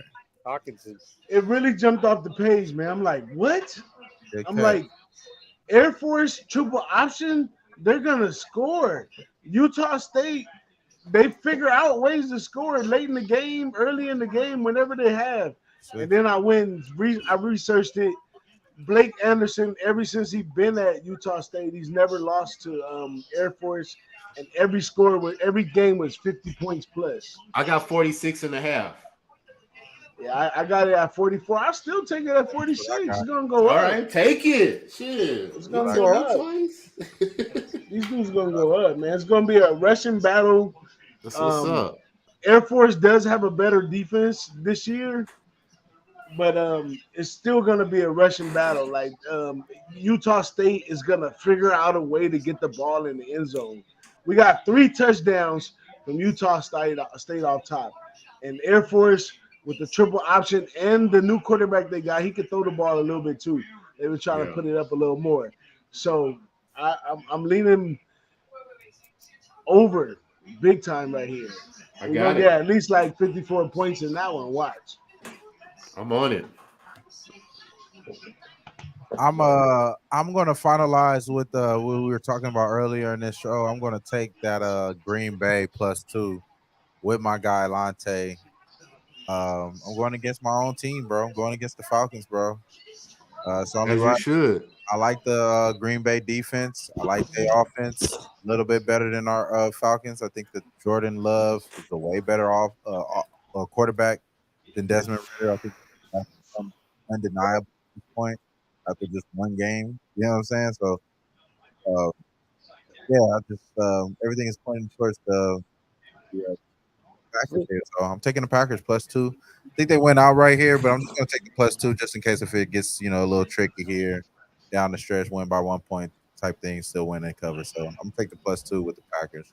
Bro, for the past 2 years, man, I was thinking your squad was the Jets for the past 2 years, and then hey, man, I love the Jets too. I love the Jets. Now I'm a fuck. He just said Falcons are his team. I was like, what? Yeah, that's funny as hell. Now, my brother was just telling me that he said I'm a weird person. Like I'm a Falcon fan and I live in the West Coast like that. Hey, they was NFC West for the longest time. Yeah, man, that Colorado game late, dog. God damn, 9 o'clock. Man, am I gonna be up for that game? Wake up and make money. Hey, man. That's the key to life, bro. Make money while you sleep, bro. That's how the rich get rich right there. Right. Make money while you sleep. I got on that one at 20.5, man. I feel good about that one. What's that? That Colorado? Yeah, it's at 23.5 now. Yeah, I got 23, yeah. Fuck it. 20.5 right after the game. As soon as they opened it up, knocked on it. That was good. That was a good look, man. That was a good look. Way to get that CLV, bro. No game. Man, shout out to this over though, man. That was good money. Yeah. Shout out to the over. It Shout was out scary to there for a minute. It was scary for a minute. first half Eagles, cash -3.5. Easy money. So I had a good night tonight. Good night tonight. I'm gonna take that down. I'm gonna put that shit in. I'm gonna parlay that shit in. The Colorado. I cashed 2. I pushed on the game. I took. I had +340 Addison touchdown, and I had over 185 yards passing. That was nice. That was a plus good money, look, bro. man. That was a real good look. Yeah, I'm down in this game. 4.5 units. I had both teams to score in the first quarter. I'll go with that one. C+, B- football, and yet Unless something crazy happens here, you never know. if they put it together, think about how dangerous they could be. I think they'll be very happy when they look back at these games. They're not pretty, a lot to work on, but you're 2-0. Sure, last year, the upcoming schedules in these teams with the Vikings.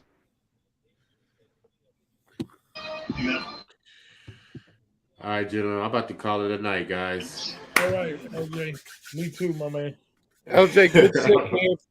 Good shit, bro. Hey, man, y'all be good, man. Yeah, man. See you later, LJ. For real. Sir, We gonna keep Have a getting good this one, buddy. hats off to our guy All right. LJ, man, giving out cash tonight.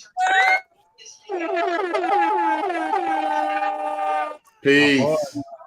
Have a good one. Have a good one, man. All right. Sir. I'm Starting to queuing get this to the shit wind up. down. Eagles look like they're taking this home. It's over with.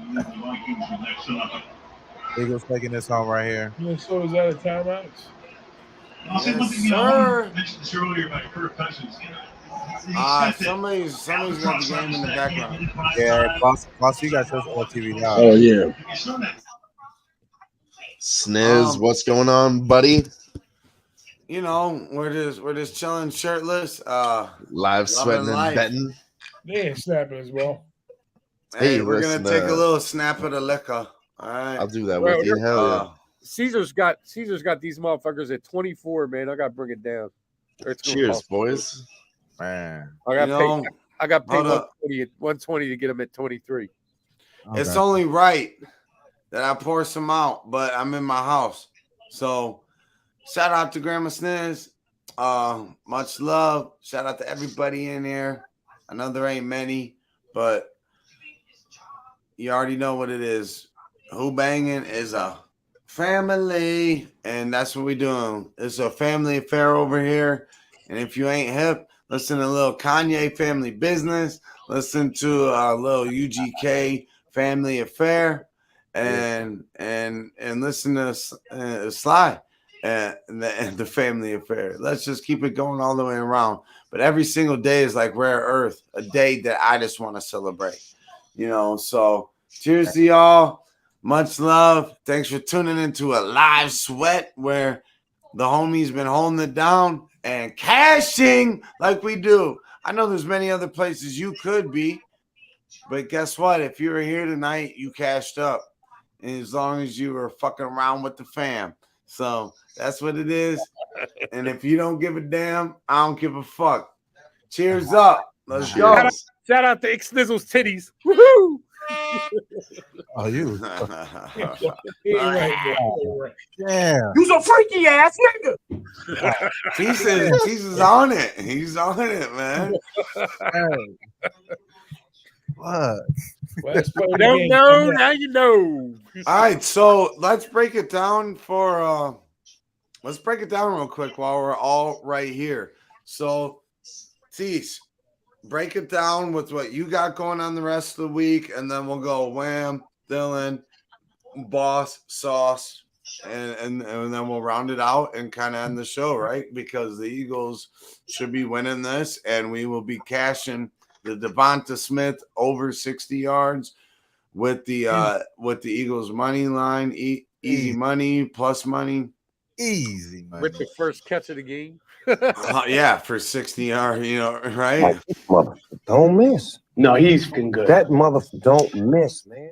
Hell yeah. You guys are fucking killer. You know that? Tuesdays and Thursdays on the live sweat. This is just crazy. But boys, shout out to you guys for being here. This is my first time on the Thursday night edition. You guys didn't know. My cherry has been popped tonight. I've never been live on the Thursday night live sweat. Here we go with that freaky talk. Here we go. No, it's not. Get your mind out of the gutter. Everything's okay. Get your mind out the gutter. I'm not adding that one to do my bedpost, bro. Sorry. But if we can do this like properly, we might be able to clip it just right for something else going forward. So, Tease, pop it off. Pop it off of what you got going for the rest of the week. What your schedule, what your schedule is going forward, where they can find you. Give them the whole spiel, my friend. I know I've been absent for the last week. I haven't done any WNBA shows, but that's been just because I wasn't feeling anything. And Tuesday, I kind of wished that I went on, but I didn't. So tomorrow I'm going on 3:45 p.m. Eastern time for We Got Next for 3 winners for all the cats in YouTube land. They're the Who Bangin' fan. Yes, sir. Yes, sir. What about WNBA playoffs? Anything you're looking forward to with that? Look ahead's kind of like how you see it playing out. Who's the winner? Anything like that? Yeah, I see it playing out with the Liberty winning the fucking chip and me collecting So you What? like them to beat the A Aces. lot of money. You like them to beat the Aces in the next round. Yeah. Well, two rounds, but Yeah. I got him plus 975 before the season started. Okay, I like that. Hell yeah. Much love, Tease. Original OG. And my man really does this. This is his profession. You know what I'm saying? Ask my landlord. I'm late on the rent this month because I've been shitting the bed the past 2 weeks. And that's transparency right there at its finest. Don't worry about nothing, bro. All right, so we'll take it over to Dylan because we got UFC coming up and whatnot. So Dylan, what's going on with you? Who banging? Everything that's happening? How you doing? Let us know. Unmute the mic. Hey, watch that Kelsey show on Prime. Well, what's going on with me? I just finished recording the Fight Lounge here with my guy Grit and Grind. We did a hell of a show. We had so many viewers. We overtook NFL by a long shot. But no, we had a good show. You can check that out every Thursday night or on Friday and Saturday before the fights start. And then check us out on the Live Sweat Tuesday and Thursday here on WhoBanginSports. Much love, Dylan. Hell yeah, man. Anything that you like specifically that you might want to just like maybe one play that and like say, yeah, that's that Fernando Padilla inside the distance, Roman Kopylov inside the distance. And so you would feel safe playing that as a parlay as well, huh? If you want to get crazy, sure. So and then if you want to get really crazy, you might add Charlie Campbell inside the distance to it. So one more time for the peeps. It's inside the distance on which two? Roman Kopylov, Fernando Padilla. There you go. You heard it from my guy, Dylan Med, who's been rolling with the Live Sweat since day motherfucking one. And guess what? He basically came up with the name Live Sweat, all right? Because we left it up to the people. And Dylan was in there. We only had like 4 people at this time too. And you know what? That one stuck, and it was perfect. And it's great to have Dylan on screen and rolling with the Who Bangin' fam and dropping his UFC knowledge. My man's real solid, and his UFC knowledge, like on how he bets that sport, really does help him with live betting. You were saying I've noticed too. So. Dylan, great work, and we. Oh, thank you. You're making me blush. Cut it out, man. You're making me blush. Hey, there's another there's a Twitter capper out there that does a live show now, and basically knocked your guy's friggin' name. Yeah, not knocked it, but I mean knocked it off. Like took your name but added a word. You a freaky ass motherfucker, always knocking something off. You a freaky ass nigga. No, hey, it's all right, man. Everyone knows where the original came from, and if we met in the streets, we can figure it out. Run it up. People ain't about that life no more. They like to hide behind screens. It's all good, but we ain't here to beef. We're here to, if anything, provide the coals to make a nice fire to cook that beef. Well, what I'm saying, and then we all eat. Somebody else eat around the table as a family. Somebody else on Twitter started a show recently called Night Sweat. Where you go with this, Dan? What are you doing? What are you trying to do? Night Sweat. Unreal. Robbing it. Don't get me started. You're lucky you got just me here. You're robbing our family, bro. I'm ready to go knock the motherfucker out. Take that shit out, bro. Get it out of here. If you ever shook Deese's hand, his fucking hand is like a fucking rock. It's a big ass fucking rock, you know. And there's certain men in life, you know, that just have them working man's hands that like they're just fucking rocks. Like if you know what I'm saying. All right, we're gonna wrap this shit up, y'all. If T's grabbed a hold of you, good luck. All right, hey man. So, y'all better drop that. Whatever he's talking about. So keep talking, man. Keep talking. Don't worry about shit. My whole idea of like trying to keep this fucking Like we can cut this. Yeah, there's gonna I be a ain't did- lot I of ain't did it. editing. I ain't did a day of work. I ain't did a day of work since 2004, bro. Yeah, because my man's sharp. My man's sharp, and he knows what the fuck he's doing. Working with my You know. hands anyway. So fucking hilarious, bro. Let's take it. Let's take it to Wham. I'm doing this, and then I'll go, and then we'll finish with the boss and the sauce. Wham.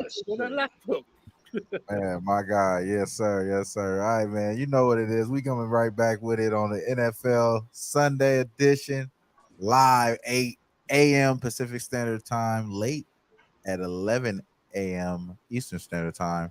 So we're going to have enough time for you guys to go over all the fantasy stuff, every single game, injury news related stuff, things that we talked about today will be finalized. I did just finalize the Packers +2.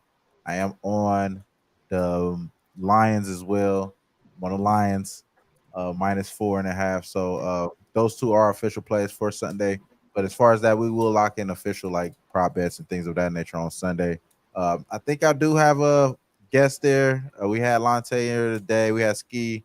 We will have multiple guests there for the show as well. So not sure who's going to be available on Sunday early in the morning. I don't know. It depends on a Saturday night. You know what I'm saying? So let's find that out there. Until then, we'll just do it like that. I will be there, and that's it. And if you're not there, you will square. That's it. You know what I'm saying? I guess that's what I was supposed to say. Whatever case. Shout out to you, Wayne, because I wouldn't even been here if you didn't post that link in the Dynasty, bro. Because I came in and I couldn't find it. So and then I had to go in the chat and hit the link. So shout out to you, bro. I gave an open forum. Looking for porn somewhere. Not you too, Doc. Not you too, bro. You a freaky ass nigga. One band, one sound. One band, one sound. One band, one sound. All right, so y'all freaky ass motherfuckers, you know, it ain't much to look at, but guess what? We over here, we're blessed. We ain't stressed. That's right. No, I mean, you could be stressed. That's all right, but it's you count your blessings first, and then you don't stress the bullshit. But I think me and Wham are gonna have to touch down and maybe do a little recording too, and redo this NFL just because I wasn't able to be there because I got some plays I really like, but I'll give y'all one right now, and damn, I think this number keeps dropping, but yeah, it just keeps dropping. The under in the Browns game was very intriguing to me. It's at 38.5 now. I got it at 40.5. Damn, so is it snowing? But no, yeah. I mean, that's pretty low. Like it's real low. That's pretty low. So let's take it to where it's we don't even have to think about it. 49ers over the Rams. Maybe even put a couple extra points on it, ladder that up. That could be a great spot. It should be SmackDown. Rams are coming off a high. They looked as good as I think they're gonna look all fucking year. You know, it's nothing but downhill for them. Where there's a lot of teams in the NFL that are gonna start at the. Get me out of here, bro. You should have heard T's. You missed T's take on that. You missed the early LJ and T's take on that. Is he on Sean McVay's? You know what? They He's on a freaky ass motherfucker. He's a freaky ass nigga. On that note, I'm up out of here, man. I gotta go to work, bro. I appreciate y'all. I'm rolling with that 8.5, bro. It's all the ladies. Hey, let me go and knock this home so we can go ahead and get some rest. All right, yeah, but you know, that's where I'm at. But make sure to rewatch, you know, what we had on Tuesday, the NFL Pick'em show. We got Damon over there holding it down on Wednesdays for the DFS show. Dylan just did the Fight Lounge. And Gerardo, he gave out some tuned very in. good bets in the chat also. So, look into the comments for Gerardo's chats because he was on fire. He was right on point with us.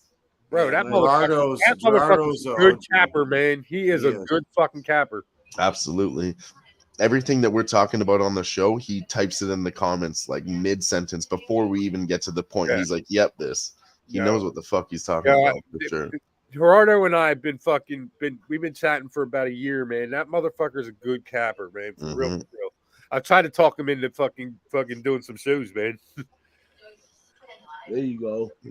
Yeah, shout out to Tease for some kicking shows. me in the ass and You hear me, getting that Gerardo? movie. Come on and do Thanks some to you, shows, Gerardo. No, for real though. Shout out to Tease. He put in the word. He put in the word, and we got to hang out, a while ago. But he was paying attention to what your homie was doing, and he said, "I'm gonna kick you in your ass a little bit, get you going." Yeah, I mean, are you gonna talk about it? You gonna do it? Like what? Like you make your choice, but here it is. And so shout out to Tease, and sometimes you just need a little kick in your ass in life. You're gonna hit bumps in the road, but what do we do? You talking We about you learn. doing this show?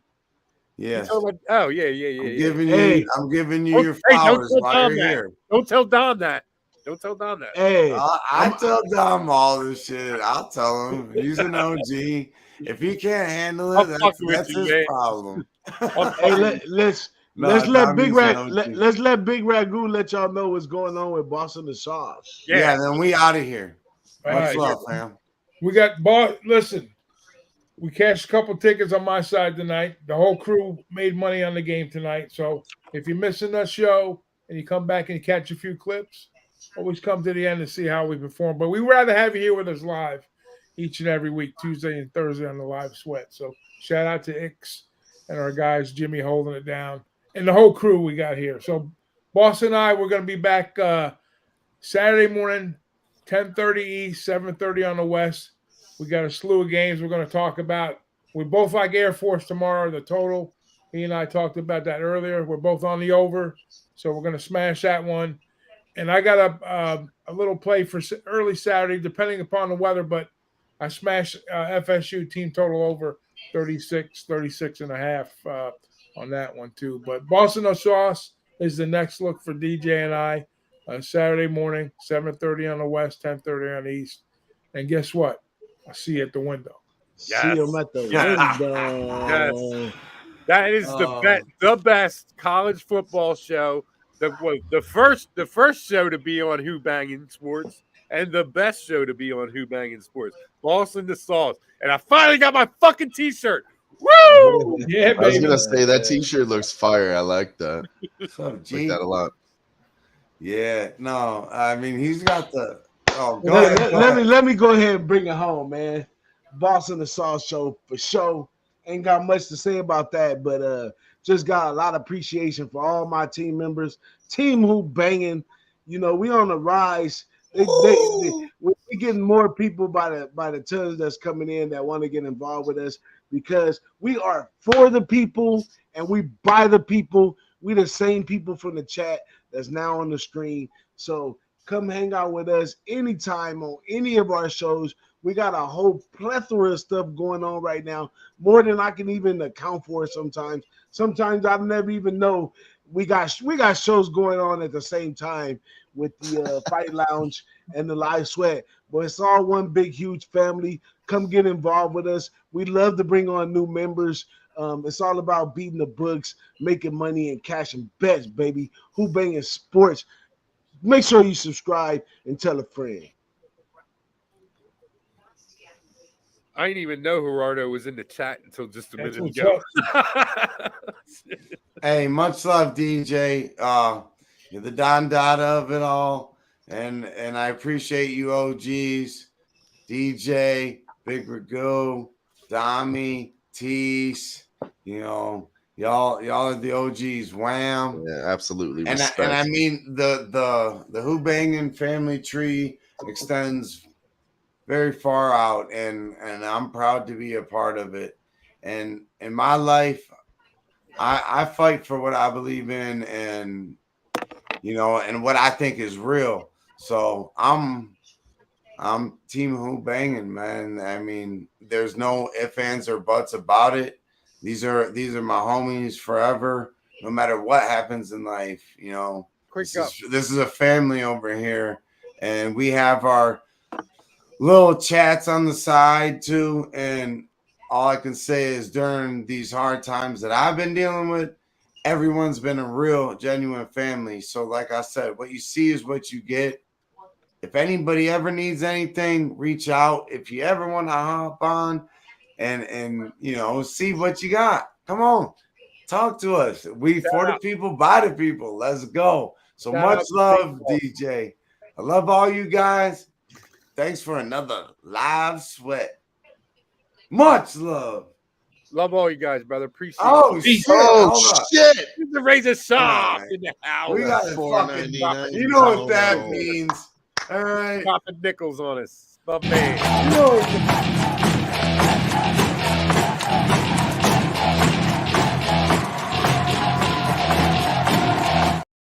This guy's buying cars, throwing donos. My man. Love him. Love him. My Delaware brothers. Razor Shop. Hey, man. Enjoy Disney, my man. You and I'm Harper. gonna take the headset away from my head just for you guys. Shout out to Razor Sharp Picks.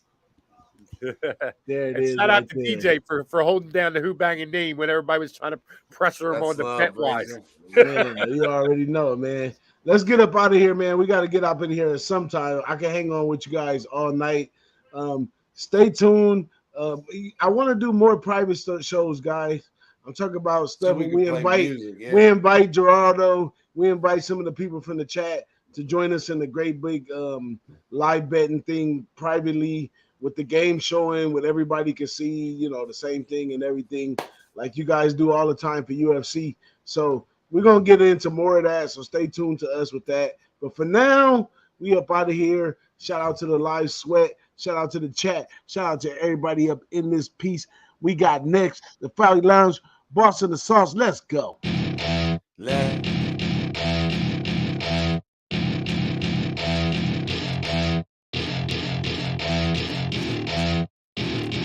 Welcome to my party, we're just getting started. A life is a dream or a nightmare scarring. Hand me a drink cause I think I'm going all in. Get me a shrink who can catch me when I'm falling.